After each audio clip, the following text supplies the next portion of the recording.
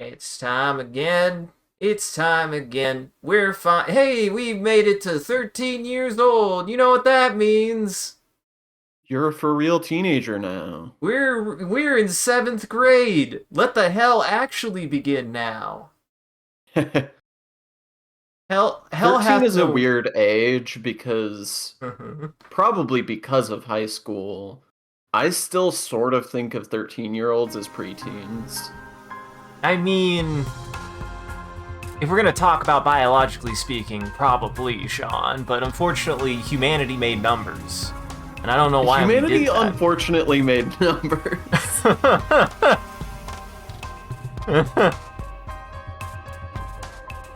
Well, darn. We can end the stream now. I already got the VOD title. It's done. That was the That's fastest one yet. true. Well, welcome to the stream, everyone. I'm your host, Isaac MCCanary, and I was a teenage exocolonist. Introduce yourself. Hi, my name is Sean, also known as Talking Skull, he, him, and I've been a teenage exocolonist for 20 years. That's not true. You don't have anything to do. You're 4 years old. See, now you just need to watch the Japanese dub of that movie so you can know exactly what she says. Maybe, wait, no, I need to learn that, so that way I can tell it to you. Fuck, I got it wrong. I have to do that, because I'm the one telling you that you're 4 years old in Japanese. But yeah, welcome everyone. I'm really enjoying this game. Yeah. Make more games like this, guys. I mean, we've got this. We've got Tokimeki. We've got Slay the Princess. I feel like it's fair to put that in that the same at least paragon as this game, since a lot of that game is almost about deconstructing the idea that, yep, even when you do a VN, you can only do so much, and boy, have I seen that game. You can do a lot more than people put in the work for, that's for damn sure. Which, on that note, I'm also excited. Would that be spoilers, Sean? Because I actually am really looking forward to maybe playing that game too. what is it? I mean, Go ahead. go ahead. No, you. I was just gonna ask what your opinion was of Slay the Princess compared to this game and like Tokimeki. I wouldn't put them in the same category at all. Fair. Personally, because Tokimeki and this are very much like Princess Maker games, and so it's all about making decisions that develop your character. It's like an RPG. You make decisions that affect your character build, and that affects how your character interacts with the world and stuff. Uh-huh. Whereas Slay the Princess is, mechanically speaking, Slay the Princess is just a VN. It's just an incredibly complex VN. Yeah. Maybe the most complex VN to ever have existed, from what I could tell. There's a lot in that game. I love that game. I think there's a lot of really interesting stuff to talk about with regards to that game's theming that I'll be excited to get into when we Me get around to too. that. I've played one full playthrough and went, oh, no, this game is great. I need to play this again sometime. To be clear, what Isaac means is Isaac has I played one. Isaac has killed the princess once. Yes. Well, technically twice. The first one don't count. The first one doesn't count. But yes. Tangent is standing still with her face held up to the sky, letting blue snowflakes land on her cheeks. They melt almost immediately. She doesn't move as you approach. After a minute, she winces and rubs her eyes. It stings, she says, because it's made of acid. Acid snow? Tange nods. The HoloNet entry says it isn't harmful. It freezes at 12 degrees Celsius and turns into tiny crystals that are so heavy they fall from the clouds. You can see them under a microscope. She sticks her tongue out and lets some of the flakes fall on it. It tastes kind of sour but sweet, she observes. Fascinating. Now, I can definitely tell that, yeah, whoever did the rating for this game is of a like mind of we want to make things as like technically correct as possible, and if this is like a high acidic like snow, that she's not wrong. That would probably be what it would taste like. It's the vitamin also, hoi C. comfy. Hello, comfy. Don't worry, we're not killing princesses yet. Yeah. And we don't got laws in this game. We're outlaws and also children, or not. We're living on the edge of the frontier space, and we are children. There are no laws here. I did love the first thing you said, though, Sean. We're outlaws and we are children. Yeah, there are sour candies falling from the sky. That's true. It snows Sharbert every year. Sharbert. Sharbert? Sharbert. Tange pulls a sample jar out of her coat. We know what it's made of, but our understanding is incomplete, she says, and places the jar on an outcropping of rocks. The big mushrooms changed in shape and color before the snow began to fall. I wonder, is there some sort of signal that precedes the changing of the seasons? What happens if I expose samples collected in dust season to snow from quiet season? Hello, Katachi. And John, finally somebody noticed. Finally somebody noticed. I've been Joey this entire time. Oh shit, that's true. Does that make you Seto Kaiba? Knowing nothing about the actual Yu-Gi-Oh show, I'm gonna confidently say yes. Yes. No, Joey's just my favorite character. And could you blame me? Listen, there will never again be somebody so earnestly doing a Boston accent in an anime character ever again. And they don't have to, because Joey exists, and it's perfect. He does great. His voice is amazing. My Valentine is apparently Quachi? Like Quan Chi, but Quachi. See, I said Quitachi. There's no... You put an extra syllable in there. Damn it, you can't keep doing this to me.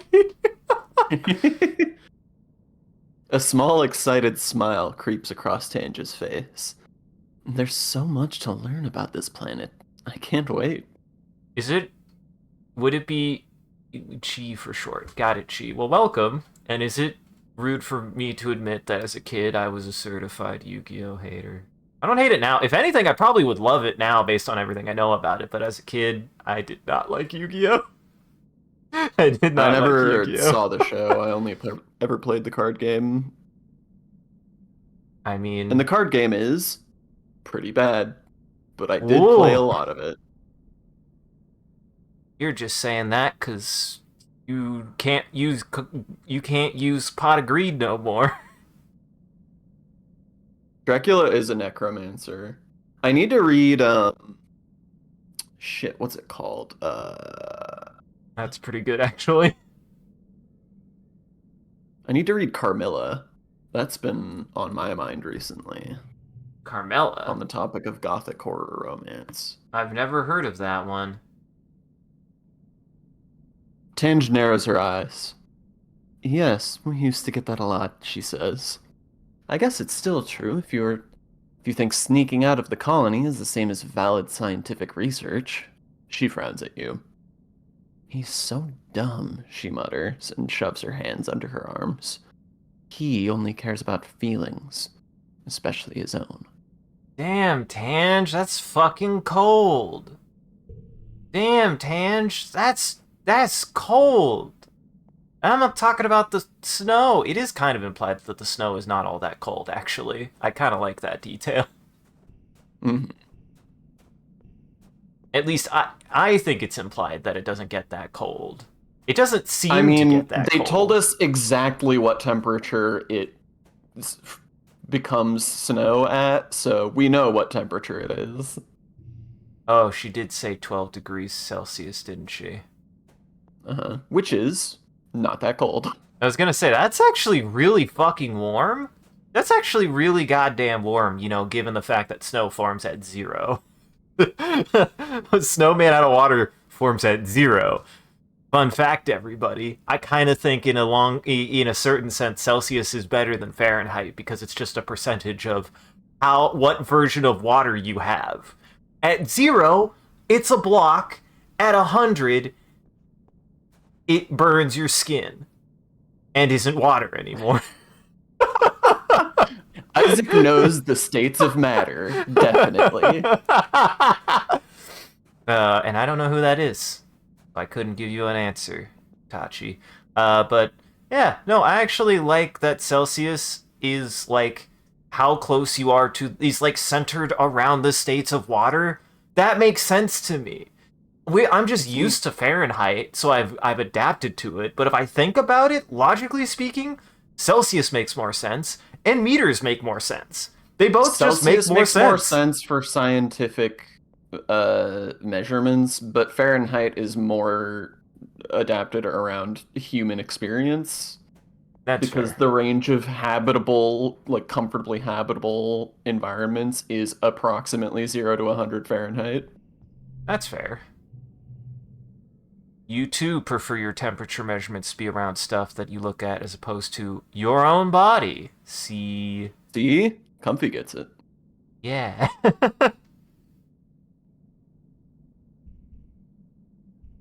So are you saying that, I mean, I guess you're not wrong, 0 degrees Fahrenheit is pretty inhospitable to the human being.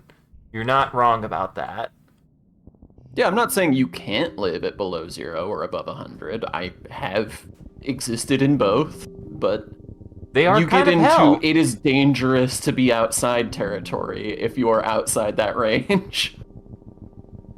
Now, to be perfectly fair, 0 degrees Celsius isn't as near as bad as 100 degrees Celsius. That's also something to consider. That's what I'm saying. Yeah, fair. You got me there. Oh, I should have checked. God damn it. I needed to check how many resources. Did I even need to come? It wouldn't hurt to come outside to get resources, but I don't know if I need to be out here. Oh well, too late. Oh, this is new. This Hawkeye is acting really strange. Won't let you pass. It's running around and around in circles, but it stops if you take a step forward, and it hisses at you. You didn't know Hop-Eyes could hiss. Well, time. Gotta do the challenge. Oh, it's easy! Sean, it's easy. I've got a really fucking good hand. I think I got this one. I'm gonna make it... No, that's gonna make it 4. Fuck. I mean, I could do a better play. Oh, I could do a way better play here, actually. What am I doing? There. Much better. Sean, I thought I put on hard mode. Sean, I thought this was supposed to be hard mode. I mean, this is why I personally recommend putting on hard mode. Frankly, normal mode is very, very easy. I may have still completely annihilated this one. Now, to be fair, this did say it was an easy one, and also, I think... Oh yeah, and I also have the trowel, which probably... Oh wait, no. That's bonuses to straights. I thought that was the animal one. Never mind. Never mind.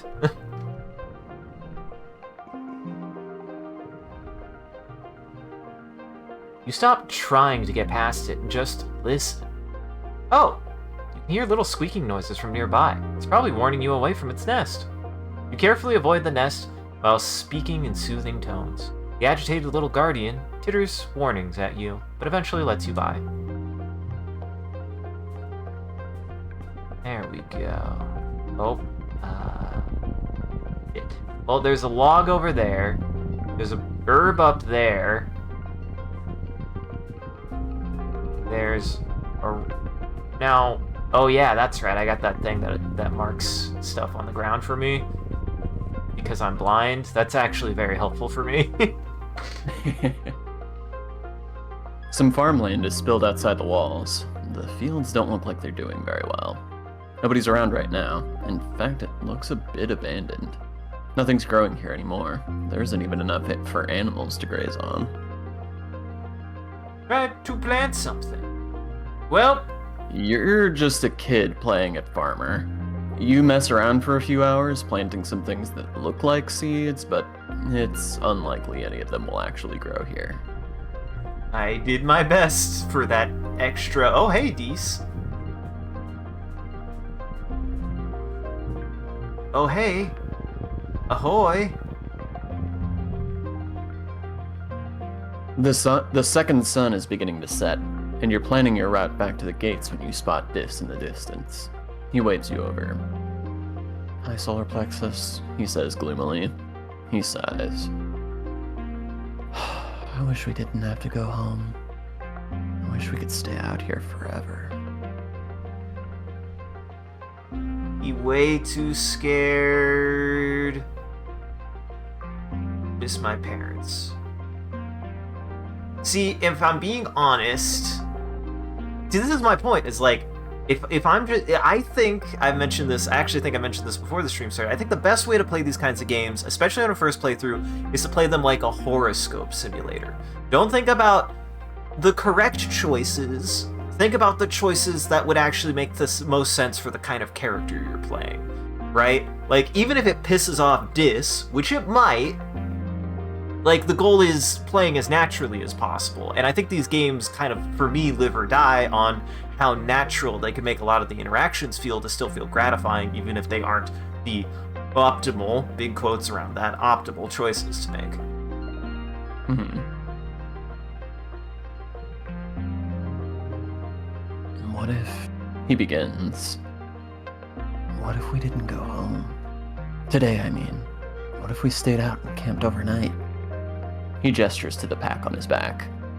I brought a tent, just in case, and a perimeter sensor, and I found a spot right near the depot that looks safe.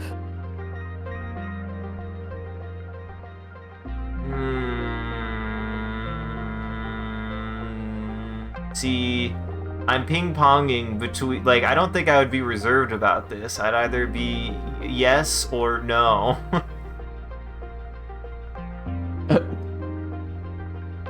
I'm sorry. Well. There are 4 options and only 2 of them I'm considering. Let's see. If I was a child on a foreign alien planet and I was being this rambunctiously defiant, yes. Hell yeah, you gotta escalate. Uh-huh. Dis sets up the tent while you place the perimeter posts around the edge of the clearing.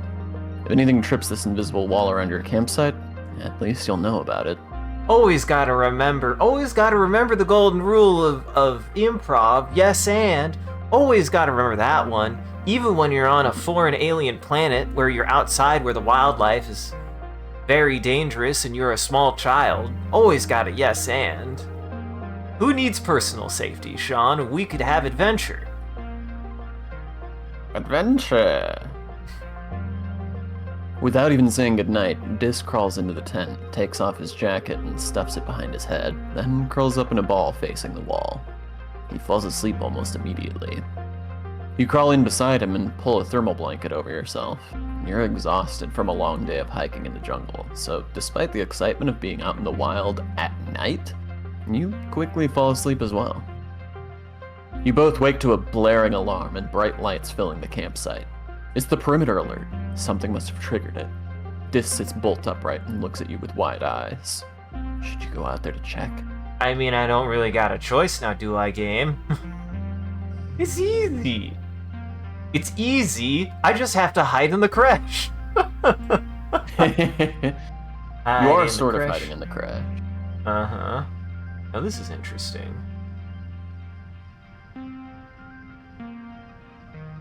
I actually don't think I've done this event before. Ooh. And this one's useless. There's a reason for that, which I think you'll discover pretty soon-ish. But, I'm gonna get yelled at by my parents, aren't I? My parents are gonna be fucking mad, aren't they? I mean, I'm sure they will, but that's not the reason. What are you really doing if you're not getting yelled at least a little bit? Especially as a child.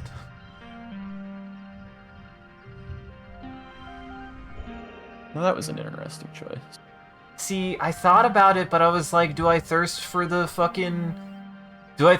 gems? I feel like you don't have that many gems. Yeah, I don't, and this is... Yeah, I gotta remember value is not as important unless I can get value out of it. Value isn't important unless I can get value. John. It's true. And look, you didn't even draw any gems. There we go. And then I go for the overkill. Then we go for the overkill. Why not?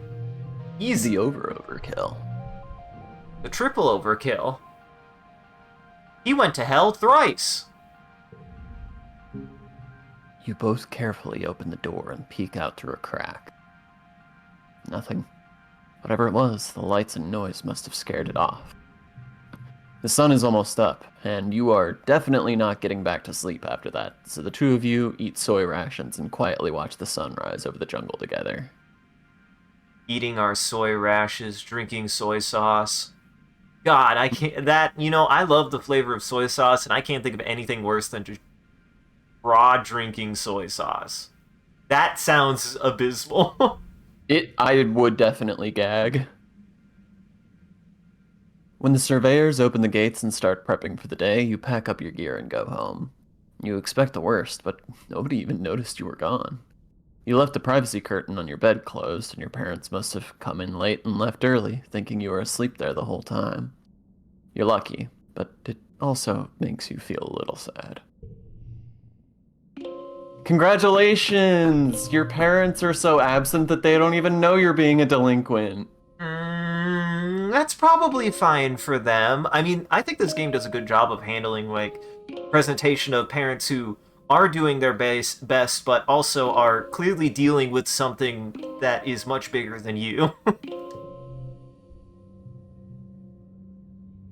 You wake to the sound of your parents arguing in hushed tones, clearly trying not to disturb you. You blink away the sleep from your eyes, eventually remembering, wait, isn't today your 13th birthday? It's your birthday, Cuddles. Parents always make a big deal about your birthday. You seek out through the privacy curtain on your bunk. You peek out through the privacy curtain on your bunk and listen in on their argument. You're being unreasonable, your mom says. Solar Plexus is a teenager now. You have to give them the opportunity to take calculated risks, or they'll start acting out. That's just what being a teenager is. Going off into the wilderness isn't a calculated risk, your dad replies. It's too dangerous. It's weird to hear your parents arguing. If they ever disagree, they'd sort it out quietly or go to mediation. This time they sound really upset. It's unsettling. That is not something I expected. Is my mom being on my side about this? I did not expect that, actually, Sean. Good writing.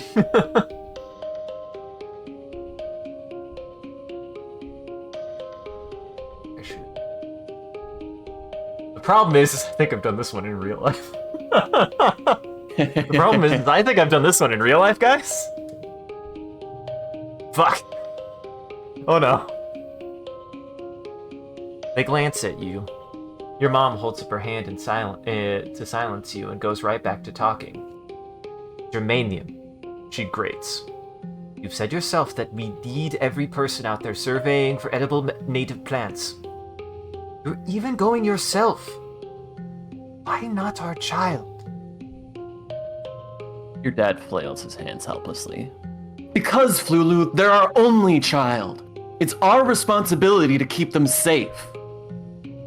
You're not keeping anyone safe by coddling them, your mom almost shouts. Your dad flinches in shock. Solar Plexus's survival depends on them understanding this planet we're living on. So you're not doing them or the colony any favors by pretending like that's not the case.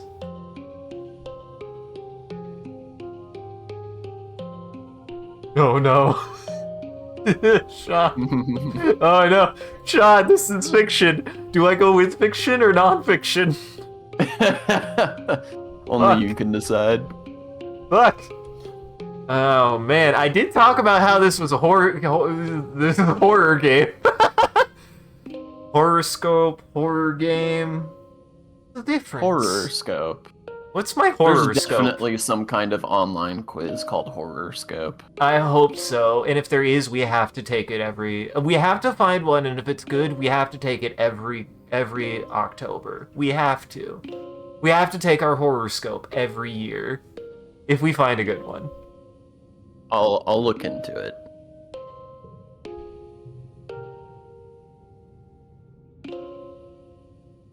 Anything you say would just make them more upset, and they're doing a good job of that all by themselves.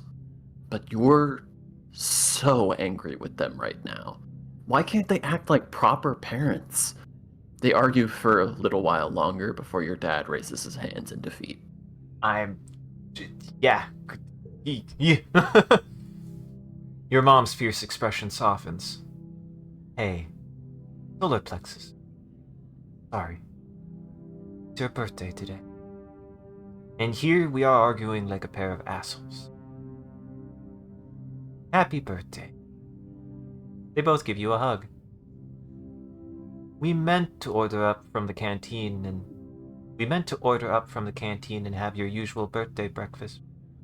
We got to talking about how Utopia's opened up positions and expeditions for kids 13 and older, and well, that's you now. I suppose we'll have to let you spread your wings someday. Your dad relents. I just feel better knowing that you are safe here inside the colony walls. He gives your mom a faint smile. We decided early on to let you choose your path in life. So if you want to join the expeditions, we're behind you. Just be safe. I actually really like that a lot. That was really good. That was really, really good.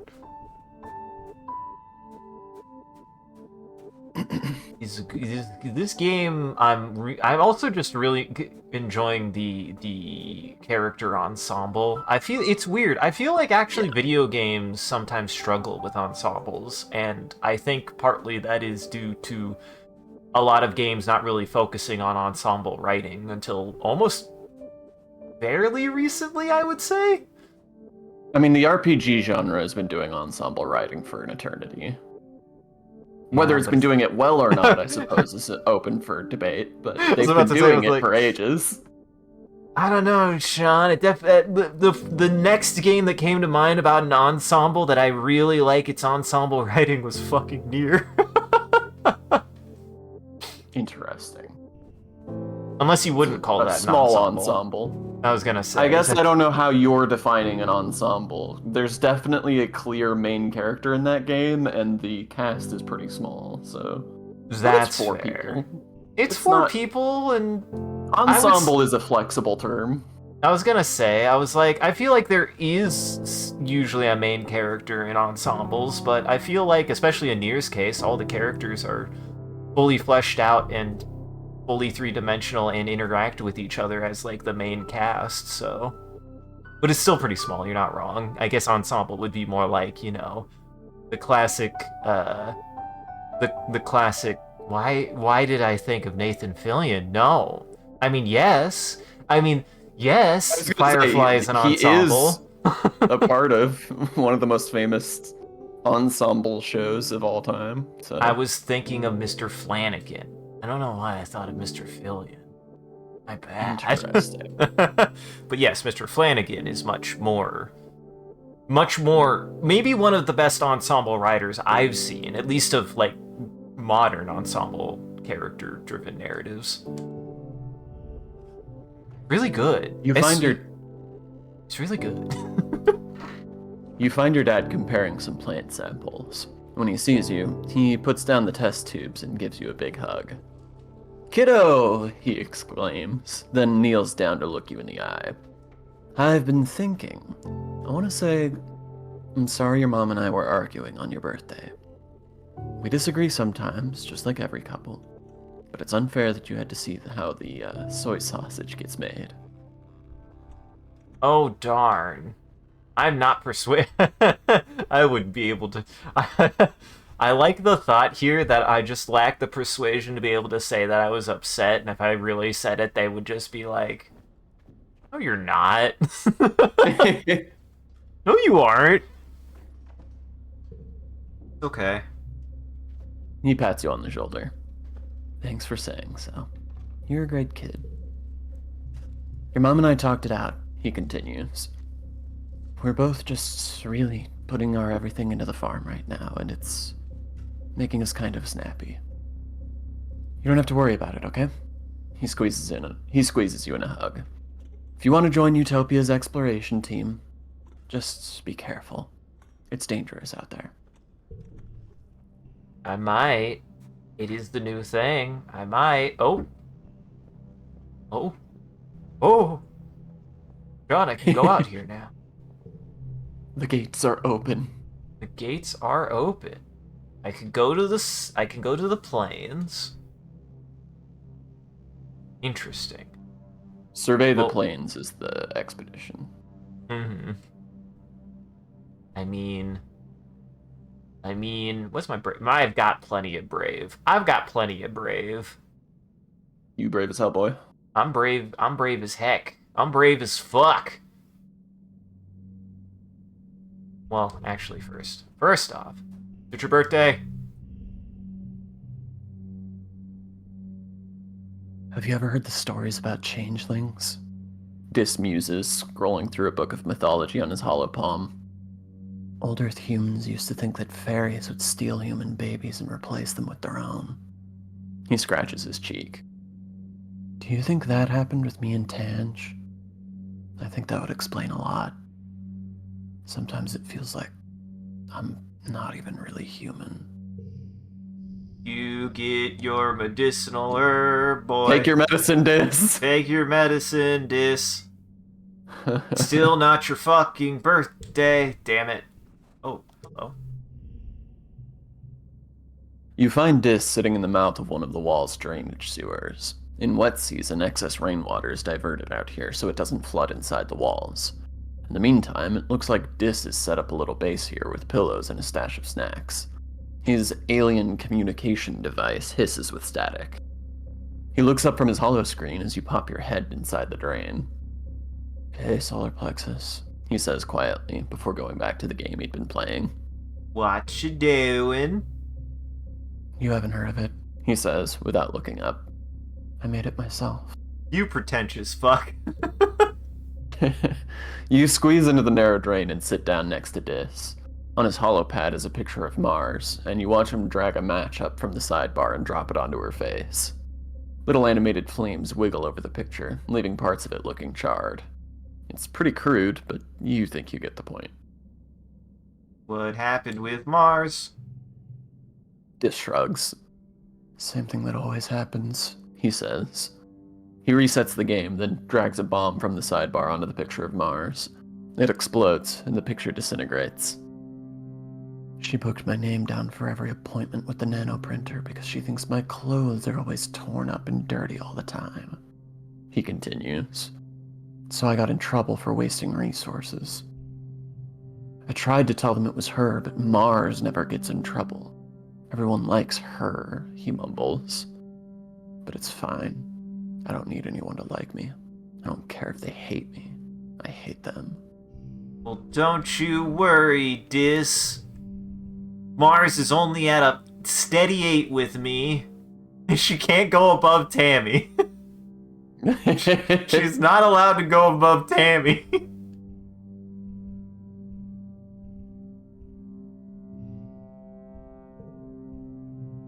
"It's pretty simple," Dis says. The light from his hollow screen reflects in his eyes as he looks at you in the gloom. People on Earth used to make this kind of stuff all the time, and I have a lot of time to learn new things. I see. Dis goes back to playing his game, content not to talk to you.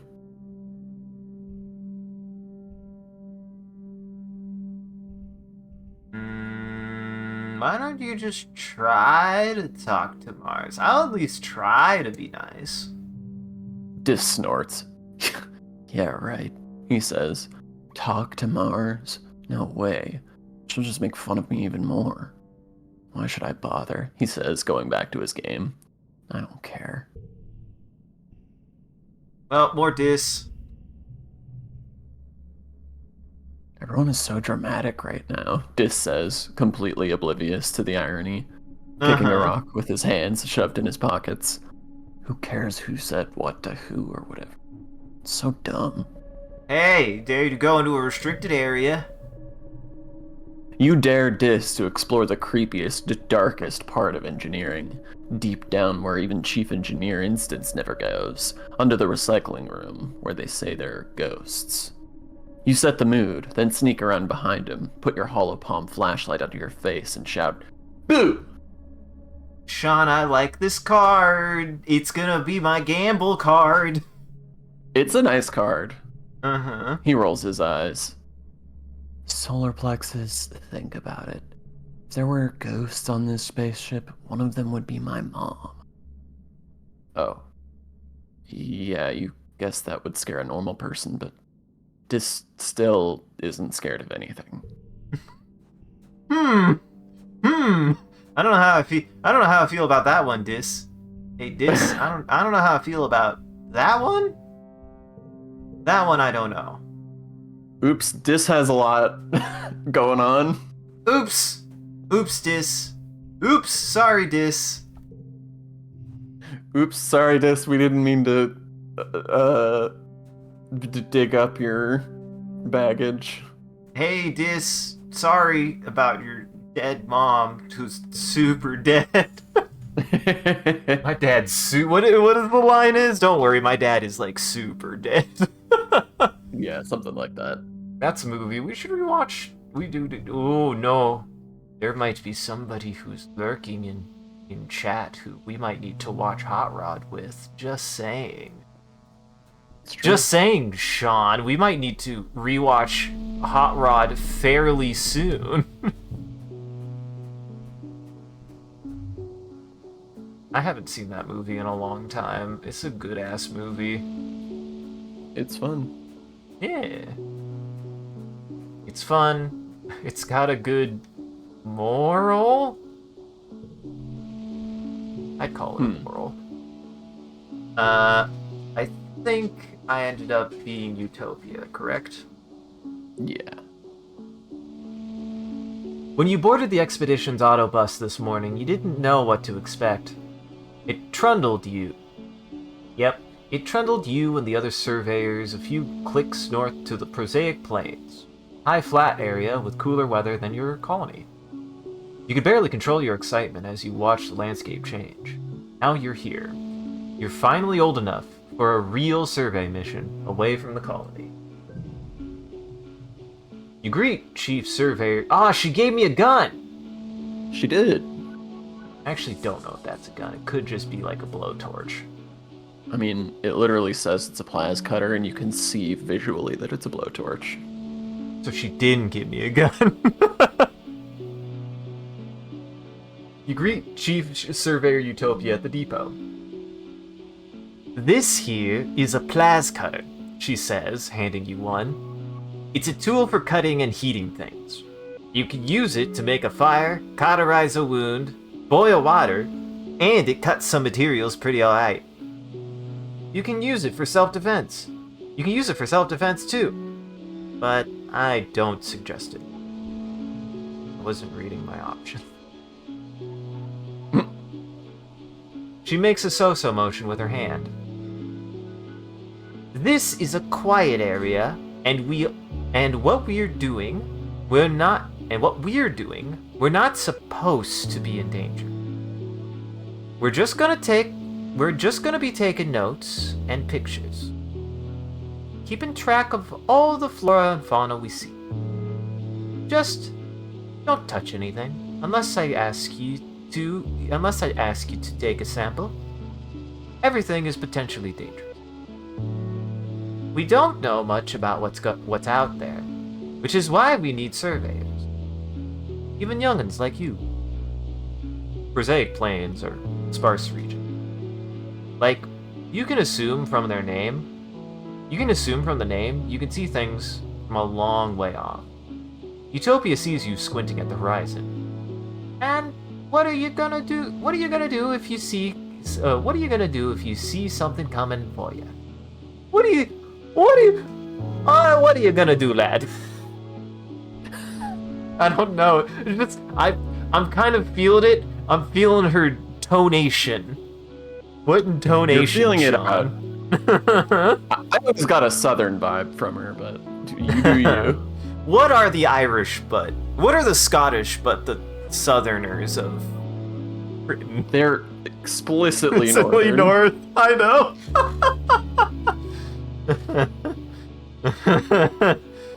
Also, Comfy's answer is eat it, which is unfortunately not an option. Darn. Kill it, try to pet it, avoid it.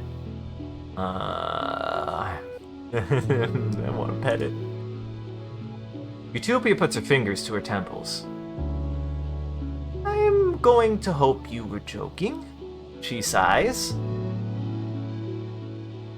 This joins you. He must have come on an earlier autobus. Ah, good you're here, Utopia says, digging out another plasma cutter for Dis. You two greenhorns are with me for the foreseeable.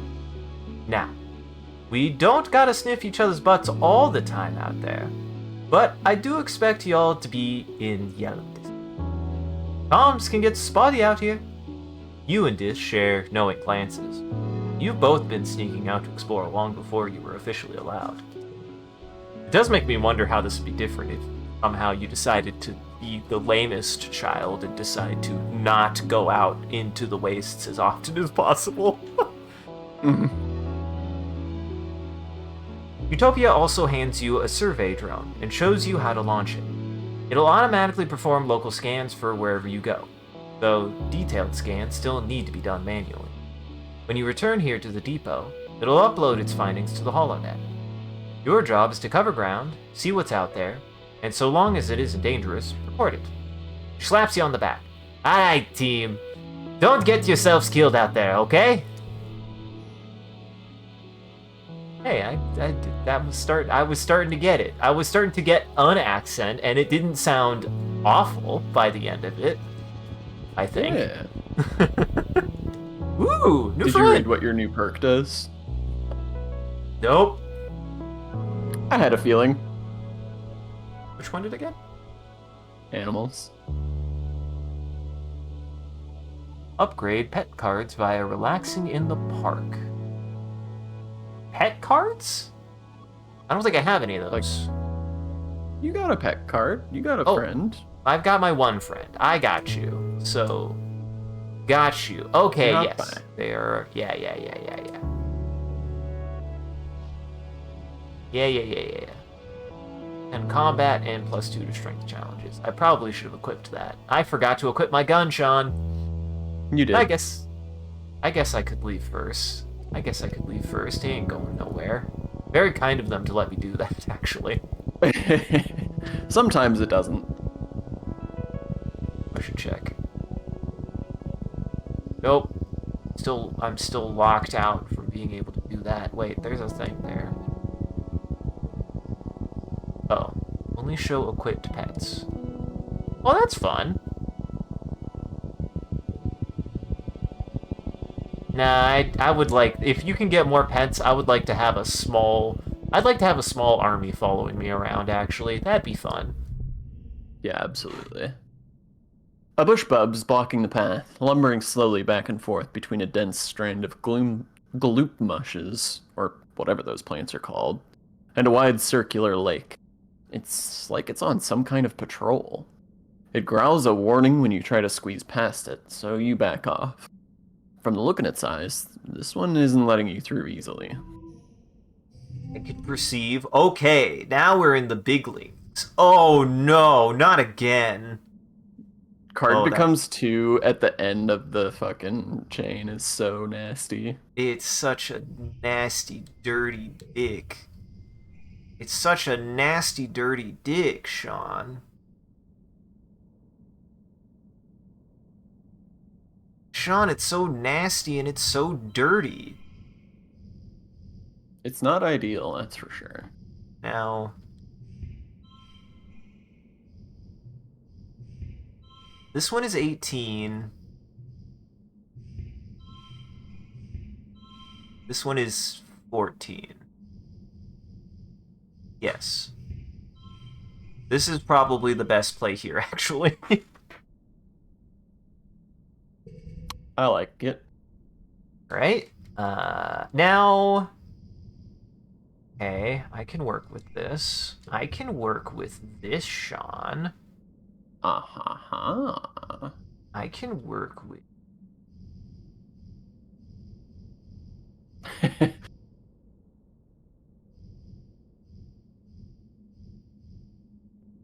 Yeah. See, the thing is, Yeah, though... not great options here. I was gonna say, I was like, I guess we tech... Oh, no, that's not gonna work that way. That's gonna set the value to 2.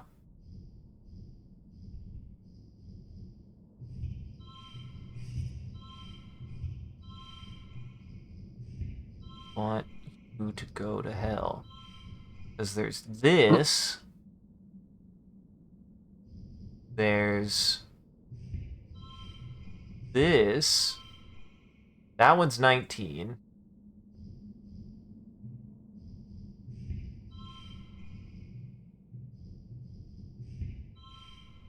That one's 17. That one's 16. Surprised. I guess if you have all the colors, it don't mean nothing. Oh, I guess I have a straight. I have a straight. So actually, no. The best play here might be this one. This might be the best. Yeah, that sucks. But that is the best play. I mean, there were other ways you could do that, but yeah, that's a solid play, a salad play. Okay.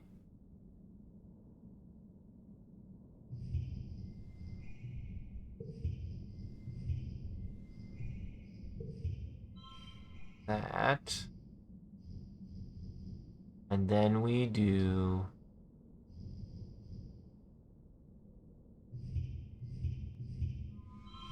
Well, that would get me there.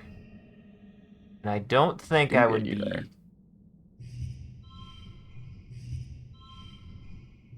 Make sure. Yeah, it's 25. I don't think I can get much more than this. I don't think I could do over, but I did meet, which is pretty good. Because, yes. We take those. We take these. We take these. We take these. No skill No changes, skill changes. though. It's okay, you got a skill for the event.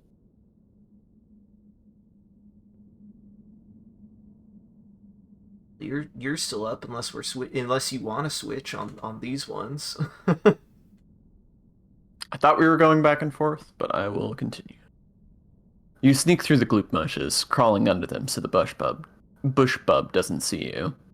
You nearly get stuck at one point and wonder, what if Dis has to come rescue you? That would be embarrassing. You find a route through and continue on your way. What a very kid thing to say, being completely oblivious to probably how much actual danger you're in. Mm-hmm. It would be embarrassing. That would be embarrassing. I would get so embarrassed. Well, I've got a lot of resources. Ooh. One of your jobs as surveyor is to document the flora and fauna through photographs. You see a thing. A skittish flock of I don't know what skitterish means. A skittish flock of really long insects. Each one has 10 to 20 sets of wings, like long rods with knobby bits at regular points. They're moving so fast, they're almost a blur. You've got a camera built into your holopalm, but it's not equipped to capture difficult shots like this. You'll need to put in the work.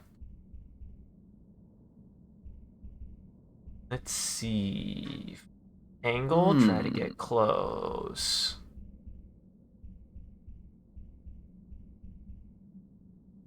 Try to get close to the aminals. Ooh, boy. Gloves are off now, Sean. But +5 kudos if total equals goal. This is true.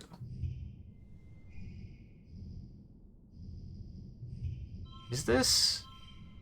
No. It is not a thing to have different suits. Okay, that is good to know. I actually was not sure about that. Okay, this one's 10. Can't make a straight. Can't make a straight with this one. I don't really... Yeah, I don't really see a better... I don't see really a better play here either. Oh, that's nice. Oh, that's neat. I didn't even see that feature before. Great.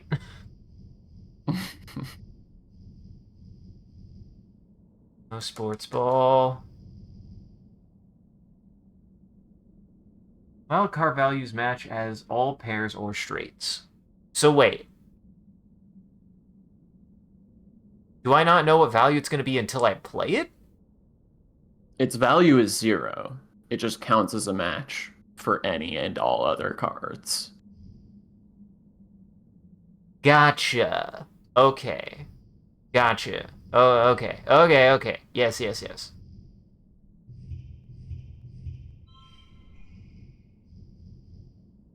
So, like, this would be a 4? No, it's a 0, but it would count as a pair for a 3. Okay.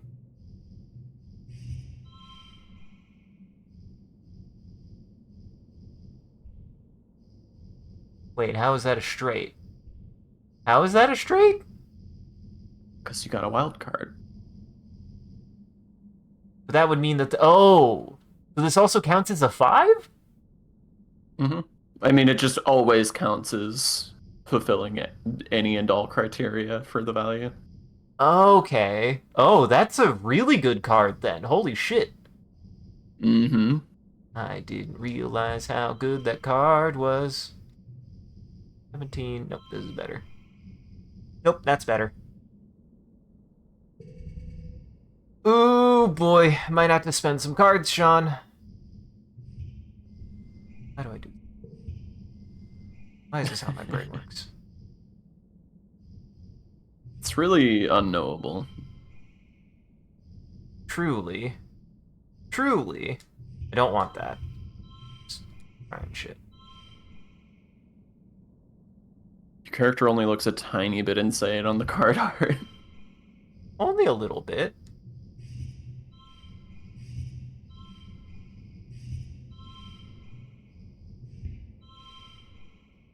Okay, that's a straight. I need 5 more points. Let's want to do a card change suit to yellow. +2. Draw a card. Redraw hand.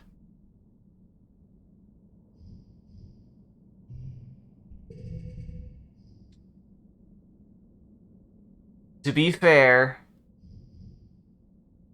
I didn't think it was going to remove everything off the top.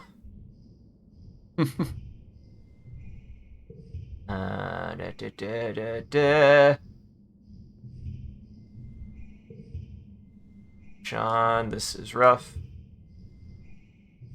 John, this might be a worse hand. Yeah, John, I was thinking that. It's not a better hand.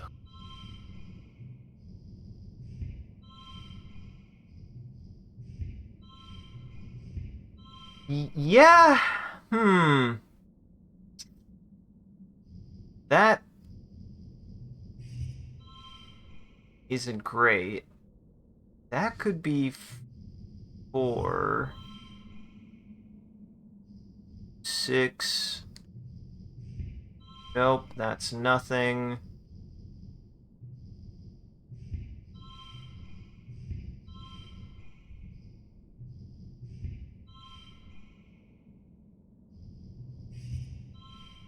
John, I can almost get it to be the same value. I can almost get it to be the same value. Okay, so if this one's Yeah, this 4, is not an ideal hand at all. at this hand. Yeah, Sean, this hand sucked eggs.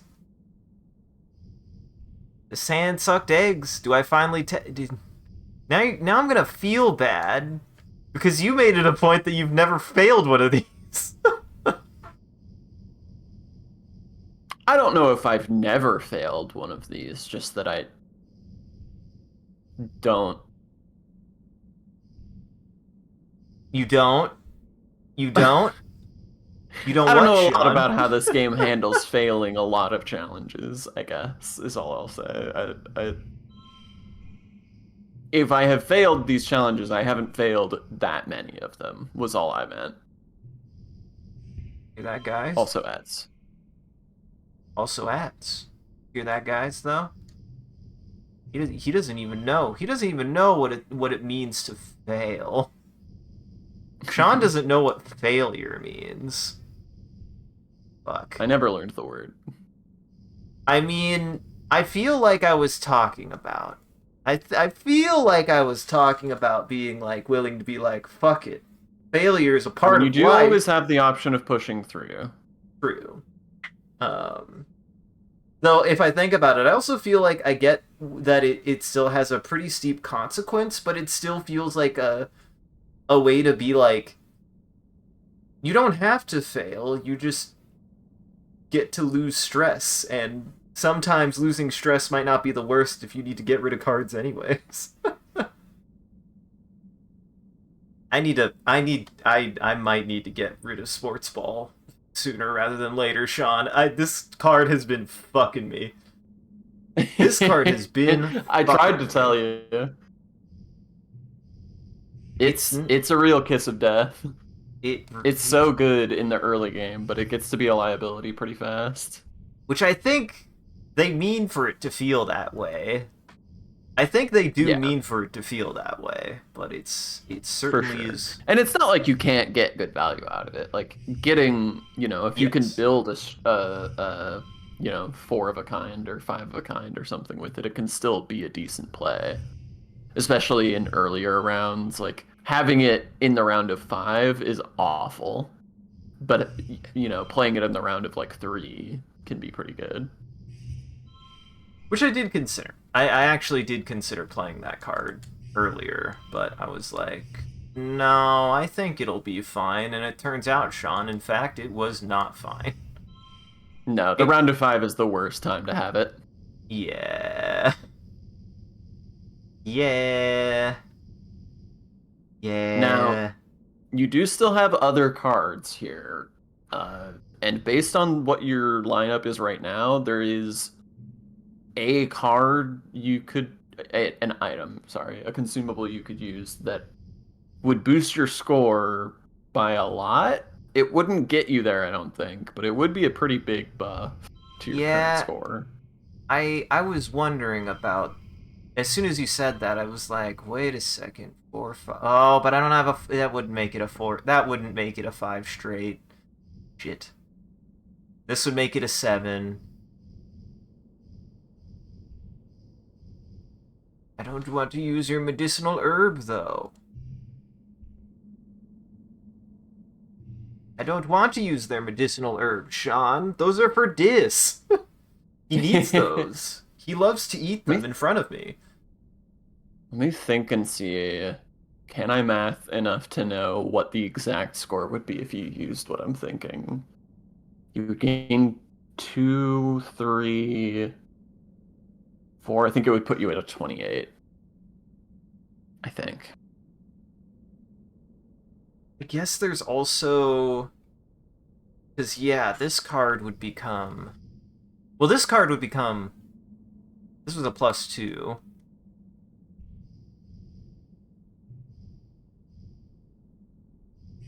Wait, no. Yeah, this would just make it a 6. That would make it a 6 if I used a stick on it.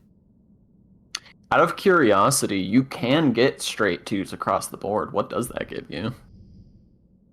Just as long as we're waiting for ads to be over. That's a good question. I don't know, Sean. Let's find out. It. You've made this so much harder. No, I didn't. 25. Hey. Ironically, kind of maybe the best here, which means I can't add any value, actually, if I do this. Yeah, this would be... You would have to leave this alone if you were going to use this lineup. Welcome back from ads, everybody. Welcome We've back. discovered a better but also worse play. I'm sure there's a way if I use a resource. I have a feeling if I used a medicinal herb, I could see if I could maybe get a winning hand. What's funny is, Sean, all I've accomplished is a slightly worse hand that could barely do what the last hand did. Yeah, it's true. All right. I don't. We're really investing into this one, chat. I don't think this helps, Sean. I've done fucked it. I've done fucked. Given that you already had a red 3, it seems like you're unlikely to get any kind of straight out of that. So yeah, yep. Well, so much for that medicinal herb. So much for that. Yeah, I don't think this is salvageable. I don't think this. I mean, you can get higher than a 24 here, but.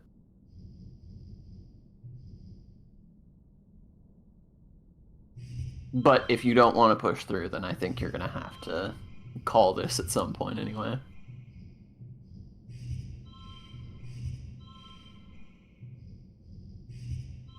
Apparently, I'm really bad at the math in this game that I'm like, how can I do that?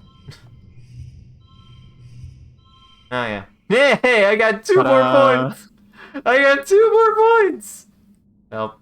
Yeah. I have to push through or give up. And I think, I see, this is my thing, though, is I think failure can be interesting, and I want to see how this game handles failure, because it otherwise does feel like it'd be pretty easy to just, like, save scum or perfectly play everything.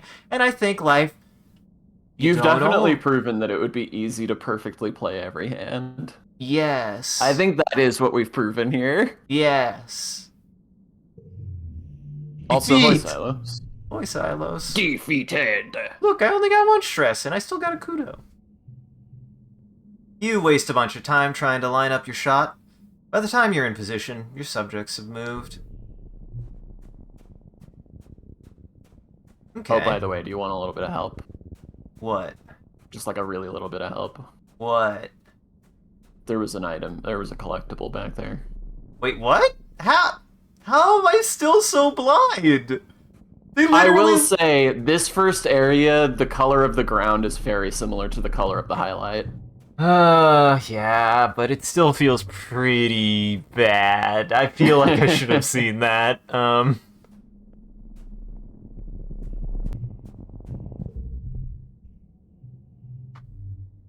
At the edge of one of the circular ponds, something sparkling catches your eye. Well, everything around here sparkles, but this thing really catches your eye. The water in the little lake is deep and milky, though, and you can't see the bottom. It's completely still, almost too still, and so perfectly circular. You remember you've been warned about getting too close to these pools.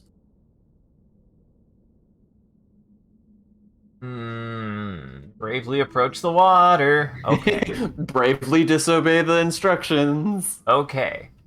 Okay, focus up, me. Focus up, me. Hell yeah, do that paperwork, king. Thank you. Thank you.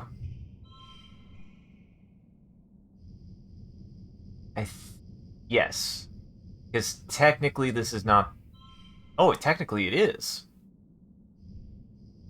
Interesting. What?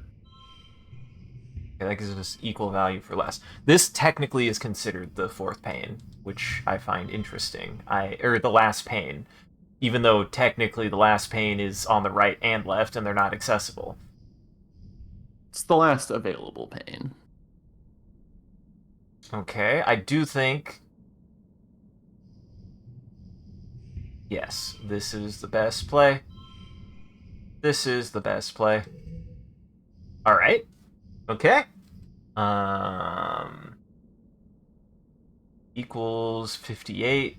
Man, I might not have the cards for this, Sean. I'm very worried.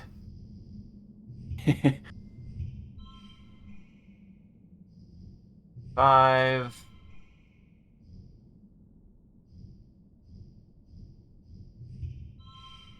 Not great.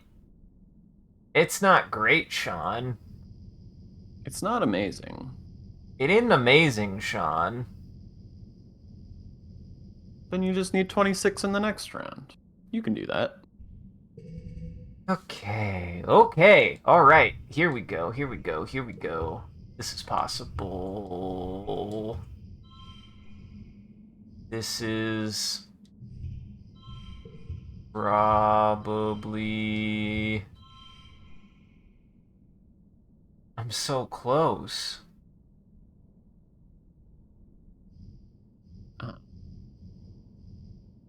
I have nothing to manipulate here, though, so... You definitely do. Oh, well, never mind. There it is, everybody. I can do number math. I can do You I can do definitely number did math. that on purpose, and you know why it worked. Yeah. Definitely. You weren't scared of some pond, or whatever might live in it.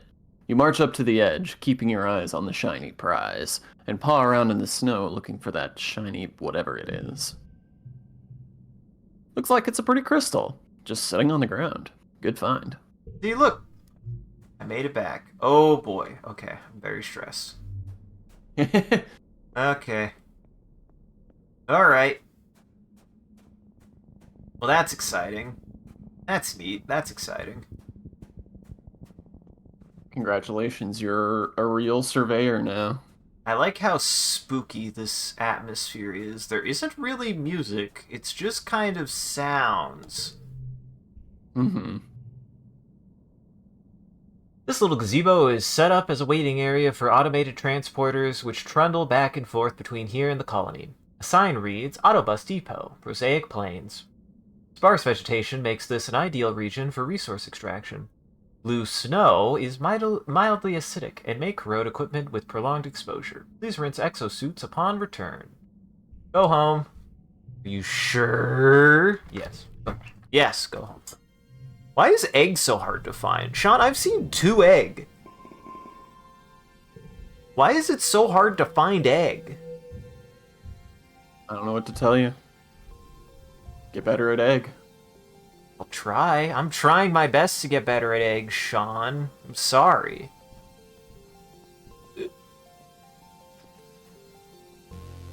Well, what's my stress at? 70. It's at 77. I think I need more. I think I need more cards, Sean. I think I need more cards before I go back out. That was still pretty rough. Yeah, generally things don't want you to find their eggs, to Comfy's point, so there is Unless they're chickens. I don't know that chickens want you to find their eggs so much as they just can't do anything about it. Ah, that's fair. What about pigeons? They just make really bad nests. Except, fun fact, pigeons don't make bad nests, they just don't need to make good nests. There's a difference. You find Tange leaning against the wall of the laboratory, looking out onto the hustle and bustle of the colony. Auntie Seaton tried to talk to me about puberty today, she says, rolling her eyes. It was a pleasure to tell her that I seem to be suffering no ill effects from the malady.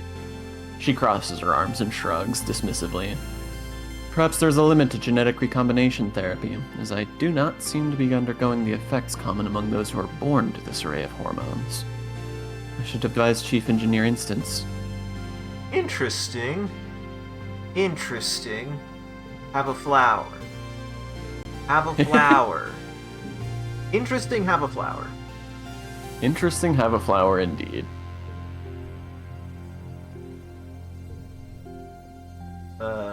Let's see. I've got, I think, what, one more month's worth of strong arms? Yes. One more month of heroism. Uh-huh. And if I'm gonna keep going out, I should learn how to fight. I should learn how to fight. You've heard Security Chief Red is on the lookout for lookouts. And that is for kids to chill on top of the walls all afternoon and count Xenos.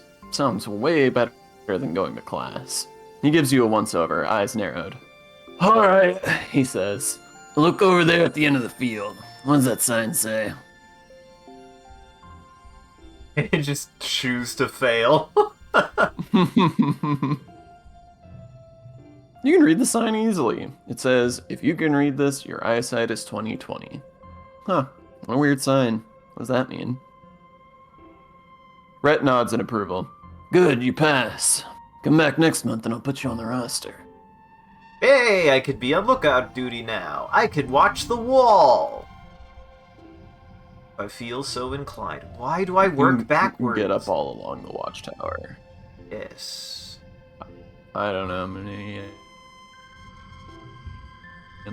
It seems like your instinct is to always just grab your highest card, and then because you want a straight, you end up then wanting to put it at the end. Yeah. John, how'd you know?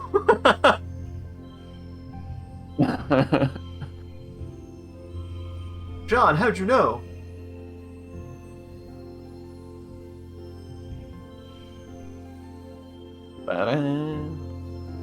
No, actually, I want that. Actually, I want this. Actually, this one here, I want that. It's a good thing I read that at the very last second. Isaac is very smart and very deliberate about every decision. I don't sometimes just make decisions purely based on vibes.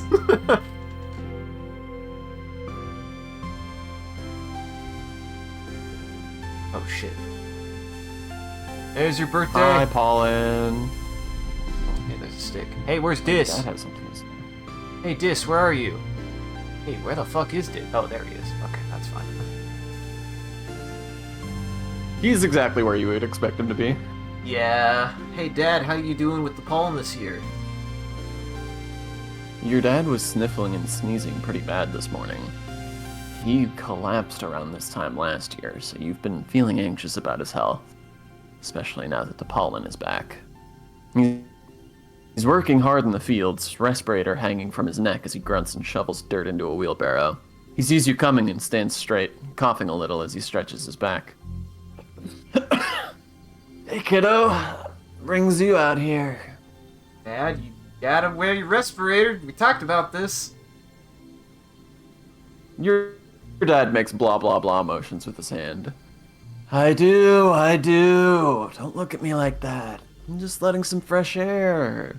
It's hard to breathe with that thing on. I'm racing to get these pixie beans in the ground, he continues. We're all set to have a great harvest in time for Vertimnalia. He leans on his shovel, tucking one foot behind the other and rocking back and forth. Truth is, I've been working like a dog. Love to get out of here for a while. Hey, what do you say you and I go for a little walk? He says, brightening. I know you don't get outside the walls much either, but we could do a little nature walk. I study all the plants the foragers bring back, but never really seen them in the wild. Yeah, Dad. Yeah, Dad. I don't get out of the walls that often either. You're so right. Awesome. Look, as far as your dad is concerned, you just went on your first ever expedition. Uh-huh. Awesome, your dad explains. Exclaims. I knew you'd pick up what I'm throwing down.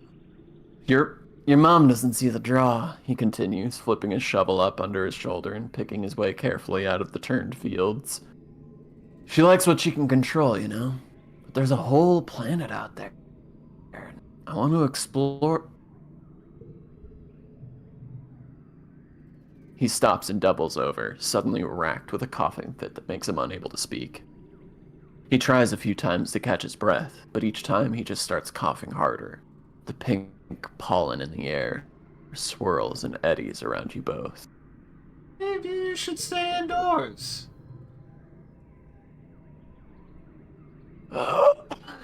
Oh, your dad wheezes.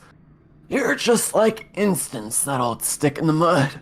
I remember when we were younger, she was always walking around with her nose in everyone's business. Always thinks she knows what's best for people.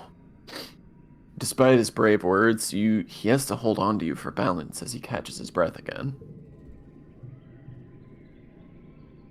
Okay. Maybe now's not the best time. He gasps, finally putting his respirator back on. But you and me, we have a date with the outside world, kiddo. I'm taking a rain check. Whew, he says, his eyes red-rimmed and streaming from irritation. Wait until Instance figures out a treatment for the shimmer thing. She says maybe next year, maybe the one after that. I'm gonna be first in line, you bet. Dad, don't turn your lungs into mushrooms, please. Dad, don't let your lungs turn into mushrooms. Please. Uh-huh. This interest you? Is this your birthday? Nope. Nope, it's not your birthday. It's not. God, I need to be... John, do I need to get a piece of paper out and start just writing before I accidentally keep on doing the same months over and over again, trying to figure out when his fucking birthday is? Yeah, that would be my suggestion. Okay. For stream purposes, I think that if you're trying to figure out people's birthdays, it'd be best if you could remember what days were what. Okay, I will do this. I won't open up a document like I usually do. That seems like too much work for me. But I'll get out a piece of paper and a pencil, and I'll write things inside of a book. For me. It's interesting what is considered effort. You'll never know. I just mean, like, to me, I would think opening a notepad file or a Google Doc would be less effort to me than getting up and going to get a notebook. Well, there's a notebook literally 2 feet from me, so... Bah, I surround myself with this shit. Bah!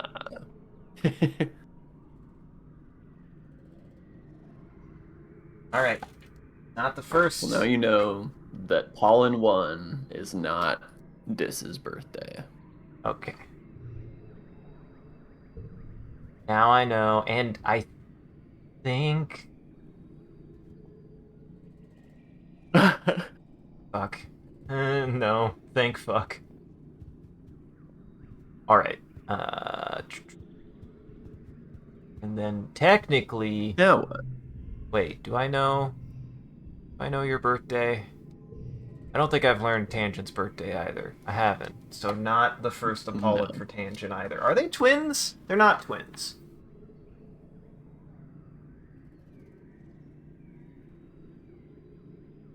I don't think they're twins. I could have done this in a way that would have made... God damn it. I'm gonna try this again. Oh, fuck. Okay. We're gonna try this one more time. Don't worry about it. What is the previous the previous season was cold. Quiet. Thank you. Quiet, pollen. Wet and dust. I think it's dust and then wet. quiet pollen dust wet. Man, I really got lucky with just giving an enemy her egg on her birthday. Mm-hmm. We're gonna go hang out on the wall. Go relax on the wall. Most of the Oh, time you're alone up here, except for the occasional passing guard, but sometimes you're joined by Dis. He barely looks up at you as you plop down and kick your feet through the railing and over the edge.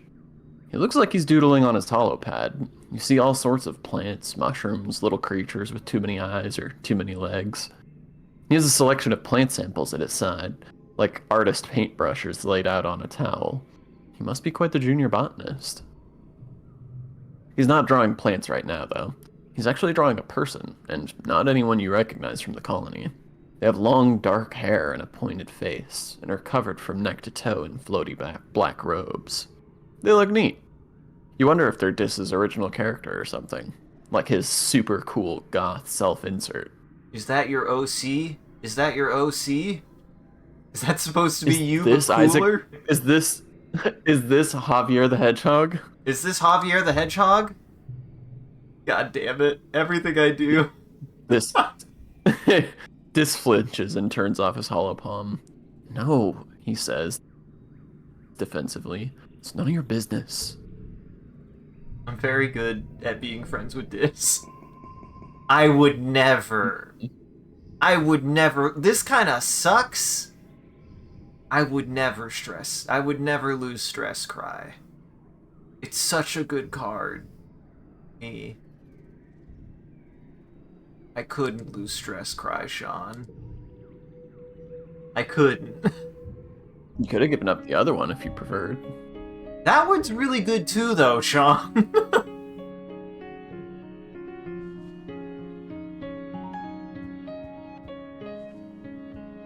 Alright. I don't know how you're defining really good in this context. I mean... +1 to all strength cards is pretty good to me, and I have a lot of those. That is not what that card does.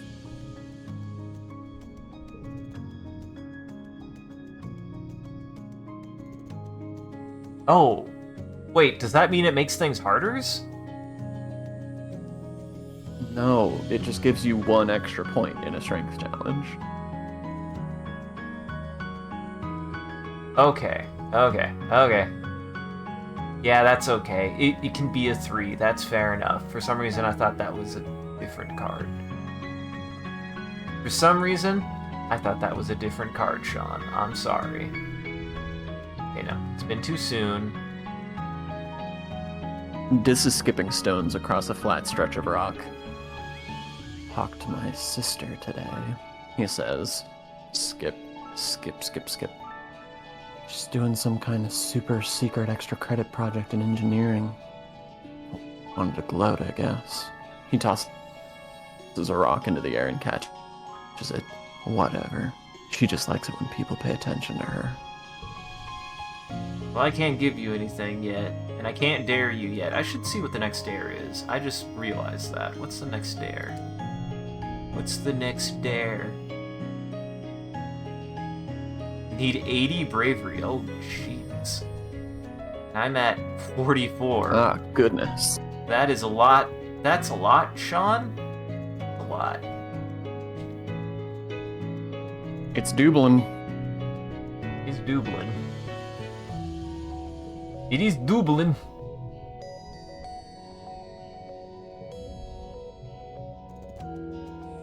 This week in bio, I feel like I've had a lot of the events today. Yeah. It's It's I do this spend week a in lot of biology time class, with you're this. learning about predators and prey. Chief Engineer Instance brings up a picture of a hop by on the holo projector and asks, "What is this animal, and what does it do when it sees a predator?" Tanja's hand shoots up. They hop away very quickly, and that's why they call it a hop-eye. Instance shakes her head. Tanj, you should know better than that. Many prey animals run away from predators. What do only hop eyes do? Tange blushes and looks down at her lap, mortified that she got a question wrong. Instance scans the class again. Anyone else? Is this Solar saying plexus? is this saying I'll get a duplicate of this card, or is it saying because I have this card, I can apply this?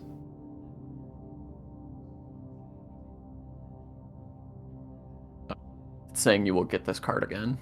Ah. You've seen hop eyes out in the wild, and you know they're very communal animals. One wouldn't run away without warning the others first. Then they all hop away very quickly. Correct, Instance nods. Tange gives you an appraising look. Maybe she didn't expect this from you. See, Tange, I have a brain.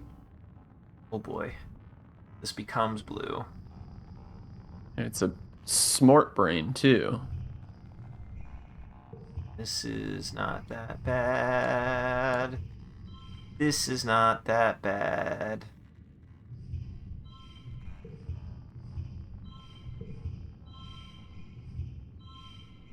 So good. Maybe it's could be worse.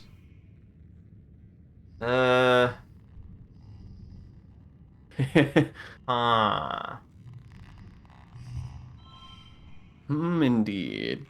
This could be... This could be a 3, but it'd make it yellow. But it would get me a straight all the way across.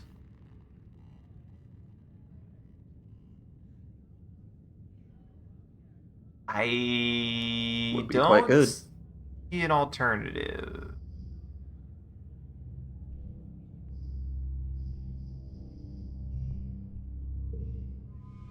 I mean, that'll do it. That'll do it, Sean. We'll do it.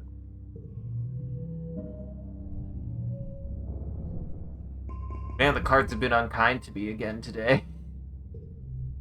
I'll point out you did draw one of the cards that you declined to forget. So, if that's an unkind hand, then I have, Yeah. you know, just connecting some dots. I'm like a doll down there. Oh boy, you're getting older. I think it's you that were magical time in your... answering. What's up? Nope, nothing. Discord's just being an asshole. Oh, thanks, Disc. Oh, is it doing that thing again where we're again. talking over each other? Okay, I'm noticing, yeah, a little bit of voice connection issues. Thanks, Discord.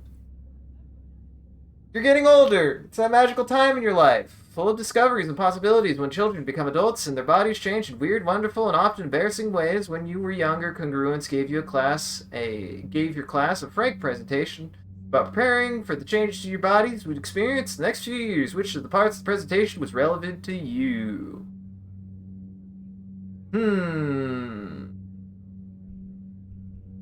Well, yeah. I don't want to talk about my boners. You and your friends giggled your way through Congruence's presentation and left with a new appreciation for the wonders of the human body. Puberty had felt like something that would happen so far in the future that it wouldn't apply to you.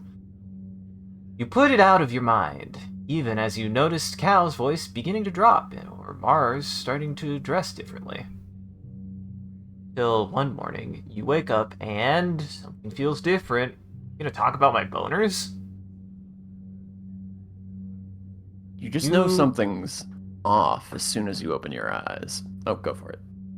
You just know something's off as soon as you open your eyes. Things are, squelchier than you expect them to be down there.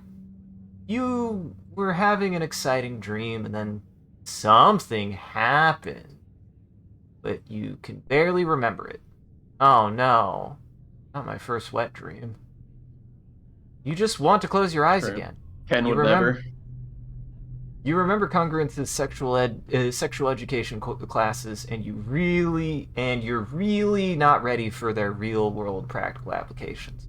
After a few minutes, you sigh and muster up the courage to look under your blankets. Yeah, that's a thing. Uh-huh. Sorry, Comfy. We're a teenager. This game makes you a teenager again. Unfortunately. It's true. You wait for your parents to leave. That's... Guys, we gotta talk about my boners. Shit. I didn't think that was gonna happen, Sean. Sean! Why we gotta talk about our boners? It's educational. Fair. I mean, it happens. It happens. Everyone gets their first boner eventually, Sean. You wait for your parents to leave for work, calling out to you that you're gonna miss breakfast if you lie around in bed. When you're sure they're gone, you carefully strip the sheets on your bed and stuff them into the recycler. Oh no. You put in a requisition for new sheets from the depot and continue on with your day. I don't... That's one way to deal with that. Also, Comfy, I'll point out, Isaac is the one who chose to make us talk about boners. The option for "you're like a doll down there" was presented. That's true. So that's Isaac's choice. I'm sorry. I do think it's fun and funny to talk about boners. That night, you find your dad waiting for you. He's pulled your privacy curtain back to show your stripped bed, and looks up with a knowing smile when you enter holding new sheets. He laughs, putting on an exaggerated detective impression. Now, I can only think of one reason why a teenager suddenly cares about doing their own laundry. He points at you and exclaims, "By Jove, I think I've got it! What's up, solar plexus? Got something to share with your old man?"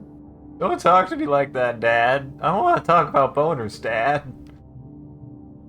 You can feel your face getting red as you ignore him and make your bed, but it doesn't stop. Ah, kiddo, it's okay to feel a little wet behind the ears. Dad, You retreat into your bunk and slam the privacy curtain closed so you can't hear him making any more jokes. Ugh, he's so embarrassing. Dad, don't talk about my boners. What is happening? You feel on the edge today. Like everything that happens feels so unfair and tragic. Like you want to punch stuff, then cry about it. Yeah, I've been there. Like you want to be left alone, but you also desperately want attention. Feels like a fount of new energy is starting to bubble inside you. Dangerous, uncontrollable energy. Welcome to puberty, solar plexus. I've gained the status of hormones.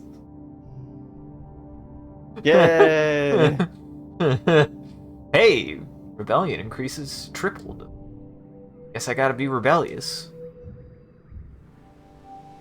You don't have to be rebellious. But I want. That's a choice you make.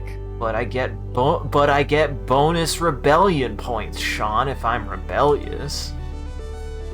Okay, so once a season I can give... Okay. Alright. I finally understand this. 3 streams into this. How that works. Because I was paying it 4 streams.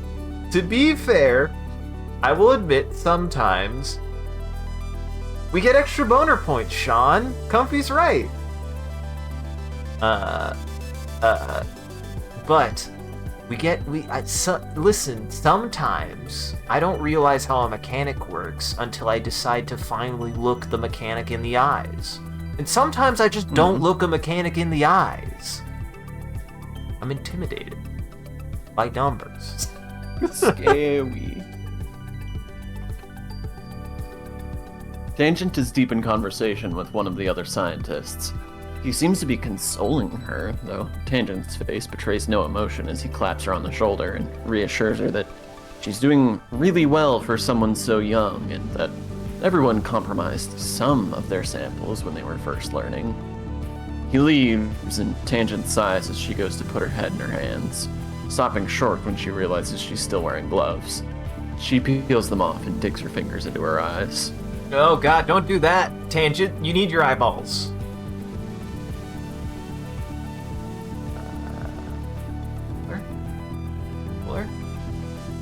Puller? You having a problem? Controller, you doing okay? Controller? Controller, why'd you just stop? Controller, what the fuck? I mean, it's not the end of the world, I just have to click now, but for some reason my controller there's just no input. At all. Did it come unplugged? No. Until I unplugged it, no. I don't know. I guess I have to just click now. Are you okay? You'll have to learn how to use a mouse. I will, unfortunately. I'm fine, Tangent replies immediately. I compromised an experiment while I was working on because the vent was still open when I was spraying the workstation down with sanitizer. She sniffs. It's so gross here, she says. Probably did that fungus a favor. She takes a bottle of sanitizer from under her workbench and cleans while she speaks. There are pollen spores everywhere, she whines. And he comes over here and tells me it'll be okay, Tand, like it's his job to console and patronize me. Hate being patronized too. It's okay to make mistakes. It's okay. Tangent shoves the sanitizer back under her workbench. Don't you understand? She says, frustration seeping into her voice. If we never feel the pain of failure, if there's no cost to it, why would we ever improve? I need to own my own mistakes. What I don't need, she continues icily, is someone to pat me on the head and tell me, it's okay, and the adults will make it all better. I messed up, she says. Just let me fix it. Don't make a big deal about it like I'm a child with a boo-boo. Good for you, Tangent. I think. Wait, pet my pet? Wait, have I never petted my pet before? John, I didn't know I could do this. You can make your pet make noises at you. I can, in fact, Congratulations. make my pet make noises at me. I just didn't know I could do that. I didn't know I could do that. Alright, let's see. We're at the end of pollen. We're at the end of the pollen season. True. I think... You haven't done Lookout yet, if that's a thing you were interested in.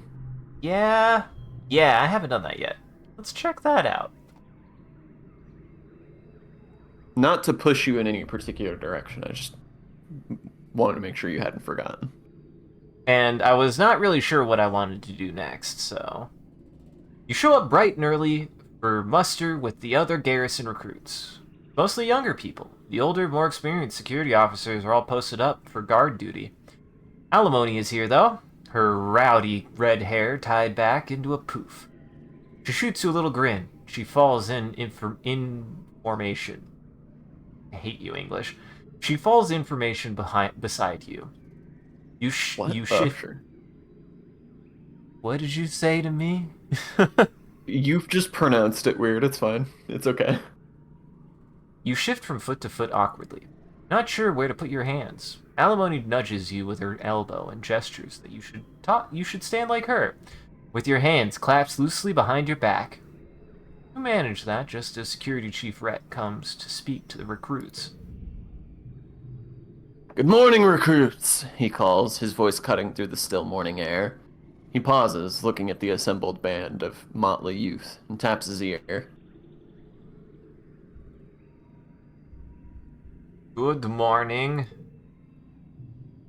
Rhett crosses his arms. Well, we'll be working on that, he says. Working in the garrison isn't like other jobs, children. Here you'll be expected to give 100% every day. If you burn some food in the kitchen or shovel the wrong pile of dirt in geoponics, it's no big deal. But here, it can be a matter of life and death. Not just for you, but for everyone in the colony. Oh boy, Rhett. Loyalty, dedication, self-sacrifice, and honor. These are the soldier's creed, Rhett says, steely-gazed and even. You wonder how many battles he saw on Earth. Just like your mom, he doesn't like to talk about it. This is not a place for half-assed kids to run around and play soldier. You look around awkwardly at the other recruits. Isn't this a little intense for lookout duty? Rhett catches your attention, wavering, and speaks directly to you, staring you right in the eye. Laziness and ego have no place here, he says. If you slack off and let something slip past you, you could die. Your friends and family can die. This isn't school, he booms. This is real life. Real danger. If you even blink too long, we're all dead. I can't help it. I gotta be a smartass, Sean. I gotta be a smartass. Oh boy. The tension gets to you and you try to crack a joke. Like, if the colony's survival is in the hands of a bunch of teenagers, we're all doomed. And when he turns her head to look at you with embarrassed horror. He's actually taking this seriously. Red's face goes red, and he orders you to run laps around the top of the wall. To get you acquainted with the perimeter, he calls it. Whatever it is, it's exhausting. If this is what it's going to be like all the time, maybe you're not cut out for it. No, it's fine. See, now I can do this. It's true. And it will not feel as weird. Boy, I kicked this was a good hand. This hand, this is one of the good ones, Sean. This was one of the good hands, Sean. Goal.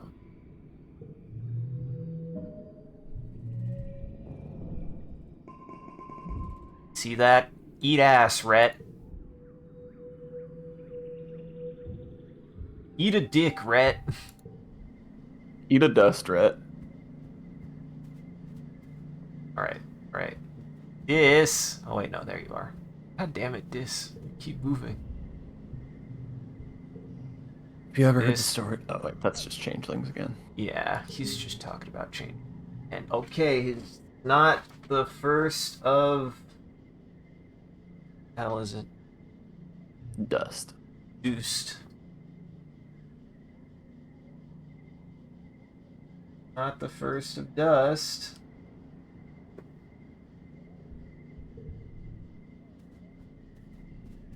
Let's see. Oh, there's... Oh, you've got a stick. I've got a lot of sticks. That's nice. You got a big pile of sticks. Got a big old pile of sticks. Actually, how am I doing? Sources. I've got a bunch of sticks, Sean. I have a lot of sticks. You have a wild amount of sticks. I have very, very many sticks.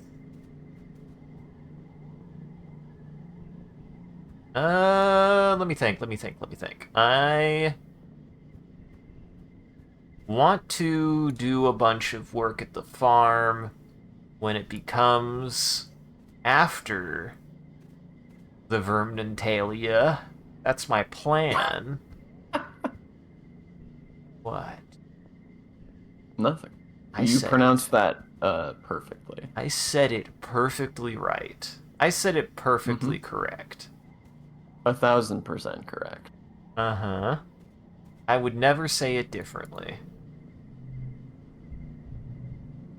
Let's explore nearby. I think I need more resources, Sean. Oh. Interesting. Go.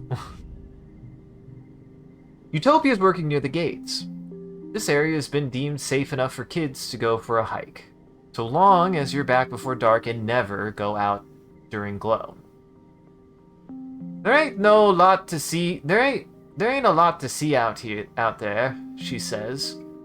A logging camp, a few fields, some nice lookouts.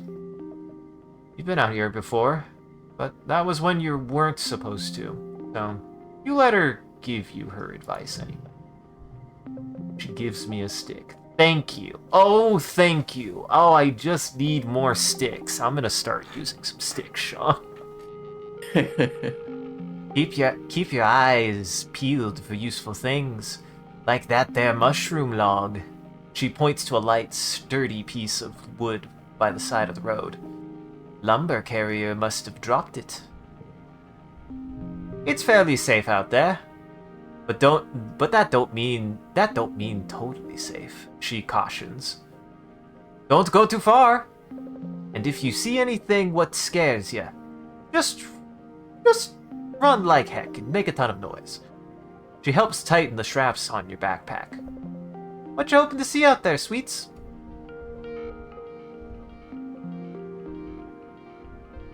Nothing, it's boring. I feel like this is the most correct response if I've just been out constantly.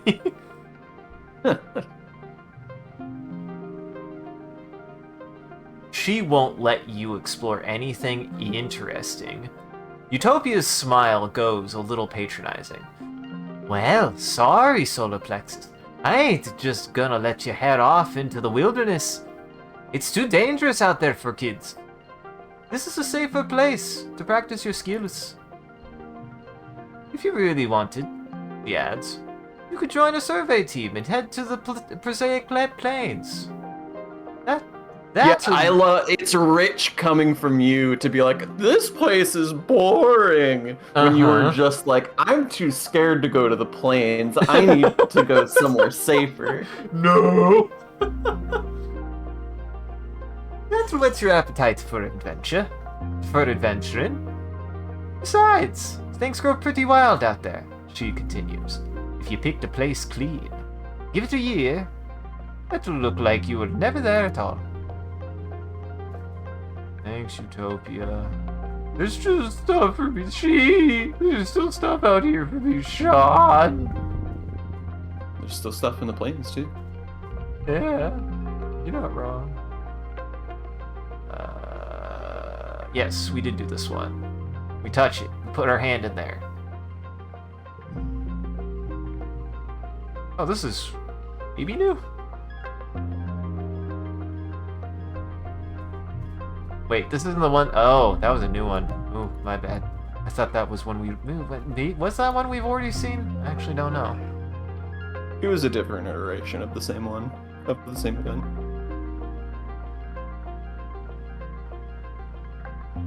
I'm gonna try to plant it. Oh, hello.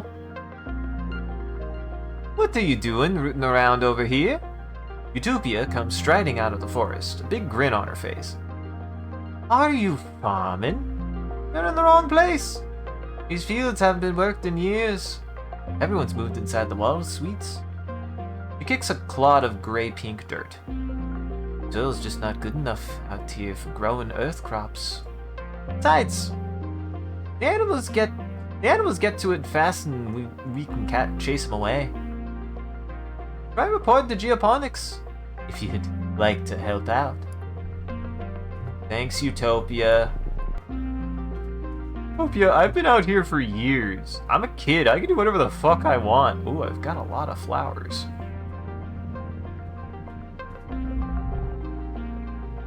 I can waste my time planting things that won't grow if I want to. Exactly. I'm a kid. Who gives a shit? Hey, this might be something new. I'm almost positive you've seen this one. Manticore's roaring that there's something more dangerous. I don't remember this one. I don't remember this one. You don't remember getting yelled at? Vaguely.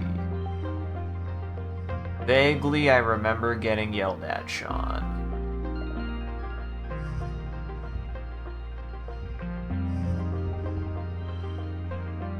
Oh. That is a decent amount more points. Oh, this fucking card is rough, Sean. This car fucking sucks.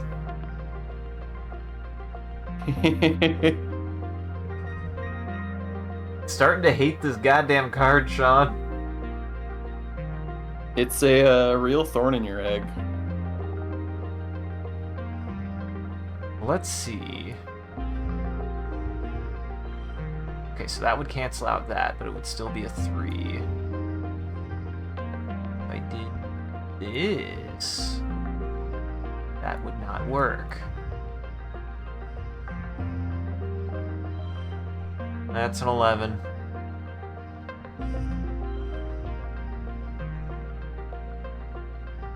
That might actually be better.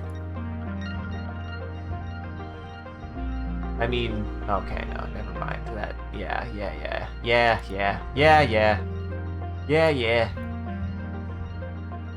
Boy, Sean, those... Yeah. It's those... an easy challenge. Who even cares? Yeah, you're right. This is baby zone for babies. I'm too old for outside the wall. You're right, Sean. I'm sorry, trying to preserve my childlike wonder. Oh, right. I forgot about getting screamed at. Listen, there's resources out here. I would have missed this stick. But imagine the sticks you could have gotten in the plains. Uh-huh. I got a bunch of... Honestly, the flowers are kind of nice. Though. That I'm happy about. I'm pretty happy about all the flowers I got. Well, darn. This isn't rebellious anymore. They expect this of me. This isn't any fun at all. That's true. You get to, like, chat with Utopia while you're doing shit out there now. Uh-huh. Yeah, and she treats me like I'm a child. What the fuck? Uh-huh. Ahoy! It's Vertumnalia. Time for speeches, games, and feasting. You stare hungrily at the feast table. Sure, it's mostly soy rations, but it's still more food than you usually see all at one time. This year, though, there's something new. Great big turnies of glowing beans. Weird. You try to sneak some food before the sneeches. You try to sneak some food before the speeches start, but Chief Engineer Instant catches you and smacks your hand away. Your mom gets really mad at her, and it causes a huge yelling match. Your dad directs you away from the table as Instance blames your mom for the way things are right now, whatever that means. Your dad passes you a soy sweet to keep your tummy busy during the speeches. He's the best. Sean, this game is subtly stressful. Governor Udicott takes stage and manages to calm everyone down. Welcome, everyone, to our 4th Vertumnalia celebration. I say it different every year, she says, speaking through a maxophoner. A maxophoner? Mm-hmm. Her voice has been getting weaker lately, and can't reach across the square the way it used to. I'm proud, as always, to stand before you as your governor, and to celebrate another year of peace and prosperity on this beautiful planet. Udicott steps aside, wobbling a little as she walks, leaving Seek to complete the annual formalities. Your mom steps forward. This year's feast includes a new glow-in-the-dark food.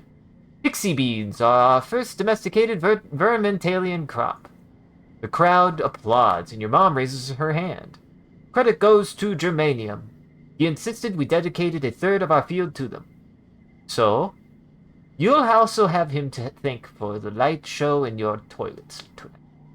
A smattering of laughter ripples through the crowd. Your dad chuckles nervously. Your mom's smile fades. As you know, we lost our hydroponics and microbial soil during the wormhole accident, she says. These pixie beads will make up for losses we faced with our earth crops. Udicott's weedy voice rattles through the maxophoner. Thank you, everyone. Let's get on with the games. The crowd packs away the chairs as the children gather in the square. Which competition you wish to participate in? Still can only do the bot. Still can only do the bot. Yeah, you still don't got very good reasoning or persuasion, is that, or creativity. Creativity. I'm not creative and I don't know how to think. Com directs your attention to this year's edition. A cloth-covered mountain as tall as 4 adults, studded with mysterious protrusions. He pulls it back to reveal the Tower of Terror! He announces with a flourish. Test your courage with 3 stories of ladder climbs, followed by a death-defying leap of faith onto the mushroom mats.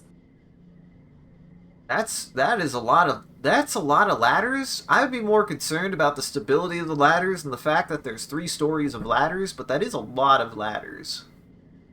Uh-huh. Is that it on the left? That's always a challenge. It looks not the safest. That can't be it on the left. I would climb that as a child, Sean. As a child and as an adult, let's be fair, who loves to climb on things, I would climb on that. Look, it's safer the younger you are. The older you are, the heavier you are, and the more likely you are to break it. I was gonna say, the more likely you are to break it and destroy it, and in the process fall to your demise. And good luck with ads, everybody. So frankly, we should only let children do it. Guys, only let children play on objects and climb around on objects. It's safe and good for the children. The ricketier and more unsafe it is, the younger you have to be to use it. Exactly. Once again, I must demonstrate how experienced I am. When I was apparently not more than yon infant, I was a climber. I did try to climb up a dishwasher somehow, and the dishwasher wasn't fully seated, and it somehow fell on top of me. Huh. Somehow. I still don't know to this day how I had a dishwasher fall on me, but allegedly I had a dishwasher fall on me. They're traditionally cubes. Yep. So, that is weird. I think what's probably more likely to have happened is I was climbing and the door wasn't completely open, or I somehow unhinged it and the door just fell open on top of me. That's what I would anticipate. That makes more sense for a child to do on accident. Mm-hmm. I also wanted to apparently like stick my hands inside of the VHS machine. Just right in there. That seems pretty normal. I wanted to put my fingers in things. I was not a very safety conscious child. What child truly is? Truly, are you really a child if you aren't constantly putting yourself in danger?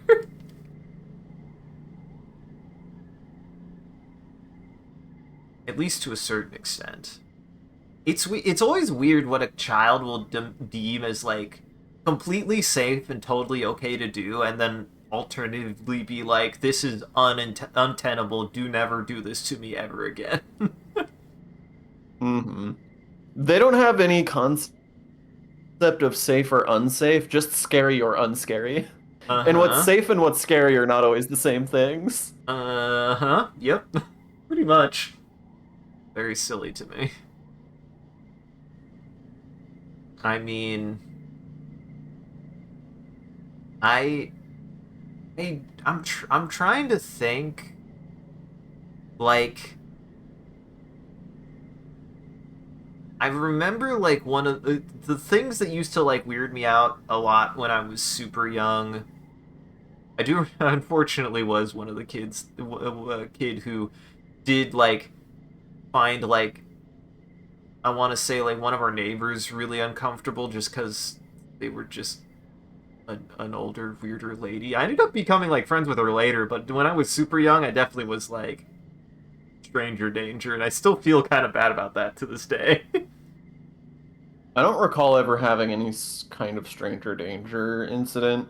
I did have an incident where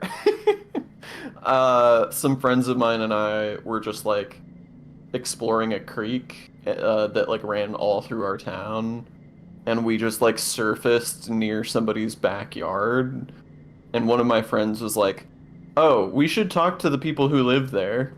And we were like, "Why?" And they were like, "Oh, I met them once and they gave me cookies. They're really nice."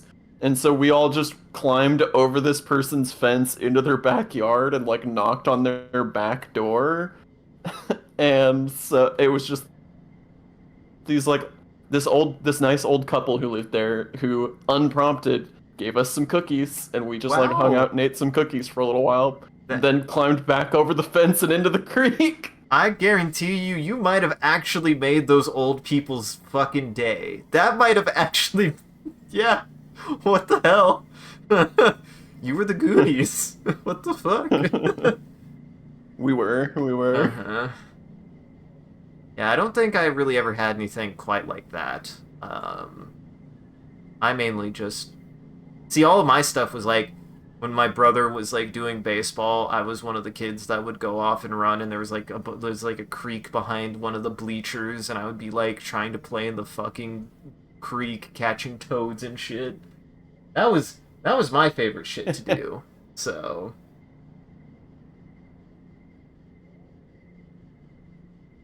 Well, and welcome back from ads. welcome back from ads, everyone. Let's climb this big fucking tower.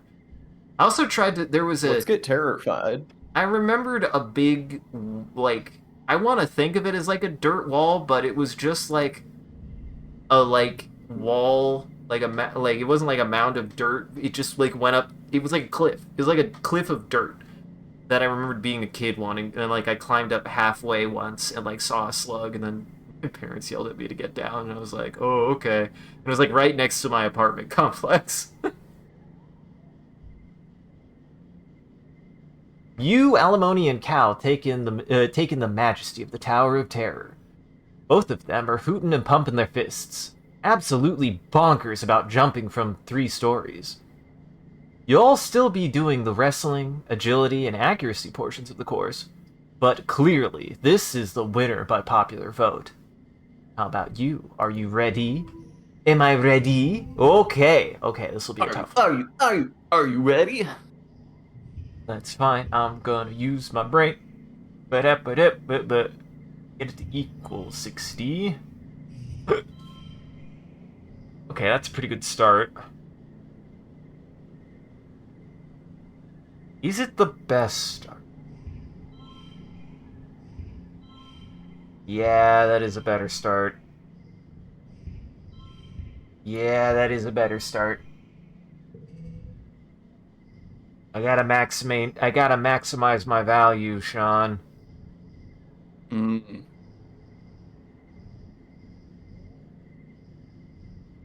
Let's see. That's 16. Pretty good. I get a value of 1. This would just be 3. No. Nope. Pretty good. Yes. Yes. Yes! Okay. Yeah. Oh boy. Okay. All cards. Oh. Would that work that way? No. It's not a strength card. Oh, it's not a strength card. Why did I think it counted for all cards? Sean, I can read. I can read. Mm-hmm. Oh, it counts. Oh, it counts as all cards.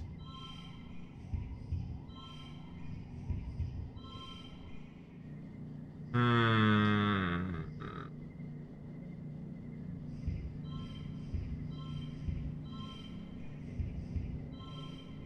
That's not great.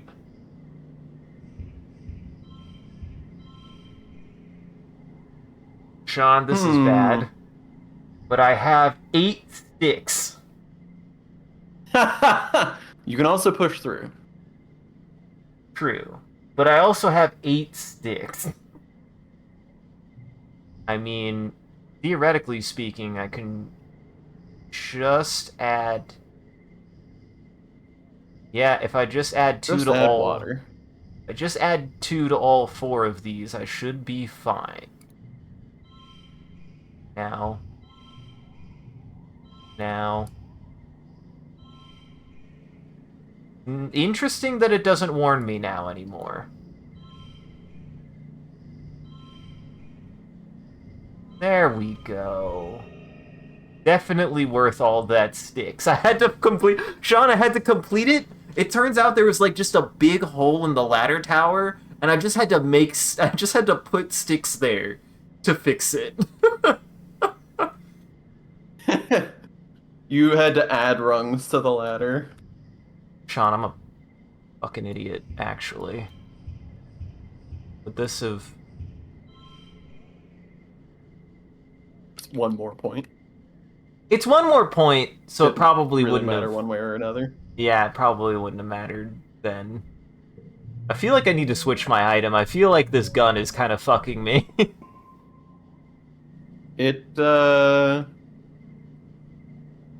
Apparently a gun doesn't help in a celebration. They're now just like, put that away.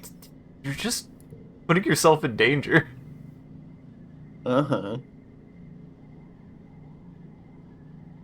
You blow through the obstacle course, the basket shooting, and the bot wrestling with ease, and you arrive at the base of the Tower of Terror with a determined gleam in your eye. You scale it easily, of course.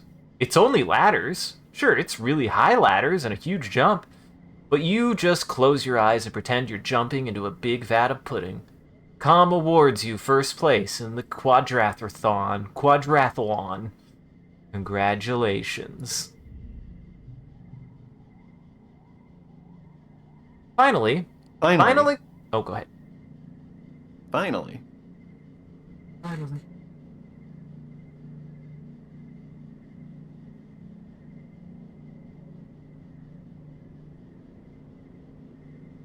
I said you go.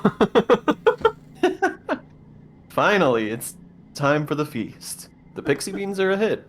Your parents keep touting their many benefits. They grow well here, they're super nutritious, taste great, they're really versatile, and kids love their bright multicolor glow.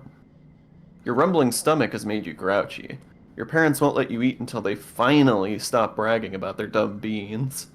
You consider the options: pixie bean soup, pixie bean salad, pixie bean chili, even pixie bean aquafaba dessert. Everything glows in the evening twilight. You sullenly shove your pixie bean everything around on your plate. You don't even want to eat them anymore. Stupid beans, stupid feast, stupid games, stupid everyone. Ugh. Every time someone turns to talk to you, especially about how great these beans are, and how great your parents are for growing them, you just get more irritated. They're just beans. Like they love these beans more than they love you. Probably just hungry. Eat your beans. Your tummy hurts. My tummy hurts. Eat your beans. You want to rebel against these stupid beans, but the truth is, you're too hungry. You count backwards from 10 to calm yourself down so you don't blow up at your mom. Why is she smiling all the time? Ugh! You settle on glowering at her over your plate of beans. She notices, but just purses her lips and turns away from you to talk to someone else. Rude. Oops. You shovel your food into your mouth, trying not to look like you're enjoying it. It okay. It okay. It okay. It okay. It's okay. You really enjoying it okay? What they've written is correct, but I love how much it's disturbing the dirt. It really has disturbed the dirt. Disturbed the dirt. It okay. It is as delicious as everyone said, and you start to feel more human the more you eat. Right. Yeah, food. Food is great. You do feel better after you eat something. Everyone's in high spirits after dinner, breaking off into little groups to talk or make music together as the sky darkens for the shortest night of the year. You feel your mood improve by the minute as your friends pull you into a fun rhythmic clapping game. As your irritation fades, you wonder if this is what Congruence meant when she warned you that your hormones would make you feel out of control sometimes. When you go back to your quarters to get ready for bed, your dad gives you a big hug. Exactly what you needed. No. Hug your kids in puberty. Hug your kids in puberty. They'll love it. They will love it. Okay, yeah, we read this one. Yeah, we read this one. Have a flower. Is it your birthday? No. It is not your birthday. We've eliminated another possibility. Not Dust 2 for Tange. Have you drawn a big table? Kind of. I'm drawing a table as I go is really what I'm doing. I just have it scoped out. I just don't want to... I didn't want to take, however long, a minute, 2 minutes, 5 minutes, 10 minutes to have to draw an entire table that I could just open an Excel spreadsheet for. It could have taken days. It could have taken days.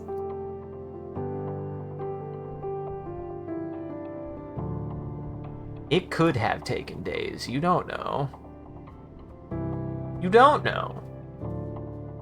I don't know.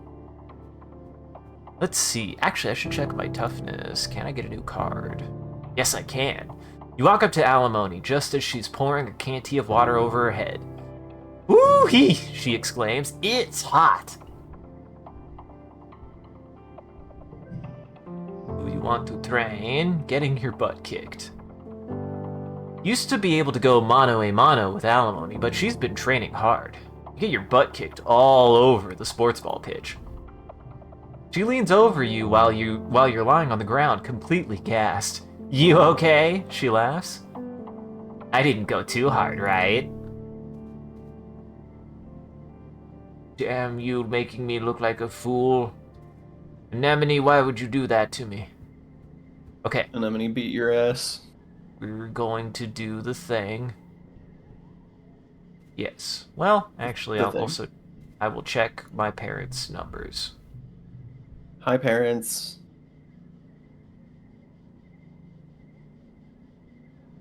Have we read this one?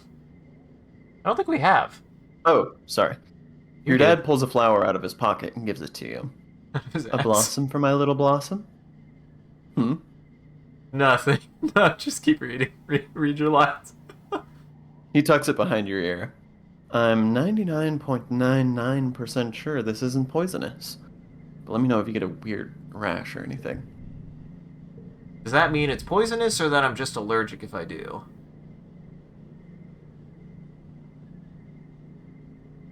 You find your mom slumped against the wall of the geoponics dome, her holopon open to a bunch of charts and spreadsheets.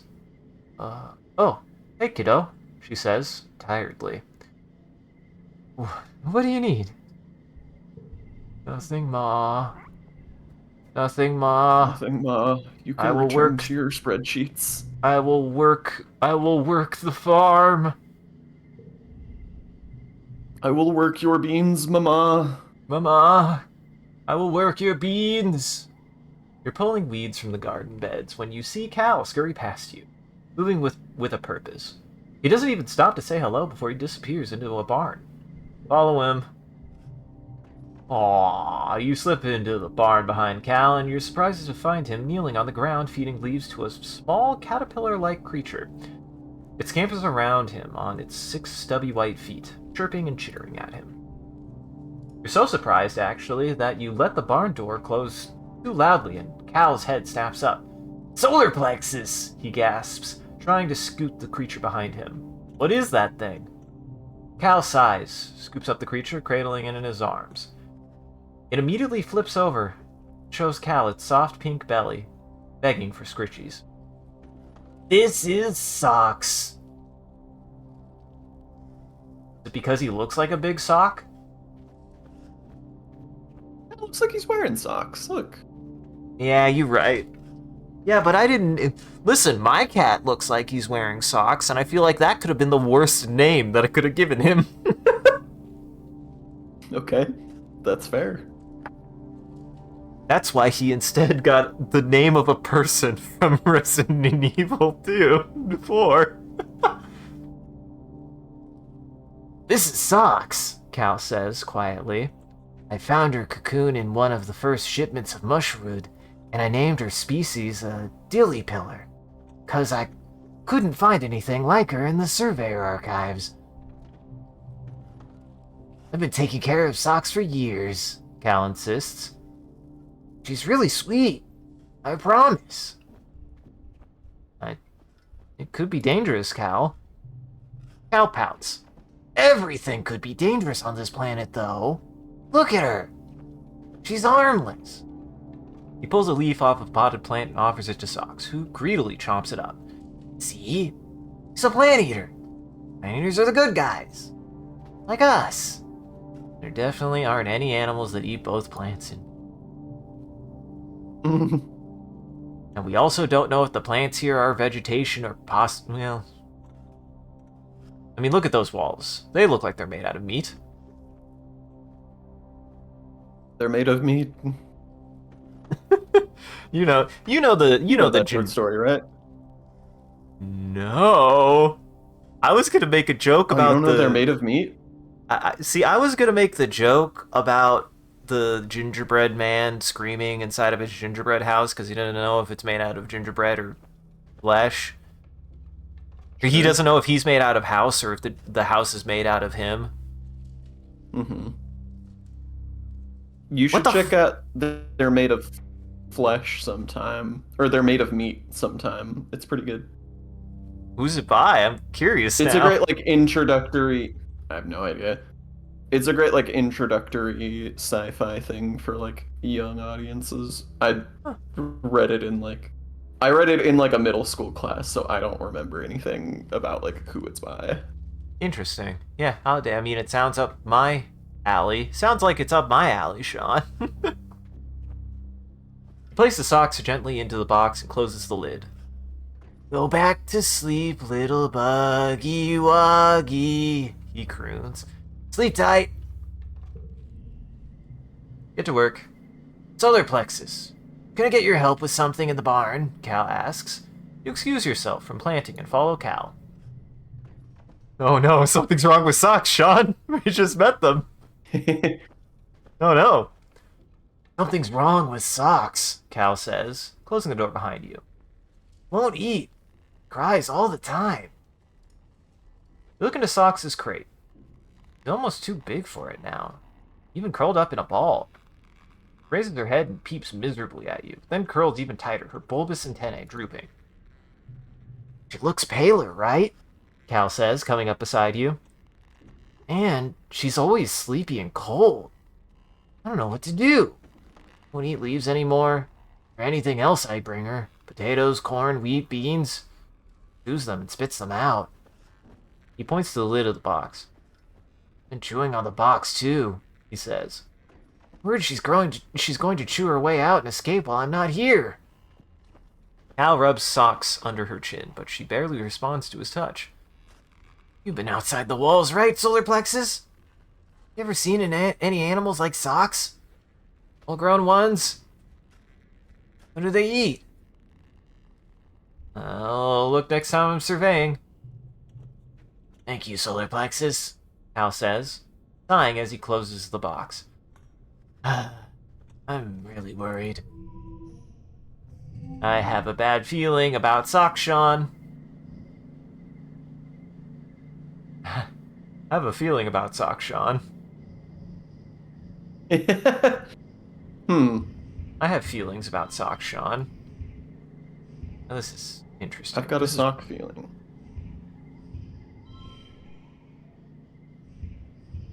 This is very strange. Yeah, I don't... Yeah, it's very strange that this is the right play to me. This is very strange that this is the right play to me for some reason. I don't know why. If only I It's had not a the only 3. right play.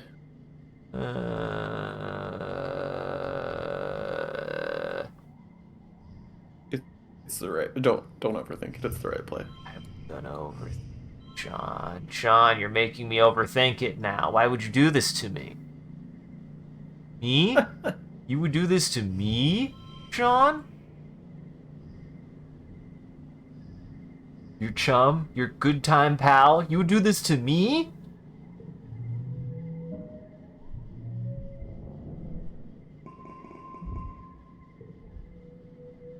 Get the money, get the money, get the big, big money. Right, it's late dust You now. did get big money. I mean, I should check. I should check if there's anything new at the shop before I dedicate myself to doing more work. I'm glad that this doesn't cost, like, a turn or anything. Cakes. Oh, shit. Oh, no. Oh, shit. Oh, Sean. What? Oh, shit. Oh, shit, Sean. Sean. Damn it. I missed Alimony's birthday. Sean, I missed Alimony's birthday. Fuck. Bad friend. Well, listen, it happens to the best of us. We get distracted sometimes. I find this music fascinating. All this time worrying about Dis's birthday and never once thought about anemones. Yeah, I thought, you know, what really sucks is I did have the thought at one point to be like, oh, I should probably check when it's probably Anemone's birthday soon. Oops! Oopsie. Oopie. Oopie, Sean. Anemone's birthday was a while ago.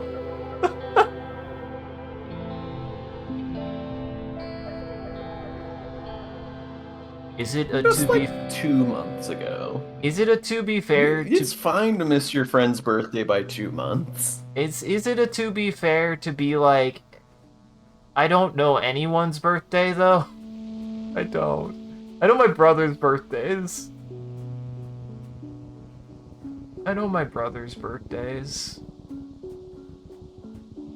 The only birthdays I remember on my phone that has people's birthdays. That's probably the way I should do it. Reminds me, I think my stepdad's birthday is soon. Ah, shit. Ah, damn it. Ah, skunk. Ah, skunk. Oh, hey, there's another creature up that way. And this feels like it wraps back around south, so we going farther in. I want to go farther in. It's a cloudy day. You hear the crash of thunder from somewhere nearby. Loud. It sounds like it's getting closer. Suddenly, a massive, impossibly tall something punctures the low clouds and slams into the ground ahead of you. It's as tall as a skyscraper and 1 meter wide, covered with chitinous bone like an insect. You think it might be a leg? Another crashes down, then another. The creature's body must be up high in the clouds, so high you can't even see anything but the legs. That's cool. The first leg lifts again and moves toward you. You're in shock. Your body simultaneously screams at you to stand still and run. That is one big something. You watch the clouds, and as the next leg breaks through, you dodge it. It slams down where you'd been with enough force to crush a boulder to dust. This creature is so unbelievably massive, you're like an ant to it. As it passes overhead, you marvel at how such a thing could even exist. And hope it never wanders any closer to your colony. Yeah, that's probably for the best. That's probably for the best. We have interacted with one of those already. Let's see what this random event is. A series of small circular pools chain together to form an impassable body of water. You don't see an obvious route through, though the path does continue off in the distance on the other side. Look for a place to cross. This'll be easy. Look at the puddle. Look at the puddle. Ooh, extra kudos. If I get exactly equal, you say. I have to get exactly 58. Okay.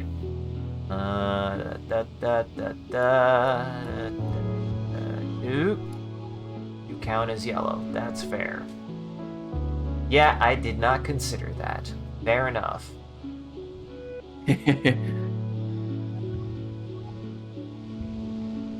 Oh, see, I could put them back when I'm not using controller, unless there's a button I'm pushing wrong on the controller, Sean.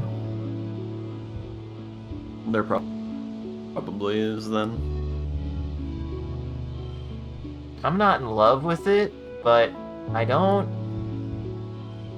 see a better play when I could get value out of this. Unless, I mean, I guess there's just that. I mean, that's pretty good, actually. It is pretty good. Yeah. What does your gun do again? +2 to challenges. Oh, it just gives you 2 extra points. Yeah. And +10 combat. Which I haven't run into a combat challenge yet, so I probably should switch off of it. I keep forgetting. Let's see. 6, 6, 4, 2. I mean, that is 21. It's true. Okay. Now I just need 16. Okay, no. I just need to make 16 now. That's not that bad. That's easy. There. Did it. Perfect. Don't even have to use the rest. Whoa, you've done it. Lo, I have. I definitely knew the math exactly to get that to happen. There's a narrow place where 2 pools meet that you think you can leap over. These little ponds look too small to house anything really dangerous, you hope. You approach the water's edge. Leap of faith! You make it over the narrow gap. Nice. You feel empowered. I am strung. Oh, this is a big area. Oh, Powerful. outside is powerful and big, Sean. You're in the big outside now. Mm-hmm. Drifts of spark snow make this area hard to pass through. Your feet keep sinking into it, and you have to work to get them free with every step. The only way forward here is through an especially deep area. Take a break and play in it. Play in the snow. Playing in the snow. Shuffle it out of the way, find another way around. But I will... Childlike wonder, Sean. I would play in the snow. I'm 13 years old. Uh-oh. Aww. You make a snow buddy. Yeah. Or at least you try. The tiny blue crystals don't pack together very well, and the stuff quickly melts just from the heat of your body. The acidic snow gives you a hot, scratchy rash between your fingers. You probably should have worn gloves. You know, I'm gonna call them snow buddies from now on. I kind of like that actually a lot. Listen, I'm used to snowman, but I like snow buddy. I like snow buddy. Snow buddy's good. Snow buddy, like You praise your lumpy snow buddy. like nobody. It looks a little sad. Maybe it just needs some accessories. With some twigs and grass and a weird kind of jelly you find seeping out of the ground, you give your buddy antlers and fur. It kind of looks like a snow bush bub. Bush bub. Look, I got 1 whole point of creativity. I'm up to 5. Nice. That's a 25% increase. Uh-huh.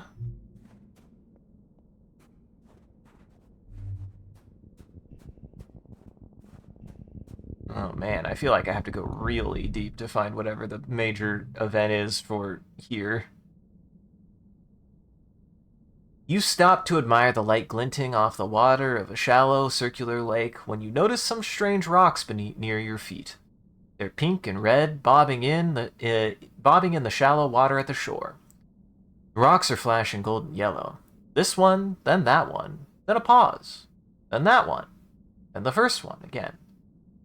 You thought it was reflected sunlight at first, but no. The rocks themselves are glowing. Repeat the pattern. Sean, I finally learned how to get empathy. I've been empathetic. My empath went up by 1. You play a memory game with them, touching the stones of the pattern they give you. Feel emotions coming from the rocks. Affection, interest, gratefulness. Somehow you understand they like the contact. Are they creatures or rocks? Sometimes the lines between the two can be blurry on Vertumna. They can't move, but learn about the world from creatures who pass by and touch them. Like the way animals rub to leave their scent, these rocks entice animals to play with them and leave information about the world. Get the sense they're excited for your new scent. What end? Do not know. Good, good. What are these rocks gonna do with my smell? These rocks like my stink, Sean. I've finally, Sean. My obsession with rocks has finally come to fruition. You found rocks that like you as much as you like them. Exactly. These rocks love me. The water in this pond is a slightly greener color than what you're used to seeing. It smells sweet, but kind of acidic too. That's odd. I feel like because this is the higher value one, it might have something better, and it kind of makes sense to be smart and maybe do science before I decide to just drink from a green pool. It is good to know what you're drinking before you drink it, if possible. That's just a rule of thumb. Typically, it's good to know what substance you're imbibing before you imbibe. You collect a sample to analyze, then hide yourself under some large mushrooms to watch the local fauna come and go. The smaller creatures sniff the water, but leave without drinking. Then a massive creature lumbers over. It's easily 3 times your height. Your holopalm identifies it as a balneal photosynth, a docile creature that feeds only on algae, by filtering water through its long snout. It lifts a leg and... oh... This pond must be where the balneal photosynths mark their territory. You check your analysis results to confirm. Yeah, it's literally brimming with balneal piss. Good thing you didn't try to drink it. Gross. What? Gross. I can reassure, much like real life, I don't think I would just drink piss. I don't think so. Not on purpose, sure. Not on purpose. Or maybe the most on purpose? You spy a creature that kind of reminds you of Cal's illicit pet socks. A dilly pillar, maybe? Except it's huge. What? It's like socks. It's like socks. I thought you were like, that's not how you say that. And I'm like, oh, you want me to say dilly pillar, Sean? How do you want me to say dilly pillar, Sean? A dilly pillar, maybe? Except it's huge. Really, really long. Like, as long as the stratospheric. Enormous. Would be the same? Aren't totally sure. You watch it using your holoculars. So far in the distance, it looks like a train crawling along one of the great cliffs along the western ridges to the west. Crawls down the cliff face towards the Great Plains not far from you. Run in there and get close. Get up in there. The dilly pillar totally ignores you. Up close it seems even bigger, definitely longer than even a spaceship. It moves slowly, and you take care not to accidentally get in its way. It sniffs around the base of the cliff for a long time. The cliff is made of sparkling iridescent rocks, almost the same shimmer as the dilly pillar's scales. Pretty. As you're admiring it, the dilly pillar starts to eat the rocks? It's grinding them down effortlessly with its enormous molars. When it leaves again, you fill your pocket with the strange glittering stones. Better bring these to Cal. You're too worn out and tired to continue. You have to go home now. Well, good. I think I did the thing. I certainly did a thing. You did something. I did something. I can't do anything but relax, though, so... Yeah. Cal. You can talk to people, though. Cal, I have rocks for you. You find Cal excitedly drag him to the barn where he keeps his pet dilly pillar. Figured out what she eats. It's rocks. You tell Cal about the dilly pillar you saw on the plains. She's really gonna get that big? Cal breathes. He looks as worried as you feel. Cal hesitantly places the rocks before her. She takes one in her delicate little forepaws, nibbles on it, and then shoves it in her mouth. Uh-huh. That's how everyone knows that some pets just need to eat a rock, and then they'll get better. That's why I give Leon any rock that I find and see if he'll chew on it. Because not every rock works. You gotta find the right one. You do need the correct rock. I actually haven't tried to see what his response to my green rock would be. I don't think he would have a response, but I haven't tried. I haven't tried yet. She trills and runs around in a circle, waving her paws for more. It worked! Cal crows, giving you a big hug. Thank you, Solar Plexus. You saved socks. I'm glad I didn't let that animal die. I need some time off. Hey, it's your birthday?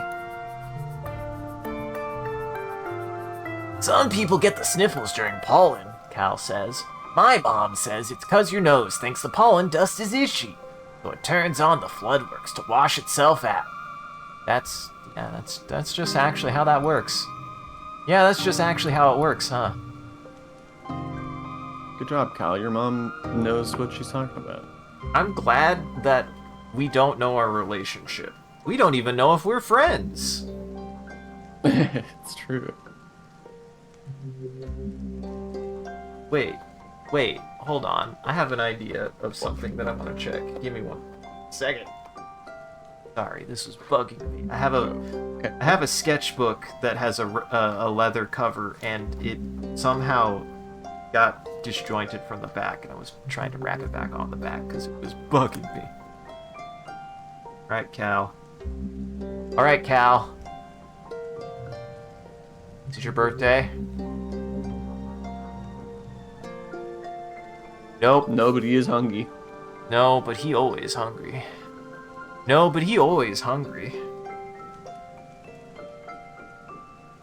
Not the first of wet. Ain't the first of wet. Now, is this like a Sudoku puzzle? People can't have the same birthday, can they? Nobody has the same birthday, Sean. It'd be inconvenient if they did. It'd be unbelievable. Hey, you're sad. I am sad. I'm sad as fuck. What do you want? Too stressed out. Man. Only that worked in real life. Well, actually I did the thing with Cal. But I'm like 50-50. You know what? I haven't relaxed inside in a long time. You look around the lounge. Some friends are here. Who do you hang out with? Oh, Dis is here anyways.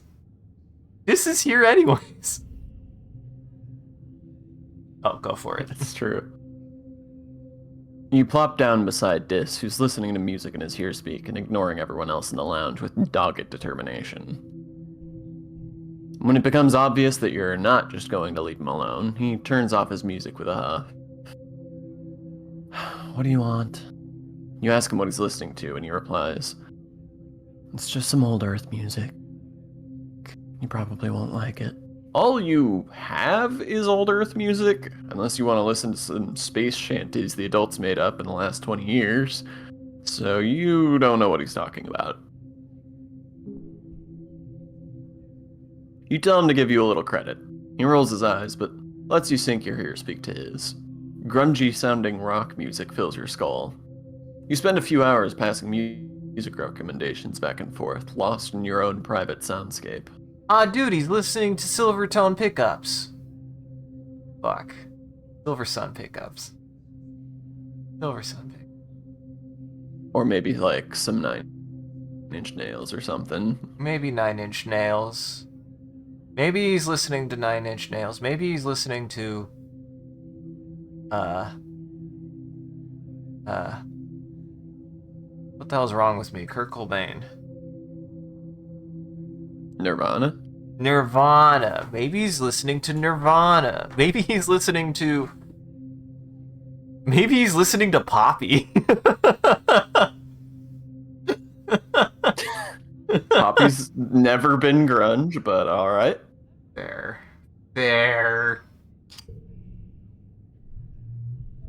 No! I mean... If I was to choose one... I mean, the cotton candy is a pretty, traumatic event. I think I would want to forget that. Mm-hmm. Yeah, I probably should. I'm starting to get a lot of cards, so I probably should get rid of some of the lower value ones, huh? Shouldn't I? Not Stress Cry, though. I'm taking that to endgame.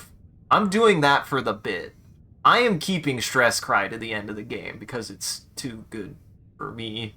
It's good for me, Sean. This is why I'm bad at deck builders. My whole thing is I'm bad at deck builders because I will make objectively bad deck building decisions just because I like it. I'm sorry. That's fair. This is how my brain works. This would be a Skillet kind of guy? Interesting. Skillet. What's wrong with me? Who's Skillet? A band. Skillet's a band. Oh, well, I know it's a band. I just don't know who they are. Sean, I can assess that they're a band, but that doesn't help me know who they are anymore.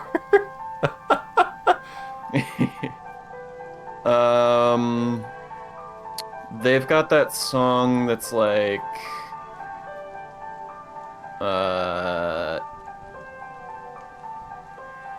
Shit, how does it go? Here, I'll let you think. I'll read Mars. I haven't spoken to Mars yet this session. Mars probably hates my guts, but you know, I'll still give her It's that a one rock. that's like something. You should know that I feel like a monster or something like that.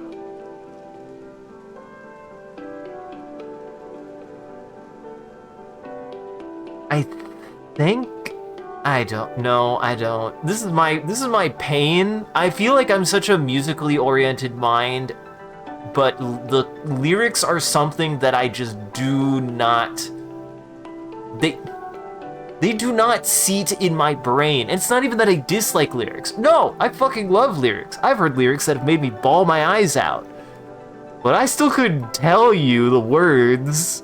I still couldn't tell you the words. If you put a gun to my head, I wouldn't. I'd be crying for a different reason, but I still wouldn't tell you the words. Oh, Well, they're a sort of butt rock kind of band from the late 90s into the early 2000s. Ah. Mars does a little twirl, showing off her shimmering dress. You wouldn't believe how many kudos I needed to use to nanoprint this dress, she says loftily. I won't even bother telling you. It would only make you jealous. Found something you might like. Have a rock. What's funny? I kind of want to give her the rocks. Of all of the like bonus cards that have fucked me the most, it's probably the redraw hand one. Like I know it could be good for a mulligan, but I would need a really bad hand to get value out of it. A Christian rock band from the late 90s, early 2000s. I'm so sorry.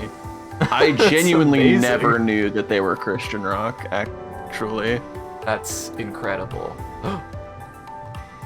Have her a higher enough number, she actually... Hold on, how high is your number? Oh, fuck! No! She likes me more than Tammy does. Tammy's fucking dead. I was gonna say, Tammy doesn't like anything anymore. Uh-huh. You know, solar plexus. You're alright, Mars says as you approach. You blink at her, trying to figure out what she means.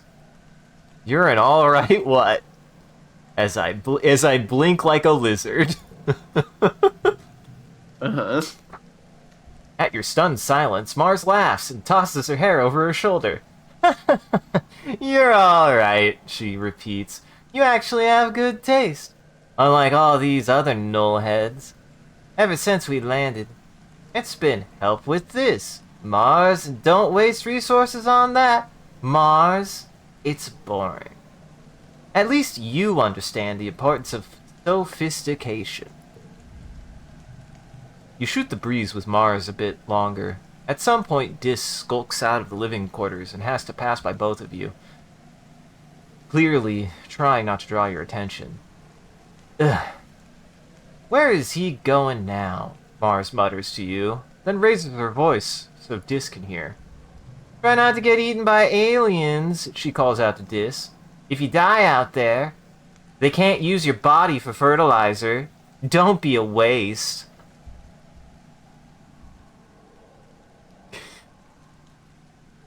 But I gotta support my boy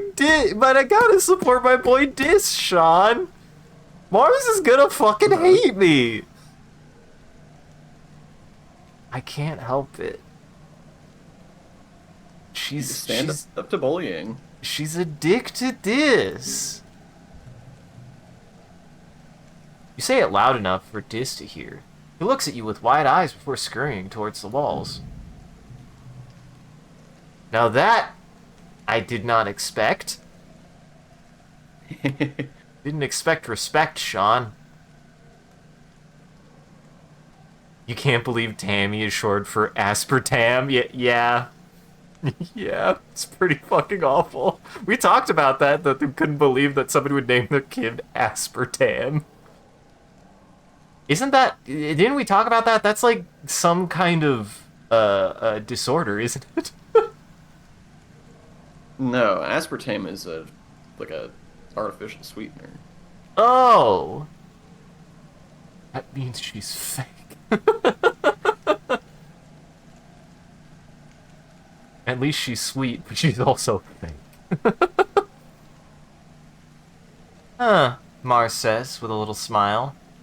No accountant for taste. She seems to respect that you challenged her. She watches Dis disappear from sight, then shrugs. Maybe you can get through to him. I've tried, but he doesn't care about contributing to the colony, or being popular, or earning kudos, or anything important. What do you mean contribute? Exactly, Mars. What do you exactly mean by contribute, Mars? That is not what that answer said. Oh. I blink like a lizard when I say that. Mars laughs and puts her hands on her hips. I contribute plenty and you know it, Solar Plexus. People need someone to tell them what to do, don't they? Thanks, Mars. I mean, I appreciate that I impressed you by calling you out for being a dick, but... Sure. She sees you as an equal now. Oh. An equal in stature, equal in determination. Well, no one's equal in stature. She towers over anyone. I'm just waiting for my growth spurt. Anyone prepubescent, anyway. I could go from 4'2" to 6'2" tomorrow. Just waiting for that spurt, you know? That's true. Sean, when am I gonna hit another one of my growth spurts? Already. It's been a while, you know? I'm just worried. They happen at any time. It's been a while. I've been I at don't wanna be 5'11" like for so everyone long. else. Sorry, say that again. Discord's being a I'm dick. not like everyone else. I'm just different. I can tell. I'm sorry for talking over you, Dis. Sean wasn't having my shit. Mm-hmm. I appreciate you giving me the benefit of the doubt that that was Discord's fault and not just me deliberately talking over you. Yeah, you're not wrong. Okay. I've lost the page again. Lost the page again. Here we go. It's not the How many second of pages are you using for this? one. I have an entire book, Sean. It's filled with other shit. I just... no, never mind. I closed it, okay? So I had to open it back up and find the page again, okay? This is cool, mysterious, and nonchalant, and he doesn't even care if you think so, so just shut up about it. God. He does care that you give him medicinal herb, though. He does love the medicinal herb. I didn't get another egg. Why are eggs so hard to get, Sean? Why is eggs so hard to Staying get? egged. What did you say to me?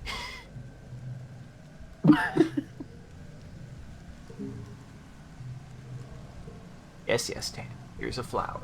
Yes, yes, Tange. Here's a flower. I wasn't paying attention. I wasn't paying attention, Sean. I'm gonna assume that it's not her birthday. It wasn't her birthday. Mm-hmm.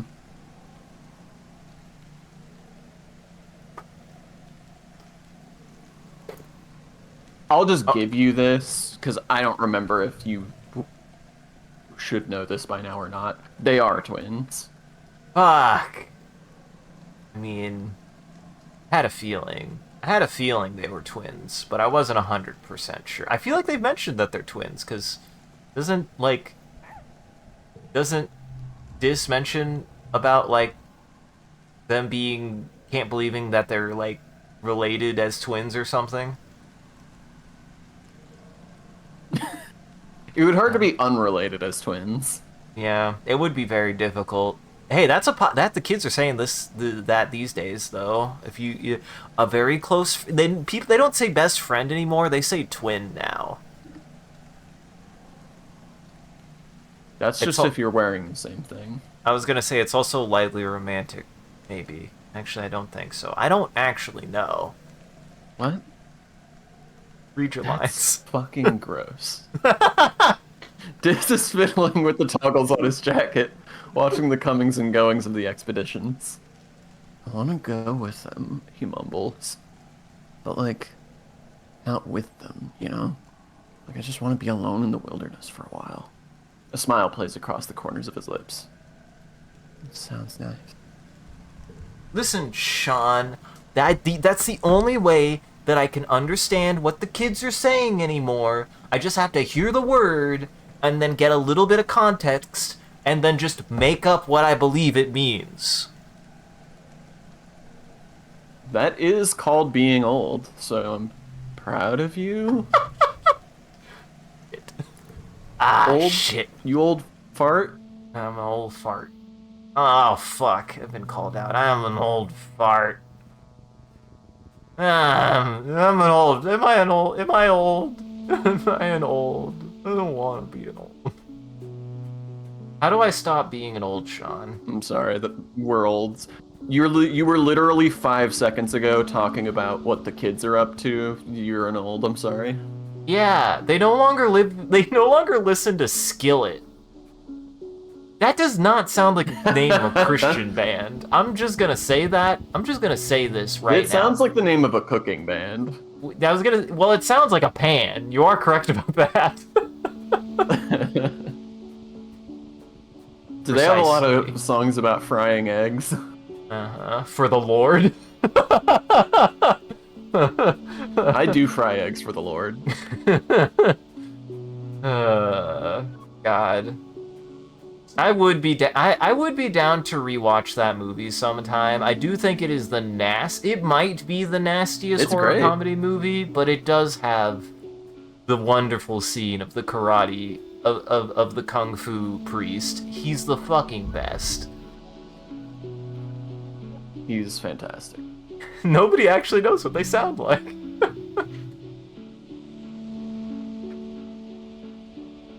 You spot an enormous unfamiliar flower. Large waxy petals join to form a basin brimming with goopy yellow gunk. The entire thing has a sticky, melting look. The awful smell of the juice permeates the area. It's like something died in there. Oh. It's a Rafflesia. Drink the goop! Drink the goop. Drink the goop. Drink the goop. Oh. I can't believe you drank the goop. Absolutely, I drank the goop. Unbelievable. We just had a whole conversation about not drinking unknown substances because they're probably piss. Yeah, but this one didn't give me any other stipulations to try to say whether or not I should do anything else.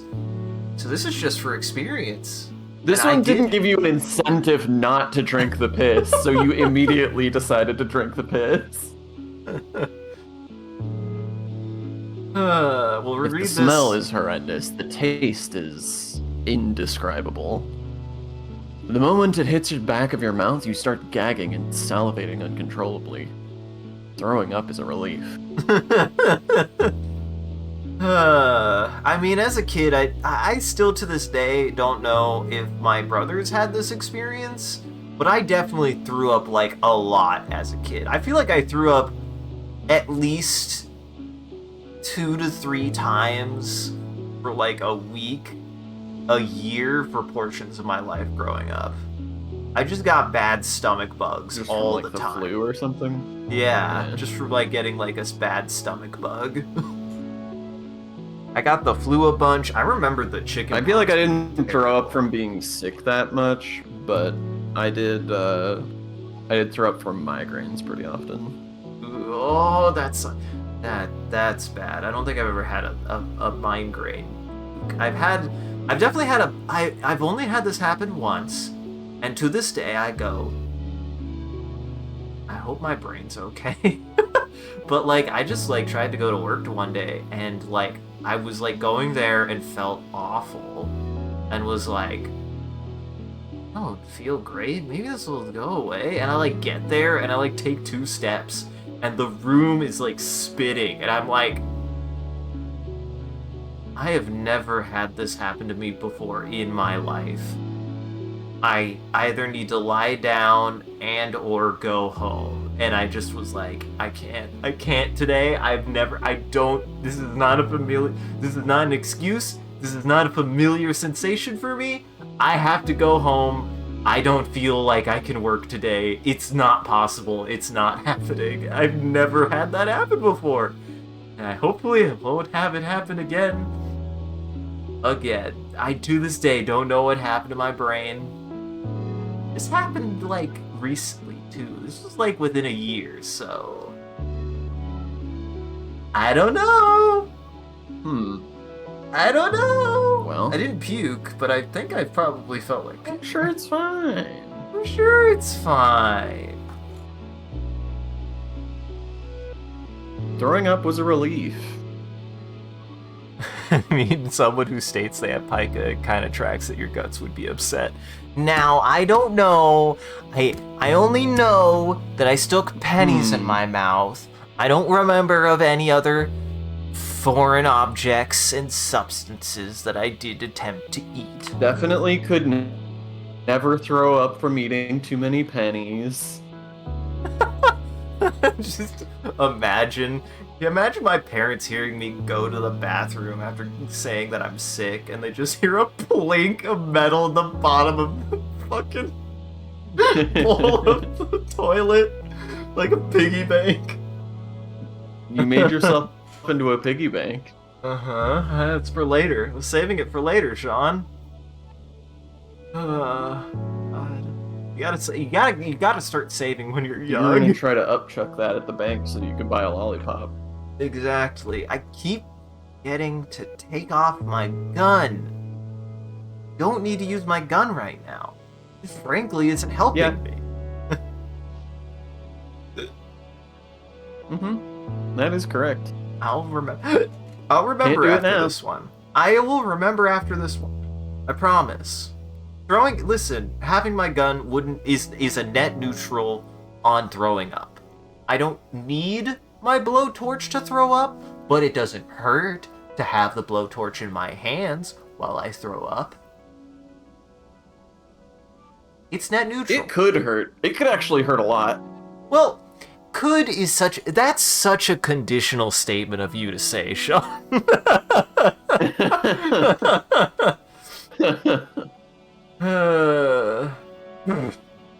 damn it, Comfy. More like the machines that exchange bills for coins. God damn. Mm-hmm. I was gonna say the correction I was gonna make, more like the sound of like throwing a coin into a fountain. Just that ploink sound.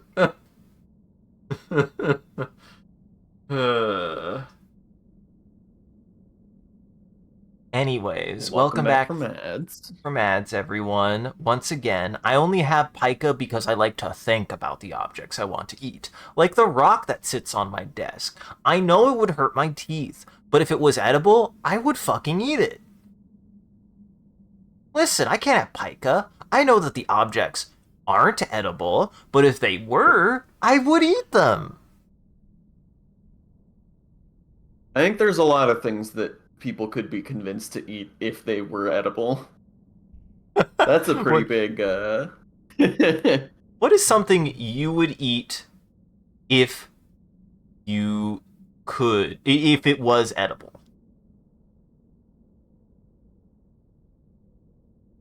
If it was edible, I would eat a rubber duck. Well, you can. Have you ever heard of Peeps? That's not. Good. That's both not rubber and also it's not the correct shape. Peeps are much less appealing than rubber ducks. I was gonna say, in all honesty, I always liked the idea of eating Peeps, but as an adult looking at Peeps, it does look like you're eating plastic. It looks like a plastic object to eat. You pretty much are. Like, they have such a fun name, and it's so whimsical to be like, oh, we're eating little duckies, but then Peeps just suck. Kind of. Glass. Comfy says glass. Well, good news, Comfy. There's a glass you could eat out there. It's made out of sugar. I actually don't know if sugar glass is actually edible. I mean, I would have to assume so. It's called sugar glass, and I'm pretty sure it's made out of sugar. Surely not. Despite your initial discomfort, when you're done emptying your stomach, you realize you feel incredible. Like, you've been totally cleansed inside and out. You feel invigorated. Sean, see? It all worked out. You did a piss cleanse. Oh, fuck. All your noise attracts a nearby bush bub. Comes scurrying out of the bush, growling and cackling at you. Defend yourself. I know they say to run away first, but I'm an idiot. And I might die here. It'd be a good way to die. Cards with gems.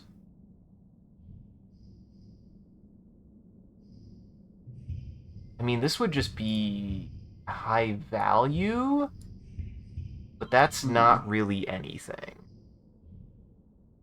It's a big number. It's a big number, though. Who doesn't like a big number? But it's a bad big number, Sean. Sean, it's a bad big number, and instead I could get the best big number. Oh, no. That is a pretty good big number, actually, now that you mention it. Oh, no, Sean. Oh, no. Am I gonna fucking die? I mean, I'm almost halfway there. That's pretty good. Okay. No. This'll be fine. You can get this round. No gems, so I don't want to use this yet if I don't have to.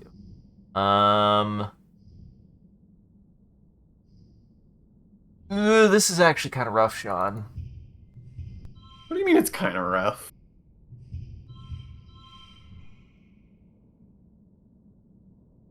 That...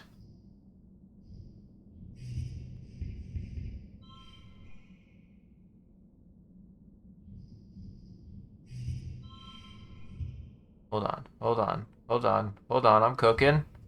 Hold on, I'm cooking.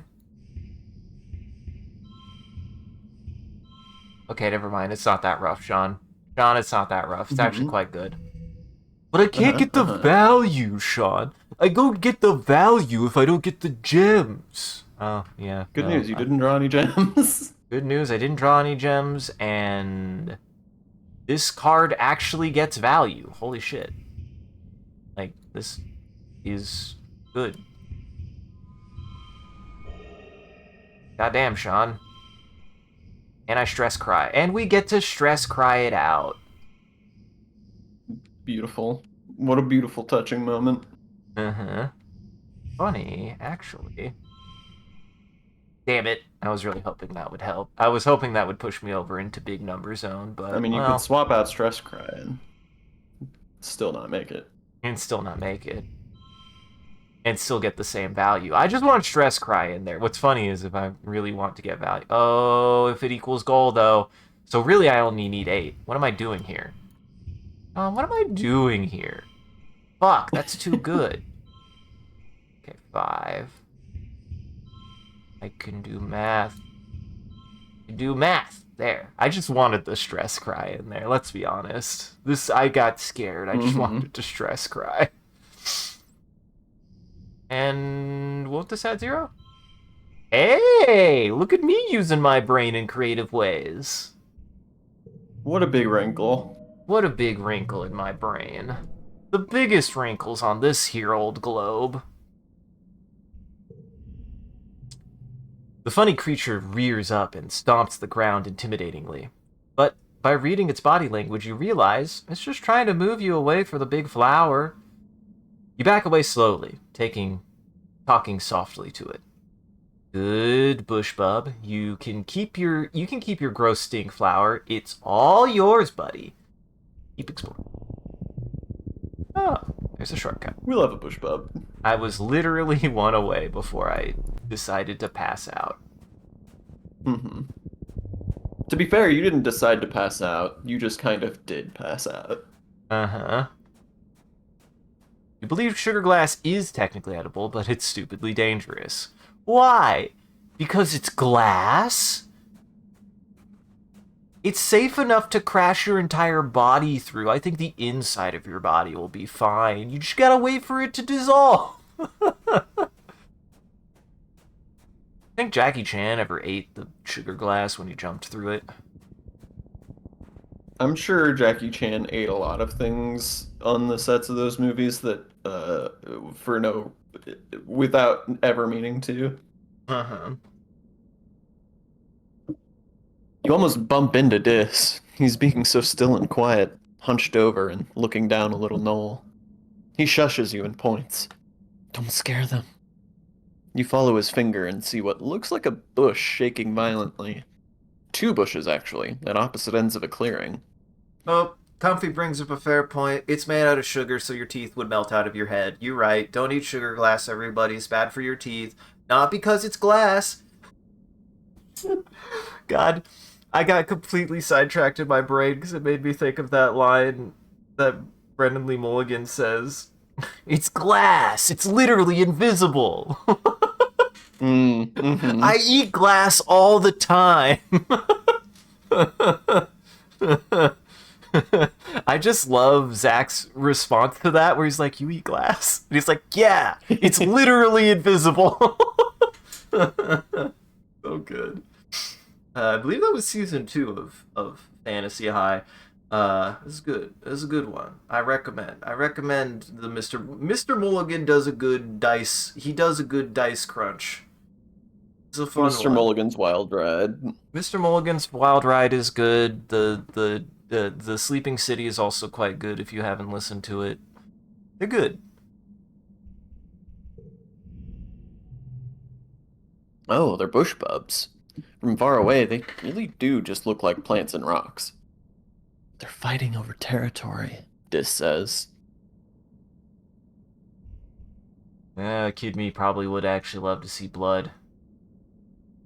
How do you know that? Dis shrugs. If you're quiet, you see them a lot.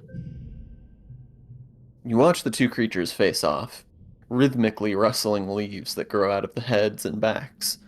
Their gangly branch-like antennae swing over their heads as they rear up to their full heights. Even from far away, they look imposing, like agile boulders. One goes, then the other. They watch each other carefully, alternating and repeating the other's motions, trying to outdo each other. Ultimately, the smaller, more graceful one seems to be declared the winner. The loser plops back down and shuffles away into the jungle, defeated. We love a bush bub dance-off. We love a bush bub dance-off. Oh, we got another bush. Talk to the other bush. You spot some familiar looking fruit. Hey, you've seen this bush before. That's no rock underneath. It's all part of one creature. An arborescent photosynth. A bush bub. It pays no attention, continuing to blend in with the rest of the surroundings like a boulder. Take the fruit. You're not letting it get away with being delicious. You grab some of the fruit as the bush bub rises up and roars with anger. Yep, you knew it wouldn't be happy. Hard, normal. Hard, normal. Is this how I die? Is this how I die? Have the ones that I've been doing hard have they been hard or have they been normal, Sean, is the question. Amazing question. I find it interesting that you're deciding based on the difficulty and not at all even slightly based on which action you want to take. Yeah, that's fair. I forgot to unequip my gun. It's true. Sean, I forget every time. You were so confident that you weren't going to this time. Uh-huh. I truly was. Well, oh hey, this is actually not a bad start, though.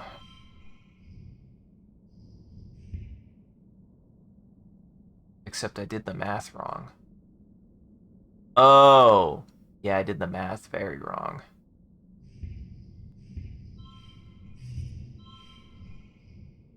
That's 19. That's 19. This would be 21. Which I don't feel great about using that there.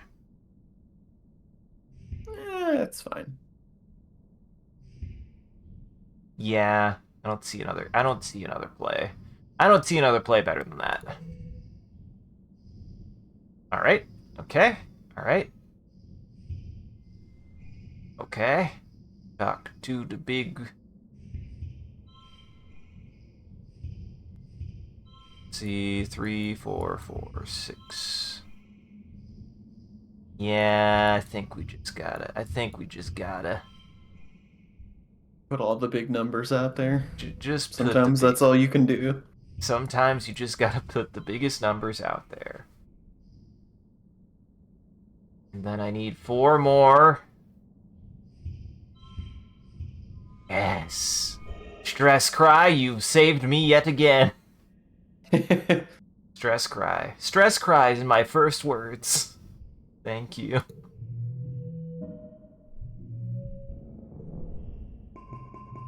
You soothe the bush bub and it seems to nod in your direction, indicating you can have some of its fruit if you want.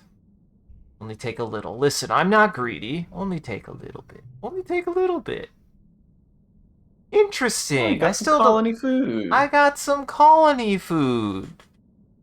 Get that guy. Best viewers. Bah. I already have those. I already have the best viewers. It's the people who are watching. You're the best. You're always the best. Appreciate you.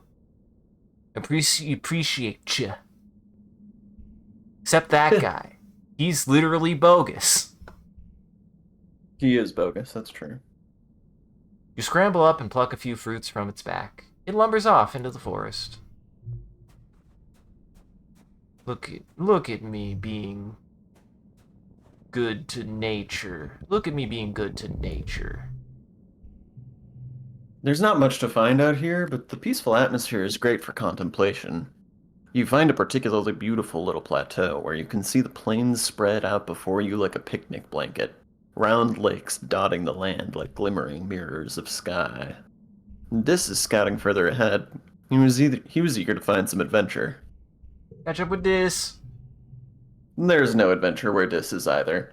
This is some peaceful territory right here. Boring. I want to put myself in a situation where I'm in danger. Oh, hello, Dis. Hey, Solar Plexus. Dis greets you cautiously as you pass on a narrow path. Hey, do you want me to show you something? Dis almost never makes overtures of friendship. Whatever it is, must be pretty cool. Nah, maybe later.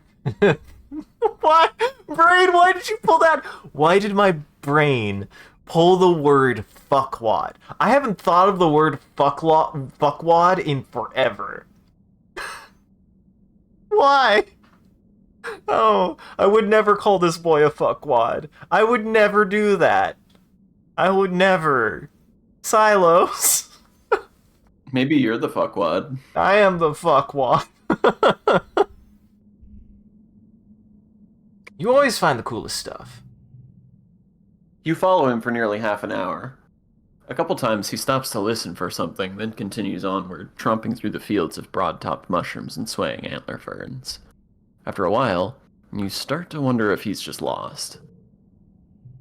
You're about to say something about it when he holds his hand up for silence and directs you to crawl under a huge mushroom. On the other side, you have a view down to one of the perfectly round ponds.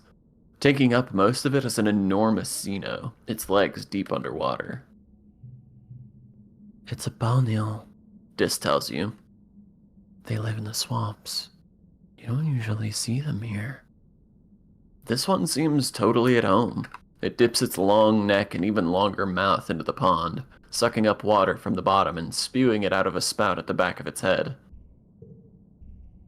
Its whole head is a big straw. It is a big straw. The spray of beautiful turquoise water sparkles in the sun. Tiny, colorful bird-like creatures dart around it, catching the tiny fish that come spraying out.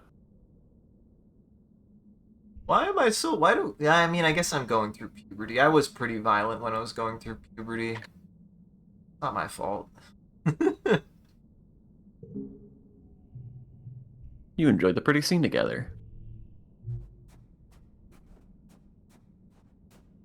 Listen, Nature is lovely. Just because I get boners now doesn't mean I have a thriving thirst for bloodlust. A need to kill. I don't have a need to kill. You don't need to have a need to kill to get boners. The terrain here is strange. Some kind of smooth rock covered in lichens and tiny plants. It's weirdly warm, and the spark snow melts when it hits it. You're some kind of smooth rock. Am I some kind of smooth rock? Oh, that's just there, huh? Oh, this is just here, huh? That's just there now. That's just This is there not an now. easy challenge either. Yeah, wait, does that stay there? Ew, that's gonna be rough. Or does it pull one at random? Okay, random. Okay. Boy. Oh no. Oh no. Oh wait, no, that's a fine one. This one's fine. This one's fine. I was thinking of the other one. Oh no! I mean, at least it stayed. What? Wait. What? That doesn't work that way. No way that works that way. It kept its value. It's still the highest value. Yeah, no, I know, but I thought it would reset back to 3. But it's still the highest value. Oh. Oh, you're right, Sean. Sean, I'm sorry. Sean, I'm sorry.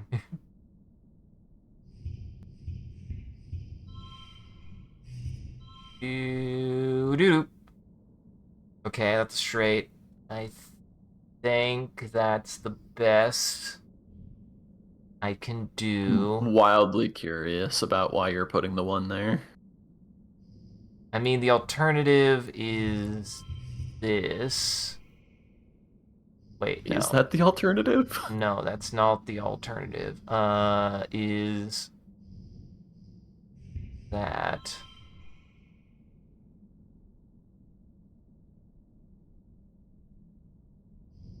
That The one was... alternative is to not play the 1. Now, Sean, why would you say that? Now, Sean, why would you say that? You don't have to play it. Yeah, You can but play it if you just want to, I guess, but I don't really know why you wanted to. I would get the value of... Oh, I see. Ooh. Ooh. Ooh. Oh, but it's no longer the highest value card. Sure. What? Oh, unplayed card. I am a dumbass sometimes. I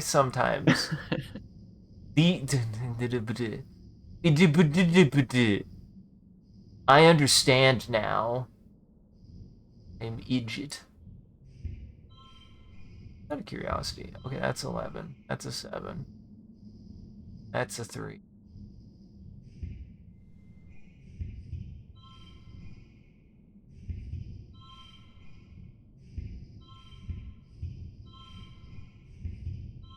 There's a good play, Sean. Now that's a good play, Sean.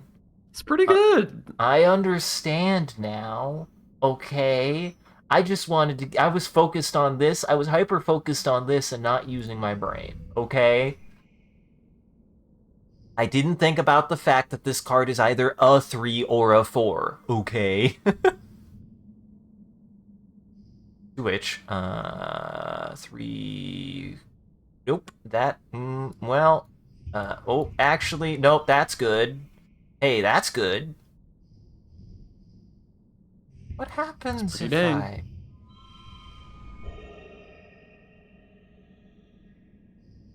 You did it. It has a base value of 2. See, this is a weirdly good combo. Mm-hmm. Huh. See, this card is only good if you get a +1 to red. That's really the only time that this card works, and earlier I was getting screw fucked on this. Or if you have a card that increases value. It just only doesn't... It only gets its benefit on, like, 1/3 of all challenges, so... Mm-hmm. And I was just curious. I was like, does that work that way? And it does work that way. Interesting.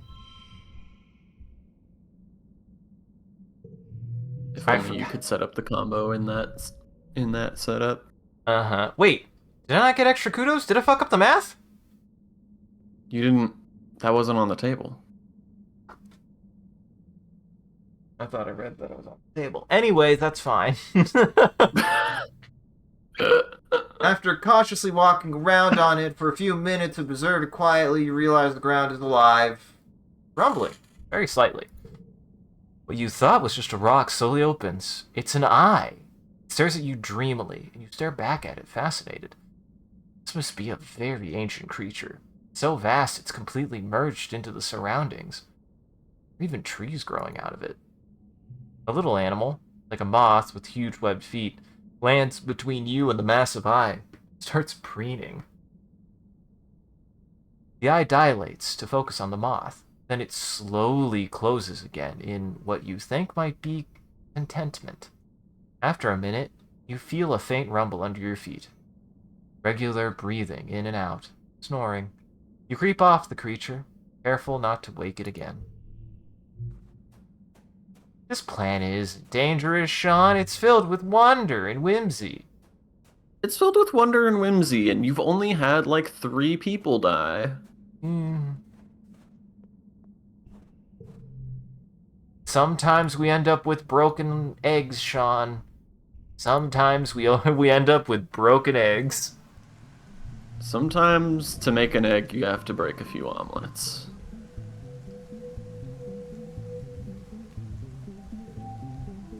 Next month. You want to know?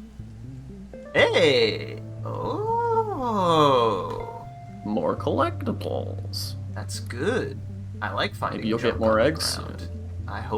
I better get more eggs. I'd better get more eggs, Sean. Oops. need to do that. I feel very silly though. I feel a little silly because I was keeping track of all of the birthdays for Cal and Tange, for Dis, and I did not track the day that I gave Mars a fucking. I gave her a rock. Oopsie. Okay, she knows you don't care that much about her. She does. Mars is frowning intently at her hollow palm, trying a new message. Oh, excuse me, Solar Plexus. I just have to clear something up, she says, sparing you a look. An enemy posted her answers to everything about you, to the Everything About You survey on the colony message board. She said that she thinks her brother Calm is the coolest person in the colony. Mars rolls her eyes. As if. Calm is like one of the hottest, but he's not sophisticated. Here's where we're gonna go. We should look at the notice board. Hey! The food shortage went up! It went up? Wasn't it lower last year? It was 80% last year, so it's a little bit better this year. Now it's 70! Oh, this is red.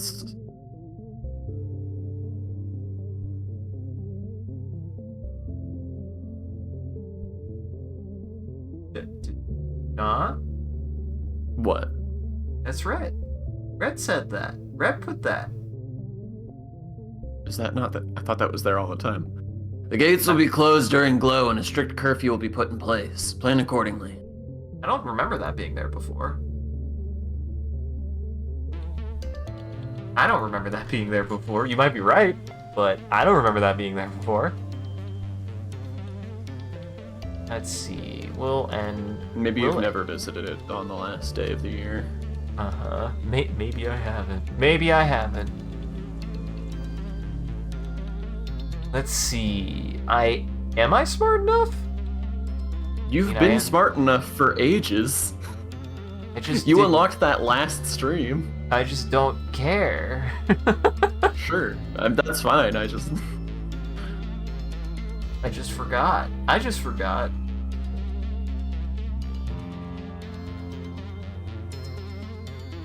You see a notice on the engineering holo web. Chief Engineer Instance needs someone to help with after-school tutoring. Literally anyone who isn't a complete idiot will do because she's desperate. Please apply. Uh-oh! Unfortunately, you are a complete idiot. I am a complete idiot. No, I'm a partial idiot. According to Instance, you're a complete idiot. Fuck. You can't very well teach others until you learn the material yourself. I think you might have gotten some reasoning for that, though, so that's nice. Yeah. With you reasoned that you're unreasonable. One slot will turn cards. Ooh, that's it. That's all. That's all. That's all.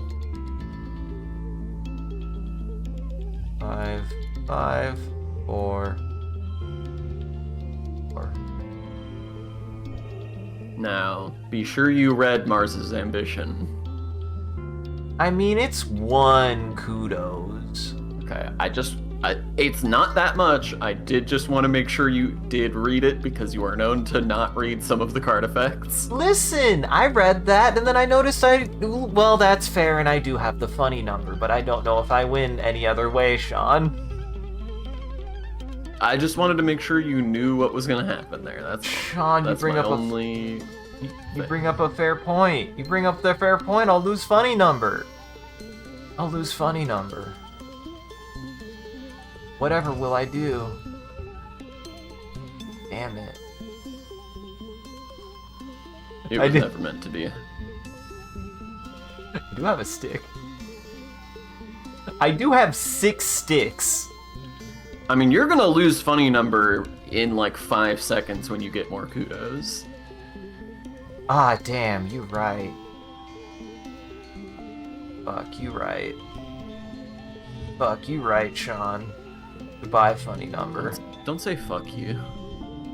So rude. I did it! Aw, you lied to me. I didn't get any kudos. Wait, did I get kudos for that? Oh, wait, no. Did I get one kudo for that?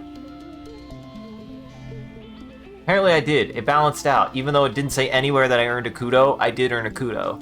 I guess. It's been a long month of being cooped up indoors while it poured rain, and everything got too muddy and gross to play outside. You and the other teens are in the lounge, again, and everyone's getting a little antsy. Tangent and Cal are bickering about something, and Dis must be bored enough that he's letting Mars paint his fingernails. Alimony is trying to do a dance she learned from watching holovids, and she's failing miserably. The sound of her music fills the room. You're starting to feel a little off, too, but it's weird. Like you want to yell, but at the same time you want to take off all your clothes and streak through the colony square. Now, I've been through puberty and I've never felt this emotion, Sean. Did my puberty go wrong? Because I've never felt that. Or is that still not hitting me yet? You never participated in any mooning activities? Not particularly. In fact, I don't really particularly find that much enjoyment in being unclothed in front of individuals I don't know. Or even if I do know. I mean, that's fine. It's a pretty normal thing for people to do, like mooning and that kind of thing. Alimony dances a little too close to Mars's collection of nail polish, bumping into the table and sending them all, and herself, clattering to the floor. Hey, watch it, Dis snaps. Dance your stupid dance somewhere else. It's not stupid. Alimony sniffles from the floor. Don't have to be so mean to me. Boo-hoo, Mars teases. What are you gonna do? Dance about it? Ugh. You're all so childish. Who even cares? Hey, everyone just shut up, Cal exclaims from across the room. Honestly, you all fight all the time. Stay inside where it's nice and dry. You don't appreciate how hard everyone else is working. Just whine, whine, whine.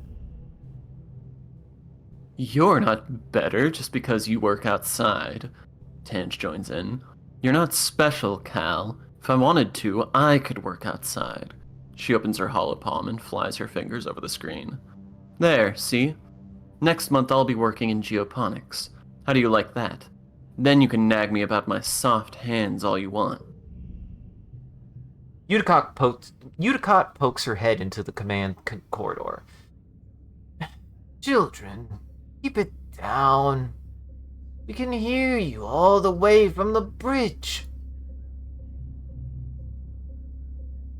Everyone goes quiet for about a second, and then explodes into arguing again. Uticott throws her hands in the air and retreats down the hall in defeat. Calm down, everybody. Everyone ignores you and keeps squabbling. Mars chases Cal, and everyone else chases her, and somehow you all end up in the classroom. Suddenly Mars shouts, Oh, okay. Everyone. She claps her hands. 1, 2, 3. Look at me. Everyone shut up. Everyone stops arguing and looks at Mars in shock. I have an idea, he says. We should decorate the classroom. No one seems excited by this prospect until she adds, with toilet paper. Come on, it'll be pretty. Now everyone's on board. You can feel yourself getting excited too. This is so naughty. You might get in trouble, but who cares? You're having fun. Join them. You join the others in throwing rolls of toilet paper over anything you can reach, decorating the classroom with roll after roll of white gauzy garland. By the time you're finished, it drapes off every desk and science experiment.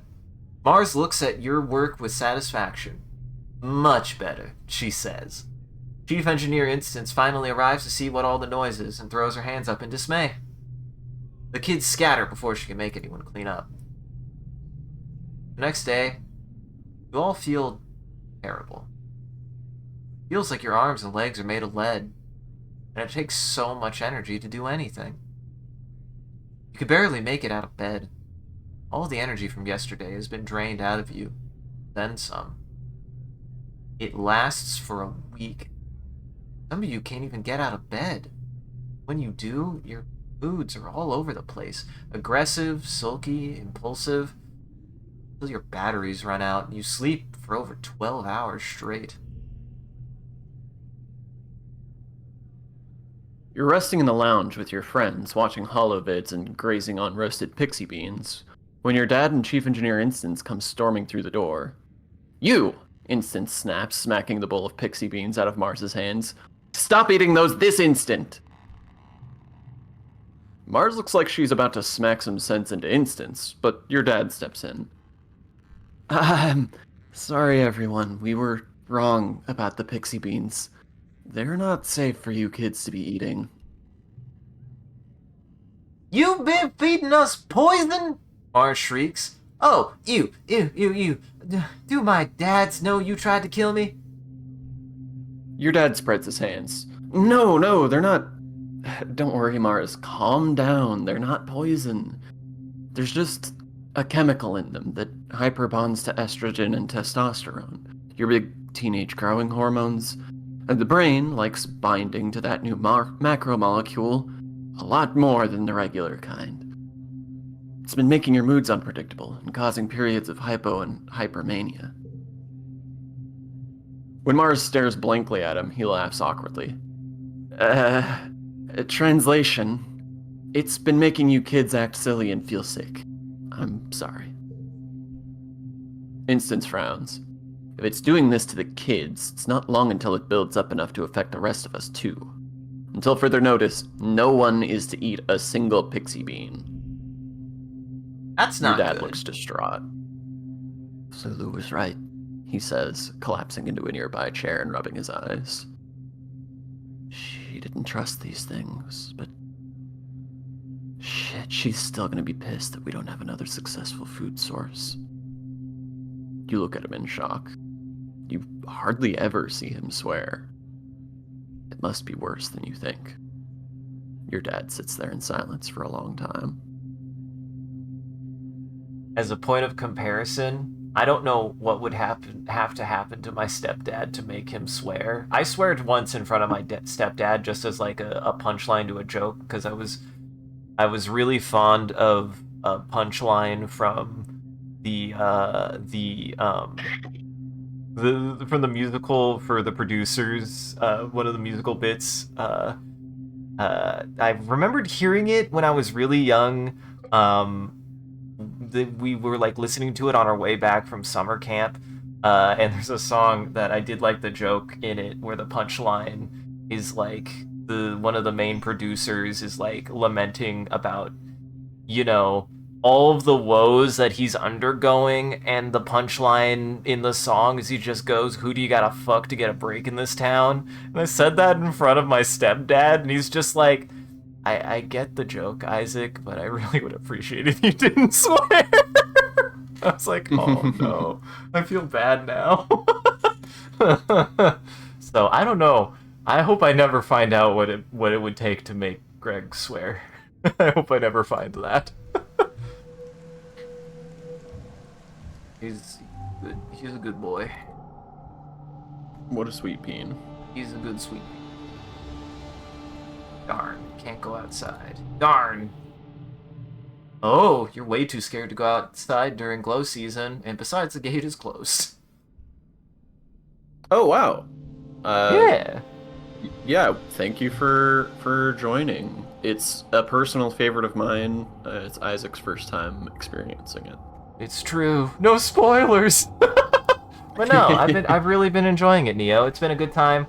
As the wise words of Mr. Tim Rogers, because I keep on comparing this to Tokimeki Memorial, we need more games like this. So yes, I've really been enjoying this quite a bit. I've enjoyed the writing, I enjoyed the character designs. As somebody who does a lot of creature design and stuff, it's been great. I've really been enjoying this, and I appreciate that.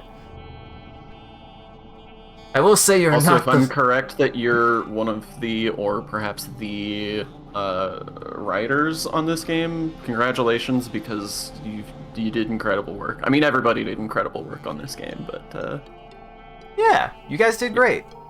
Well, you should be very proud of yourselves. This is a wonderful piece of art.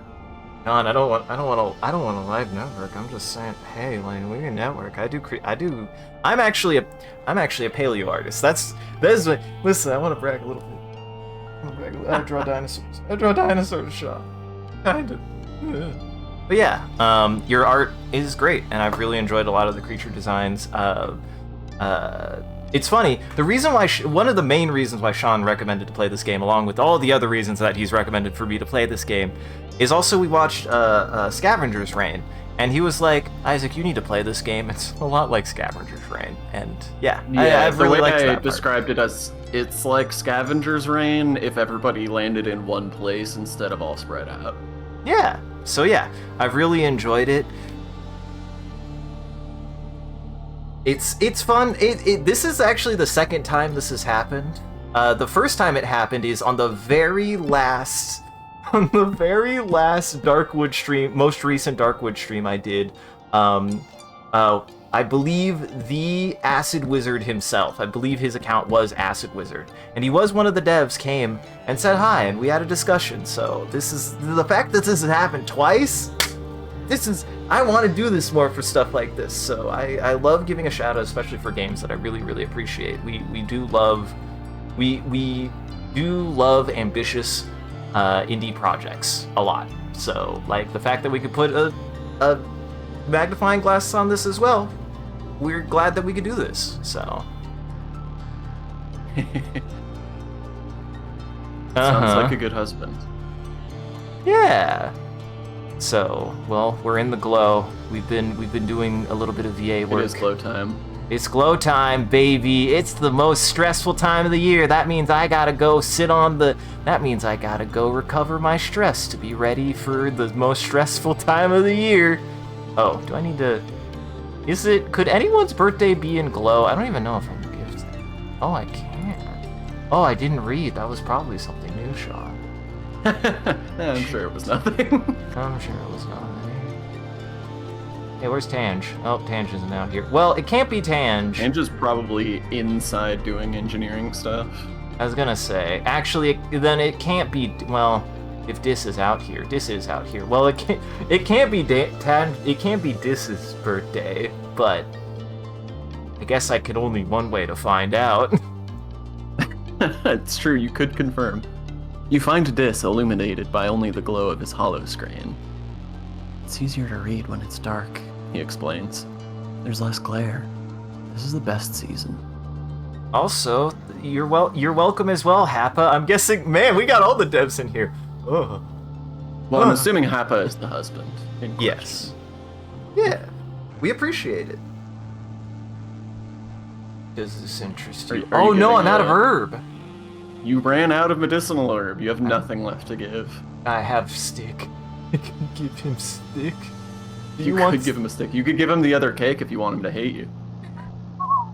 Now, Sean, I would never do anything so foolishly as be like, everyone loves cake, as I give my first cake to Dis, when clearly I should have known by then that he would not appreciate cake.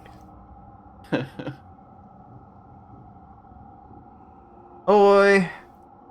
I mean, yeah, I wouldn't give him cake twice. I know that. Listen, Sean, I know he dislikes cake. Oh That's God. True. Yeah. When did that happen? Oh, that's so funny. When did that happen? I don't know. I don't remember. That's so funny. When did that? I remember. It was the 2nd of Wet that I gave him his last gift. Maybe he mentioned that was right, but no, he just said it was medicinal. I wonder, because you just crossed 50 with him. I wonder if you just learned that automatically. Like, do you... I don't think you're fair. over 50 with anyone other than Dis and Nem, and you already knew Nems. That's true. But I wonder, like... if that's something that it just tells you eventually. Oh, I'm actually not over 50 with Nem. Oh, fuck. Shit. You've been neglecting your best friend. You have a new best friend. I forgot to give her cake for her birthday once, Sean, okay? It was an accident. I was thinking about it a month after it happened, okay? It happens to anyone. That could happen to anyone, alright? Alright? Alright, then in that case, I think we just gonna go sit on the wall. I think it's tradition now that I go sit on the wall. It's a good thing to do during Glow. Yeah. The view from the wall during Glow is absolutely breathtaking. The wormhole seems to smother the sky like a swirling jewel-toned bowl pressing down on the gloom. Everything in the wilderness is lit up and seems to breathe in and out with the planet, like one living creature made of stars. It's beautiful. You could almost forget how dangerous it is. Almost. Sean, we've been blessed! Listen, I know I can get good value out of this, but it has screw-fucked me 3 times. At least 3 times. And any card that it only gets riskier the further you go. Exactly. Like, I know I have one card that, like, I could tell that there was a combo for it, but even then, I'm like... The chances of getting both of them are so small. Especially because I have so many goddamn cards now. Mm-hmm. Gotta collect them all, Sean. I gotta forget. I haven't played sports ball in... I haven't played sports ball in a weeks. long time. It's just not in me. I just am not a sports ball guy. You're not a sports ball. That's fine. Mm-hmm. I do like this element, up by the way. Yeah, I genuinely love it. The whole thing that, like, you have to forget your earliest memories as you go. I have vowed, though. I have made a vow, because listen, we're a bunch of goobers here, and when I was making decisions, the first card I got was Stress Cry, and you have no idea how much joy it brought me to know that the first thing I got in this game was Stress Cry. So I'm taking that to adulthood, because I will admit, I stress cried into my own adulthood. So I'm going to do that.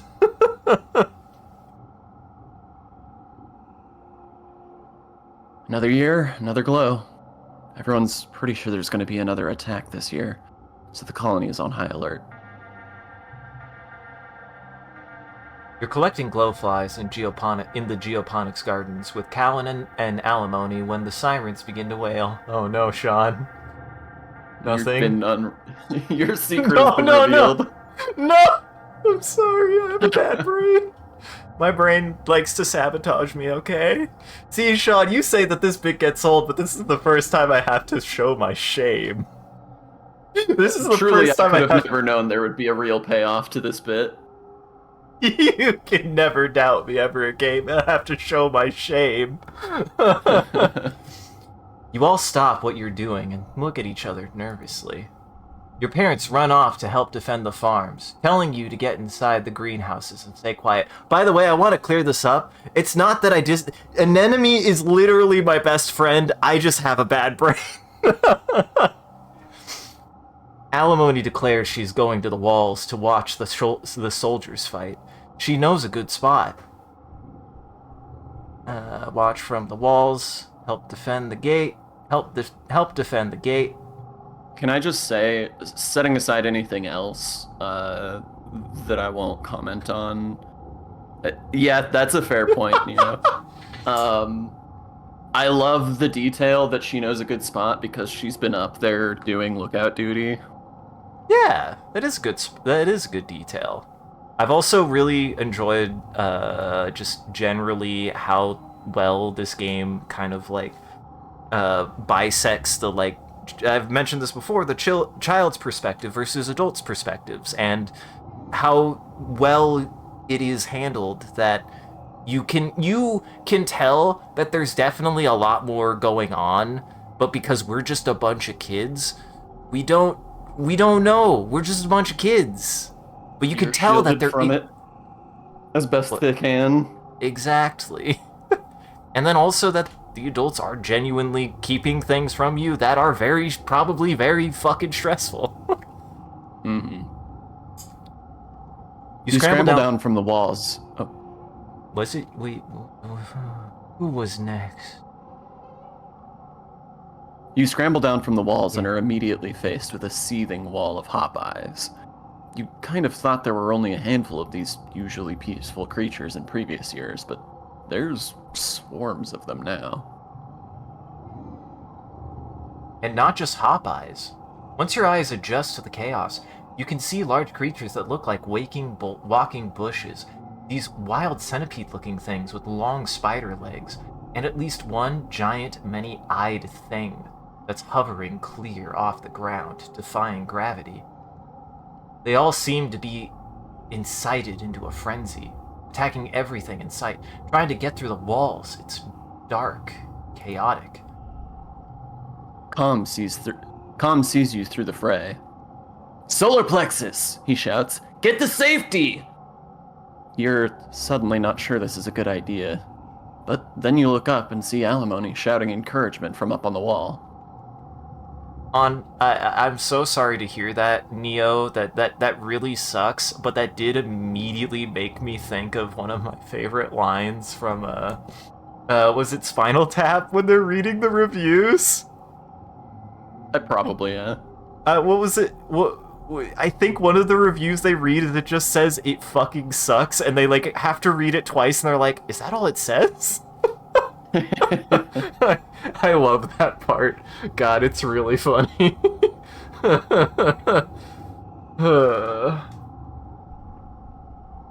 Fight tactically, fight with my brain, or fight with my heart. It sounds like fighting bravely might be killed.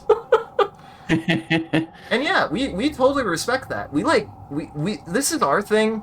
As also, actually, I didn't grow up with Avatar, but Sean did, and he actually we sat down and watched the entire thing, and that's something that I really appreciate about like writing like that. That's actually really difficult to do, right? Is like, how do you depict something that is genuinely like a child's point of view, or like the way that children think, but put them in a situation that is more mature than they are. Like, that is not an easy thing to write.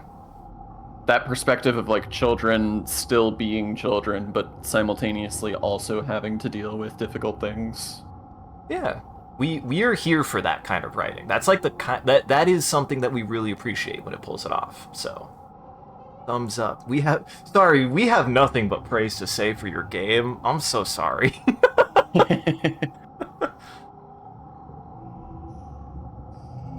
Other than that, it broke Isaac's controller, which I still don't know what happened. I think it's still, it's not working. But that's an Isaac's controller problem. Yeah, my control. That's my controller. That's my controller, probably. I can't blame your game, though, if you really want me to.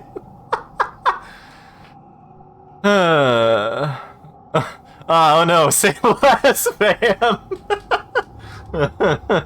I mean, I guess. If you have to twist my arm. Uh-oh. Ah, shit. I did bad math again, Sean. Damn it, we love Sean. a 4-5-7 straight. 4-5-7 straight is perfect. Ah, fuck. Why am I so bad at math? It's +1. Wait. Don't look at me. Don't you judge me. Hey, I don't have to be good at math. I don't have to be good at math to like your game.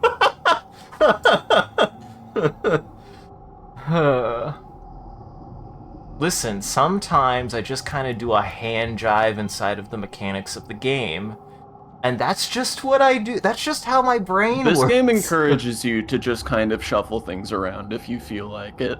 If you just kind of want to see what happens, you can just kind of poke around and see what happens. 4, 3. Oh, this gets +1. It's okay. All right. Okay.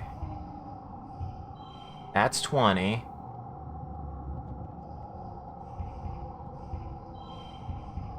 That's 22. I don't love it, Sean.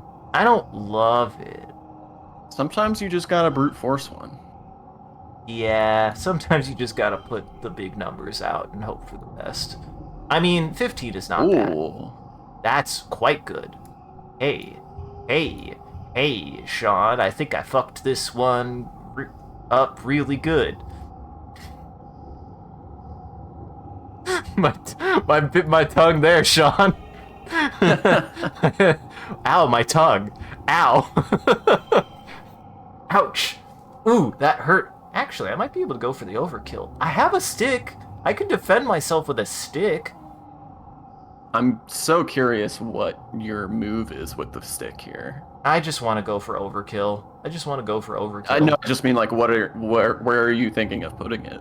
Oh, that's fair. Well, actually, just putting it here would be the safest because it still counts for all cards, and it'd just be an additional +2. Sure. Do you have any guess as to how much further you need to go to get the super? I have no fucking idea. I won't lie. Is it 2? It could be 2. It would be great if it was 2. That would be very convenient. I mean, there's one way to find out. You blame DAV. Which one is DAV? Dragon Age Veilguard. Ah, that's fair. Oh no, ads are happening. Oh no, ads are coming. Ah, fuck. Oh, and hydrate I'm out box. of snoozes. I need to. I don't know why I'm out of snoozes, actually. You're out of what? I'm out of snoozes for some reason, which is weird because I haven't used any. I guess they take time to regenerate, because I know we used them last time. Who used all my snoozes? Who used all my snoozes? Who used all my snoozes? Yeah, I don't have a snooze either. Well, maybe we used all of them. I thought there was one left, but maybe not. Well, that's the thing. They're supposed to, like, recover between streams, and it's definitely been a while since the last stream. It's hard to know. Unless, did you use them earlier? And why? I wouldn't have noticed. I would have known. What were we doing? We weren't doing anything so urgent. I like the idea that Comfy or Silos or somebody just spammed them earlier. How for dare no reason. you? We need those, guys. We gotta hold the ads back. You gotta understand. We gotta hold them back. That's true. We're fighting our own. The people in the game are busy fighting a battle against the glow. We're busy fighting our own battle against the ads. Exactly. I'm to this day still mad that I just can't fucking turn them off. I would. I freaking would. But the fact that I can't, well, I guess I might as well turn them on to what works best, I guess. I still don't even know if that works. I'm a little tempted to be like, nah. I'm still a little tempted to be like, which, I don't know. I don't trust you a little bit, a lot, a little bit, a lot. Twitch is untrustworthy. I think it's the right move to not trust Twitch, just implicitly. Mm-hmm. Well, while we're waiting, once again, we got to rewatch a movie because we got to share it with somebody who had never seen it before. To which, had Jackson also never seen it? I think possibly not. I know Jackson hasn't seen a lot of like classic sci-fi movies. There was a long time ago back when I was living with Jackson that I was like, I'm gonna make you watch a bunch of classic sci-fi movies, and then I sat him down to watch Ghost in the Shell and he fell asleep and I just gave up. No! I gave up so fast. Man, it just goes to show. First off, we're talking about Blade Runner, and secondly, like, I'm a huge, like, an absolutely. Oh, wow. That was fast. Interesting. Ads done, apparently. Ads are still going on my end. Ads, this is what I'm saying. Twitch is not to be trusted. Twitch is weird about when ads run. Is not to be ever trusted. Well, we're glad that you're back, Neo. I'm glad that's some good. You've given us good data on how much we can't trust Twitch. But we rewatched Blade Runner though, and just to kind of like talk about briefly like differences in taste. Like, it always is surprising to me because I'm like, I love science fiction, so much so that I'm actively doing science fiction writing at the moment. And like some of my favorite pieces of media are all science fiction pieces of media. I grew up with Alien and Jurassic Park, and I love Blade Runner. I love Ex Machina. I love Annihilation. Like I love Interstellar. I love Martian. The Martian. Hard science fiction is my bread and butter. Is probably my personal favorite form of fiction. Um, uh, and we just we got to rewatch Blade Runner. Is there anything new you picked up on this most recent viewing, Sean? Because I feel like I definitely did.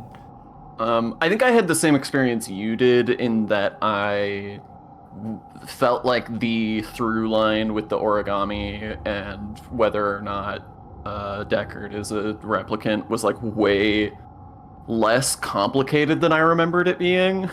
Like I remembered it being really opaque and like vague, but it's really not. I think the key is just whether you're paying attention to what the origami is, but like they'd make a real point of showing what the origami is in the final scene. Mm-hmm. So I think I just wasn't paying attention on my like first couple of viewings to the actual like origami animals themselves and just logged them all away in my brain as, oh, it's origami. Right. But and if you actually look at the screen when things are happening, the story makes a lot of sense.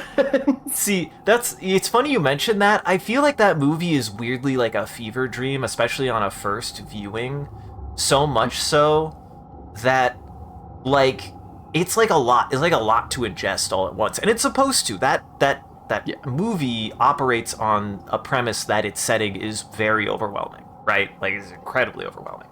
And I feel like it was easier to track this time, and I kind of agree with you with the origami, with a little bit of an asterisk of it probably would take me another viewing to try to determine what the other ones are, because yes, I agree with you. I even had almost the opposite reaction of like I knew that there was a unicorn at the end, but I think I always was like confused. I think why that was like what was the significance of the unicorn, because I put it together that weirdly, Deckard has a premonition of a unicorn and then there was a unicorn at the end, and I'm like, this is still being weird and surreal. Like, what is going on? It also doesn't help that there's so many different versions of that film, because I've definitely seen, I think I've seen every version of that film, and so that muddies the water there, because that specific plot point is one that every version of that film does differently. Yes. So. But yes, I totally agree this time. It's like, it's pretty definitively hard not to think, because there's like a whole focus that he gives, right? Like he gives his own little crash out a little bit. But anyway, oh no. A great film. Apparently Comfy got it. Darn. We're just stupid, Sean. The first time I watched Blade Runner was a long time ago, and I'm pretty sure I watched the theatrical release first, which handles a lot of important plot points differently. And so badly. I think that's why I found some of that a little muddy. Because like I said, on this viewing, having not seen it in years, and like watching it again for the first time in a long time, I was like, wow, this movie is much easier to follow than I remembered it being. Yeah, me too. I don't know. Our headspace was just different. Welcome back from ads, everyone. Now, the only other thing I want to say is like, I feel like there's a point where like Deckard really puts an emphasis about like memory implantation, and then you have that really surreal moment with the unicorn. And I think on this viewing, my takeaway is like, obviously that's supposed to be tied to that plot point, but the significance of it being like a unicorn is like,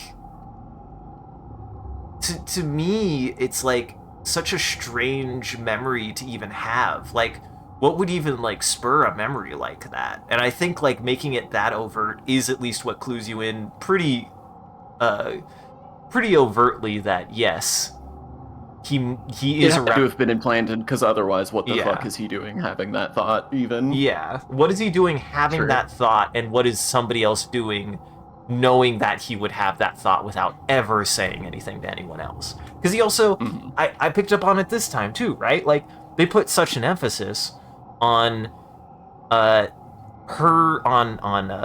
Rachel's reaction to him naming off all the memories that he just shouldn't know. Yeah. But he knows them because he read a file. Mm-hmm. Like, it just never occurred to me that, Moment of truth. it wasn't enough. Yay! Sean, I could do one more. Oh my Hey! god. Oh my god, it worked. Oh my god. Put more sticks on it. Just And you throw don't even more need it to be a sticks on wild it. card anymore because it's actually the right value. I'm good at this game, Sean. I just don't know what to tell That's you. dumb. I'm good at this game. It was bound to work eventually. Throw enough sticks at a problem, you'll get a solution. So this means you were dual wielding sticks. Hell yes, I was. Fuck yes, I was. Do you think you made them into sticks. nunchucks? No, I used them like Darth Maul. So you had to together. like physically hold them together? I was quarterstaffing them shits. I don't remember who read you're up. last. You're not even trying to win. You're not even trying to win. There's too many of them. And you're unarmed, except for my 2 sticks! Except for my 2 sticks and my blowtorch, which I'm all using together. You do still have the blowtorch equipped.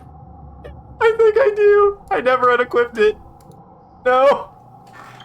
God damn it. I'm good at this game. Hey, it worked out. Yeah. There's not too many of them. There's too many of them.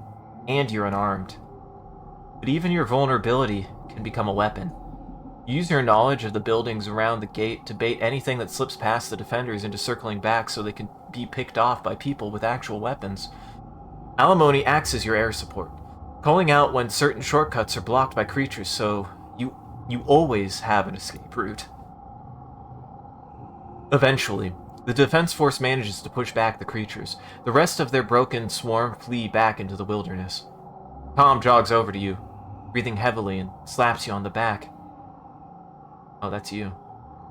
You're one brave kid, he says. Stupid, but brave. You really helped out back there. Alimony whistles and hollers from the walls, and Calm shoots her a grin. Your parents are arguing quietly at your little table. I'm telling you, it wasn't a fluke, your mom says. They're not just wild animals. They have a plan. The fields, the lights. Okay, your dad replies, taking her hands across the table. We have to tell people what we saw in geoponics. They look up, noticing you in the doorway. Your dad's worried expression quickly changes to a smile. Hey, Rutabaga. What happened to the fields? Your mom stands up. Don't worry about that. She snaps. Get to bed. It's late. And we have a lot of work to do tomorrow to clean up. Nobody died. Nobody died. I got new clothes. Look at me being 14 years old. We made it. You're a whole dang new adult, semi-adult. It's true. I'm at 50. I'm over 50 with Nem. Oh, Tan shaved her head. Expecting that. I actually made a lot of progress with Tangent. It's because I didn't have Egg and I forgot her birthday. God damn it. And I'm at 12. I'm at 12 with Mars. Mars finally doesn't hate you anymore. Uh-huh. We're acquaintances now. Well, we did it. We made it to our 14th year of life. I can now shop weapons. I can now buy a gun. Whoa. Oh, this is even more edgy. It's true. You got new art for everybody. For all the kids anyway. Darn, my parents didn't go through their growth spurt this year. They'll get there eventually. It's true. You know, if you keep playing long enough, they'll eventually they'll reinvent their wardrobe. Uh-huh.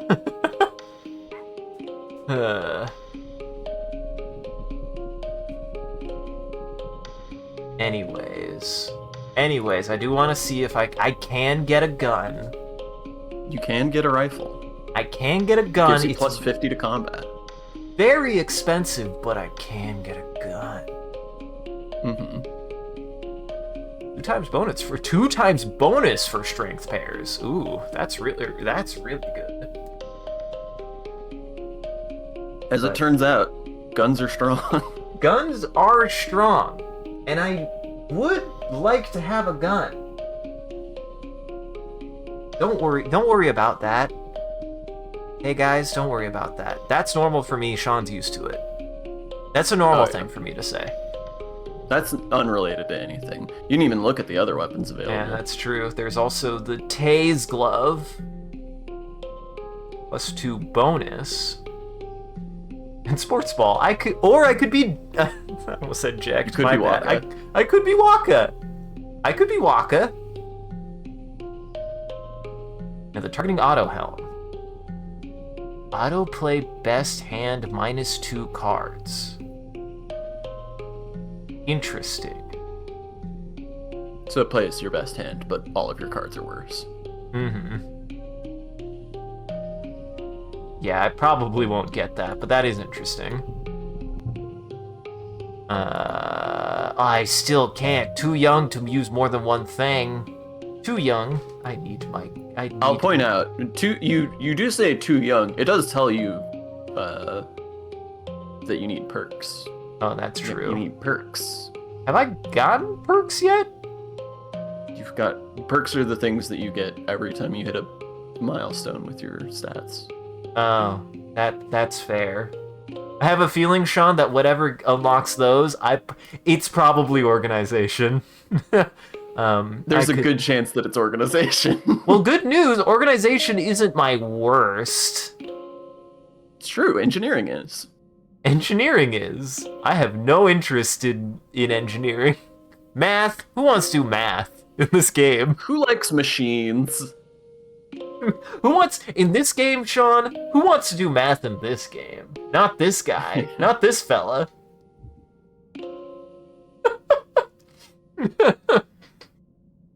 All right, it is getting late though. We're gonna start wrapping it up. So yeah, this game's great. I've been loving it. I've been really enjoying it. I've loved the writing.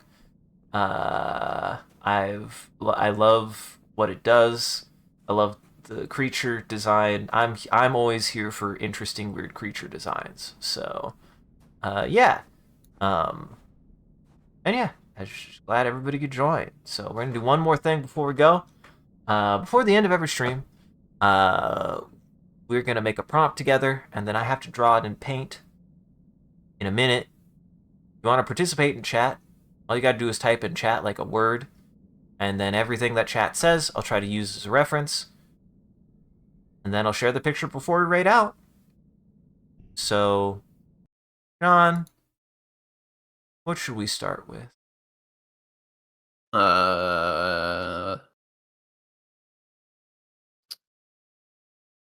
Start with a bush bub. Big, tall bush bub. Let me see. We covered a lot of ground today. What the hell had we talked? What have we talked about today? Sean, Comfy. I already fed you one. I'm not giving you any more help. I don't know who Igor Pakbelinik Zakukov is.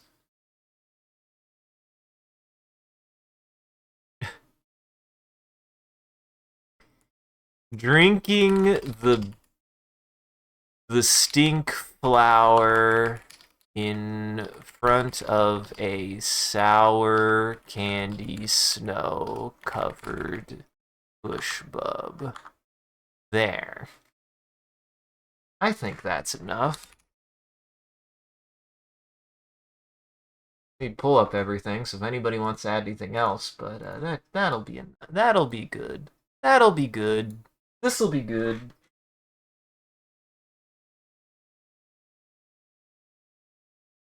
John, it occurred to me, did I humble brag earlier? I'm sorry.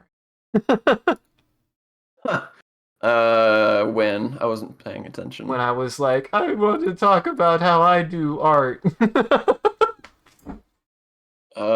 That's not what humble brag. It's shocking to me how hard a time you have understanding the concept of humble bragging. For how often I get called out for doing it, or at least maybe I haven't done it in a while. Maybe I progressed. I gotta be honest, I'm not really on the lookout for humble bragging most of the time. No, Ari used to call me out on it all the Struggle. time. Yeah, that's that. I'm not here to shit talk anyone for uh having positive things to say about themselves. How dare I? I have so few. I so often have so few.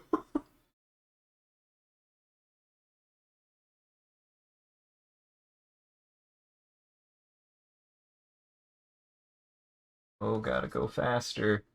Oh god, I gotta go faster.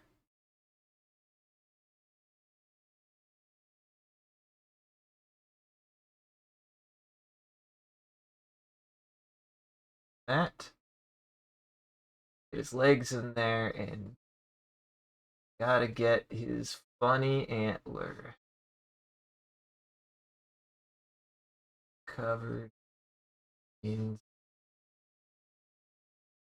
Boy, I salvaged this somehow. It's a mess, but I did get everything in there. Boy, did I get everything in there.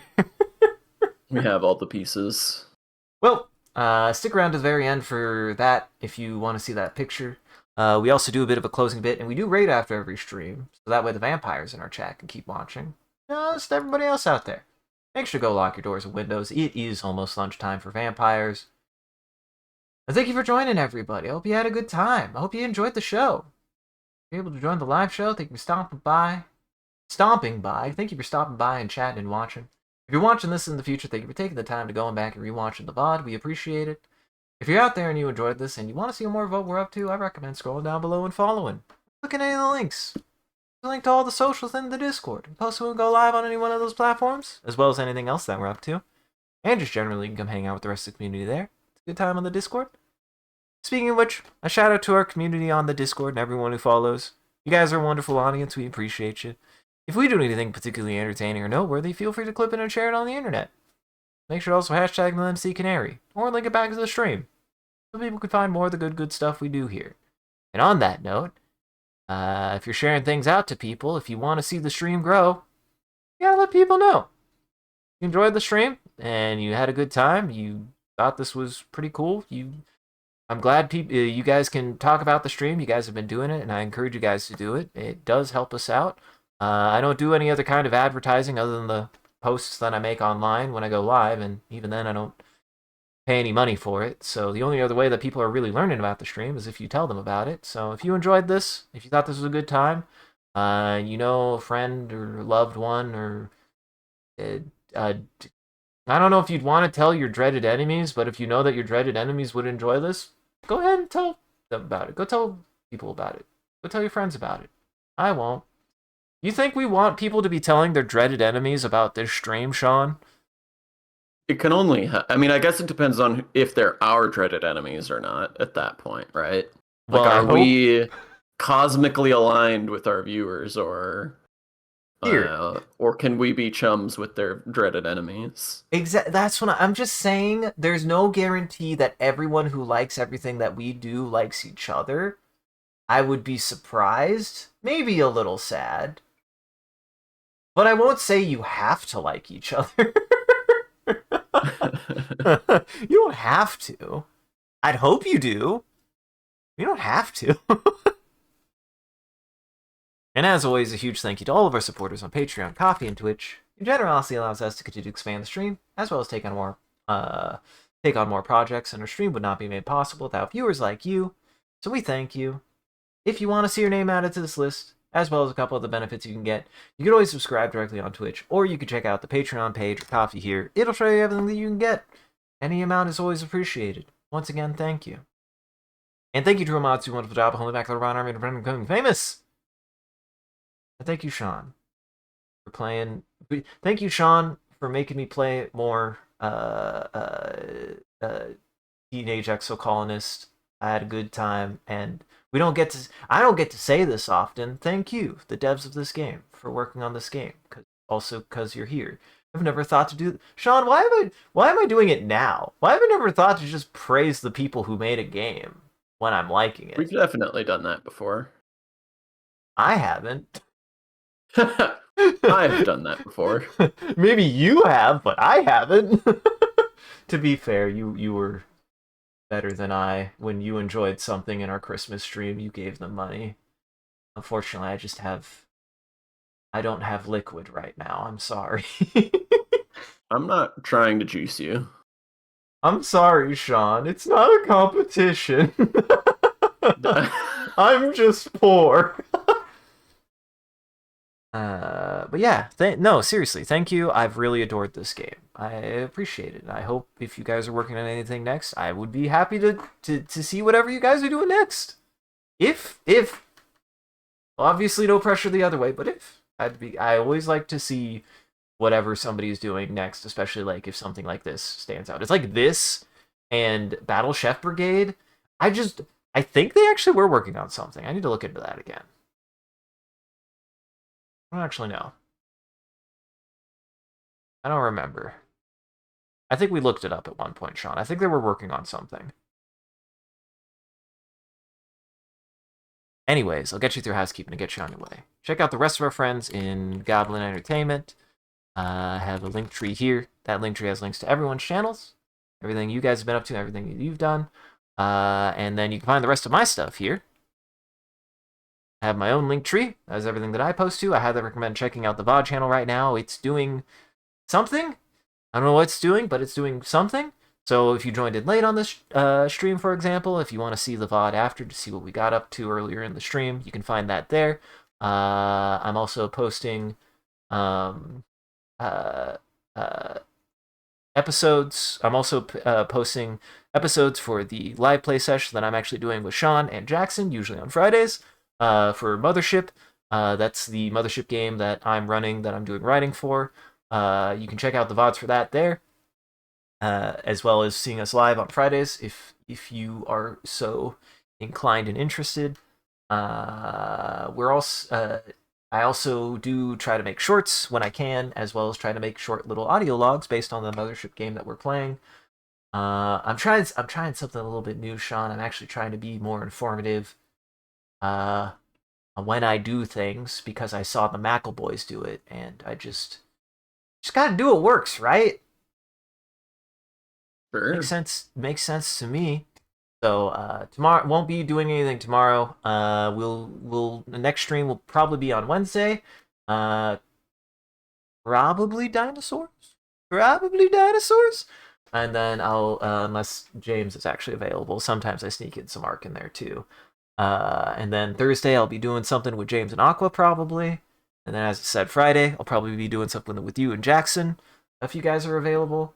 And then Saturday, we'll see. I keep on saying I'll do a stream on Saturdays, and I keep on not doing streams on Saturdays, but we don't gotta get into that. It's fun.